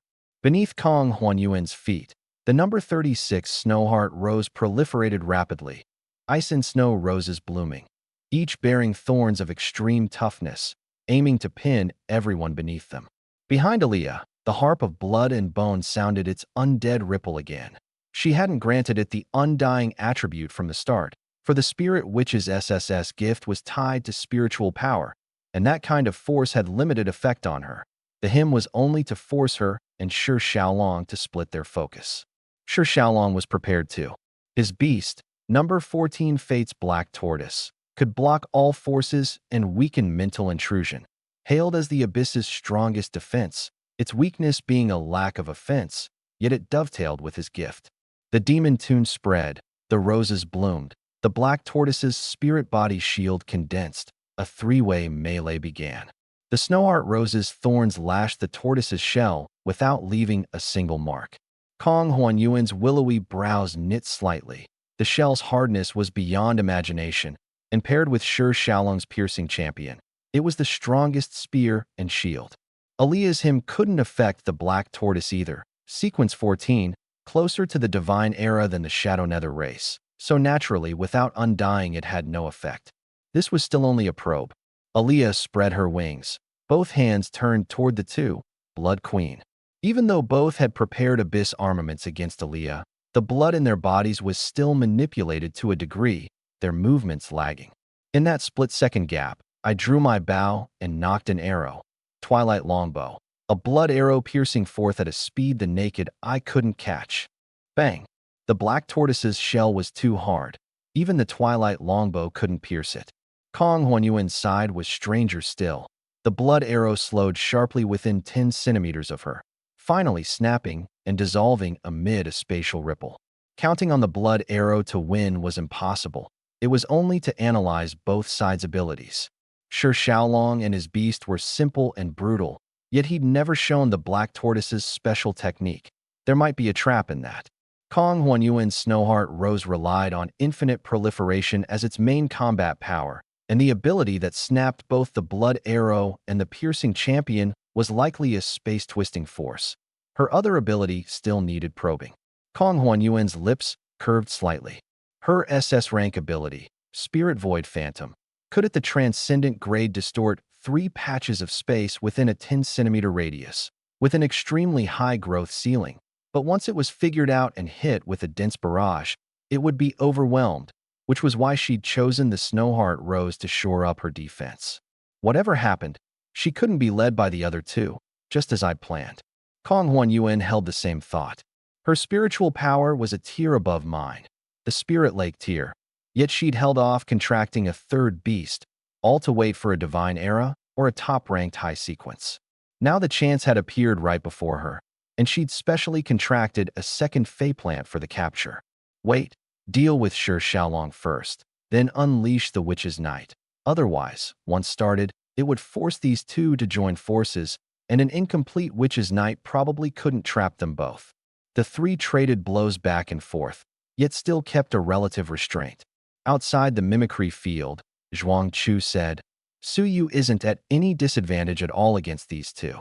Whoever gets ganged up on first probably says goodbye to the crown. Yuqing smiled. Is that so?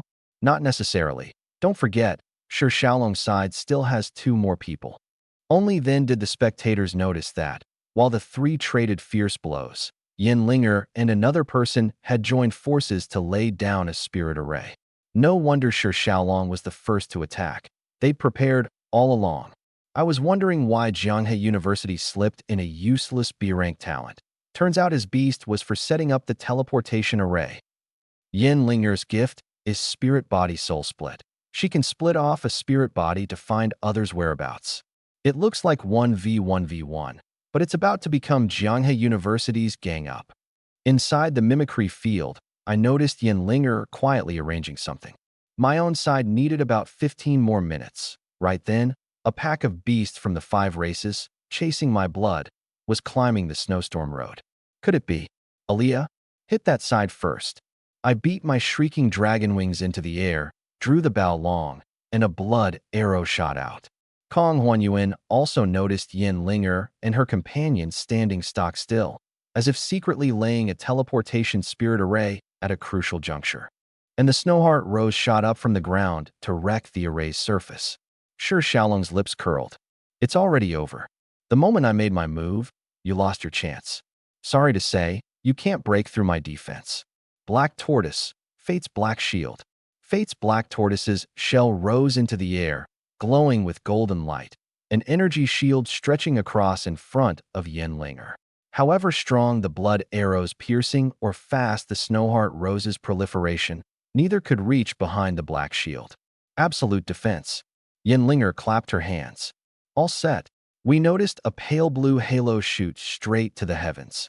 Yin Linger's soul-split spirit body had long since found all 8 Jianghe University players and replicated the teleportation array at their locations. A teleportation array was utterly unsuited to combat, extremely slow to draw, easily interrupted, only one way, and requiring everyone to be found and to enter at the same moment. But this suited Yin Linger perfectly. Her soul split could achieve absolutely secure communication and teleportation in the abyss. Halo after halo rose. In the snow mountain, the Jianghe students who'd been fighting beasts or dueling opponents stepped, at the same instant, into the prepared arrays. Whoosh, whoosh, whoosh. Halo after halo slammed onto the summit. Shi Xiaolong drew a strangely shaped alms bowl from his robes, brimming with confidence. Looks like it's time to put a period on this tournament. You have no chance. This was the dragon-grade treasure the Jianghe headmaster had found in the Thousand Lake Abyss, the Thousand Lake Bowl. Low-tier beast tamers certainly couldn't use a dragon-grade armament, but this was a natural divine era treasure, hailed as a divine era relic. It needed no forging into an armament to begin with, had no side effects or tier limit, and was one of the most coveted treasures of the Abyss. To crush Kong Huanyuan and me, Shi Xiaolong and Jianghe University had bet everything on this first match.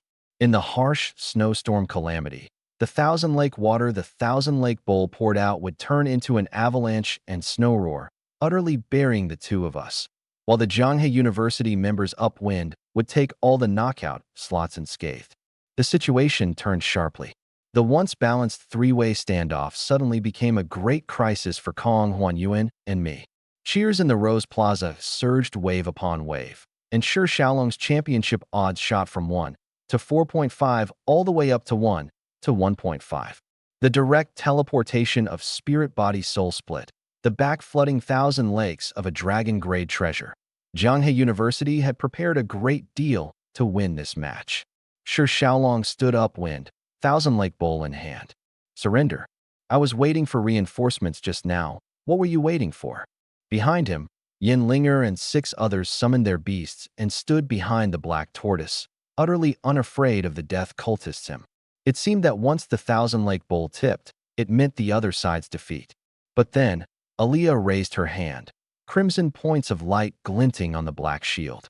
Kong Huanyuan caught her meaning. Right now, she had to cooperate with me a little to stop the Thousand Lake Bowl from activating. Spirit Void Phantom. Undying Blood Queen. My blood arrow had been stopped by the tortoise's shell, but the blood had stayed on it. Kong Huanyuan's Spirit Void Phantom twisted off a bit of the shell. Crack. Those undying crimson points of light turned the blood of my arrow into an undying holy lance of blood. Bang. The blood lance punched through Shi Xiaolong's right arm. Ack. He believed utterly in the black tortoise's absolute defense, with no contingency at all for the shield being shattered. Still less had he expected a force that could rip the shell apart in an instant. The Thousand Lake Bowl slipped from his hand. Aliyah's blood condensed into a blood claw and snatched at it. Shi Xiaolong, heedless of the pain and unable to destroy the blood lance, simply used the moment to activate Piercing Champion, nailing the blood lance toward the blood claw, his left hand reaching again for the Thousand Lake Bowl. In that sliver of a gap, the 5 death cultists Aliyah controlled with the him, 2 desert blood scorpions, 2 snow beasts, 1 snow fox, had already rushed up to tangle with Yin Linger's 6. Since they weren't my own beasts, I felt not the slightest pity, letting them carve a bloody path by trading wounds for lives. Bang bang. The desert blood scorpions, ill-suited to the environment, were the first beaten into blood water, but the snow beasts and snow fox danced in the storm, pinning down the rest of Jianghe University's S-rank students. Shi Xiaolong didn't hesitate. He activated the Thousand Lake Bowl. The lake-shaped bowl poured out the Thousand Lake water, water blessed by the spirits of the lakes that could dissolve all evil in the world. The Thousand Lake water gushed down and, in the freezing snowstorm calamity, instantly turned to ice and snow, set to bury Aliyah and me. Aliyah held back no longer, pressing her palms together. Boom. A violent blast erupted from the ground. All the blood she could now control became a wall of blood that crashed head-on into the ice and snow. The blood seeped into the ice and snow. When a lifeless thing was mixed with blood, that was the moment she commanded it. So it was with the phantasm binding release, and so it was with the Thousand Lake water. A strange scene unfolded. The Rose Plaza erupted in gasps. The Thousand Lake water, under Aliyah's control, leapt up from the ground and surged in reverse toward Shi Xiaolong. Shi Xiaolong was shocked. The water was completely beyond his control, moving instead at Aliyah's command. Aliyah gave a scornful smile. A divine era relic. How could it contend with the true divine era? Swoosh, swoosh. The Thousand Lake water back flooded the heavens, and Shi Xiaolong was swept into a vortex by the very water he'd summoned. The black shield drew him into itself, yet he was still gravely wounded. Yin Linger hurried to catch him as he was struck down. The 2 Starmark mentors in the plaza were incredulous. She can actually control the Thousand Lake water in reverse? That's a divine era relic. No, she fused blood into the water. For a second there, I thought Shi Xiaolong had won for sure. The power Aliyah displayed had far surpassed a number 99 vampire, even a touch stronger than a Moonlight Apostle. Could she be a Moonlight Divine Envoy? Shi Xiaolong spat a large mouthful of blood, his chest heaving violently. Kong Huanyuan's lovely eyes widened a fraction, the fervor in her gaze toward Aliyah deepening another 3 parts.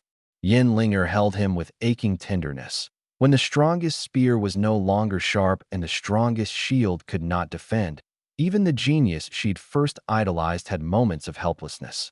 Shi Xiaolong's vitality surged wildly, and he said to those beside him, "Cover for me. I still have a second beast." The dejected hearts around him lifted at once. That's right, they hadn't lost yet.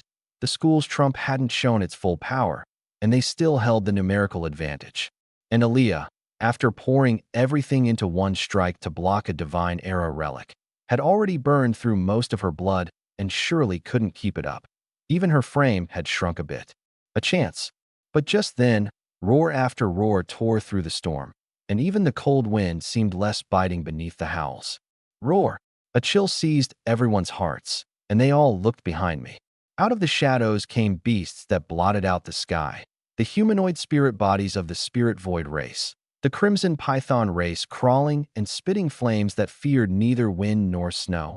The flying twin-headed griffins. The racing three-eyed golden lions. The night yikshaws beating their wings and brandishing forks. This vast number, even a few thousand probably wouldn't cover it. And these beasts gathered together without conflict, without going berserk, all of low tier, many still at the first stage awakened tier. The mimicry field hadn't generated powerful beasts, which happened to suit me. My crown of blood could now only drive powerful beasts berserk, not effectively control them, but low-tier beasts I could dominate at will. I looked at Shi Xiaolong and laughed softly. I was waiting for reinforcements. What were you waiting for? Those few small fry. Surely those aren't the reinforcements you meant? Open your eyes and look. This is what reinforcements are. Thousands of beasts followed my fatal temptation blood, dominated by crown of blood, becoming my absolutely loyal blood attendants. Even Kong Huanyuan's eyes went wide. Only now did she recall that in my entrance exam battle I'd set an outrageous record using blood. At first she and Dilling had analyzed and concluded that my ability could only dominate about 100 low-end beasts. After all, the blood ant's back then had only gone berserk, so I'd seemed nothing to fear. But he was like a walking natural disaster. The sky's announcement rang out at the most inopportune moment. Moling University's Suyu dominates 3,277 beasts, plus 32,770 points. The students who hadn't reached the summit and didn't know what was happening stared at the sky in shock, as if the world had a bug. Did this mimicry field blow a fuse? 30,000 points? How does he control that many beasts? Suyu's gift seems to control low-tier beasts, so now there probably aren't any beasts blocking the way in the snow mountain, which means we can go to the summit too. Let's go, let's go. The scores on the giant screen looked stranger the more you looked.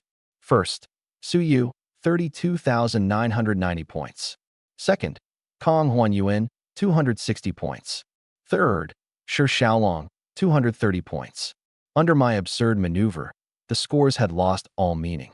Facing the sky-blotting horde of beasts behind me, Shi Xiaolong and the others wore grim faces, and Yin Linger had gone deathly pale. They'd been fairly confident a divine era relic could deal with my ability, but Aaliyah had crushed the Thousand Lake Bowl, leaving them utterly powerless against the beast horde. The beasts lifted Aaliyah and me up. I looked down from on high.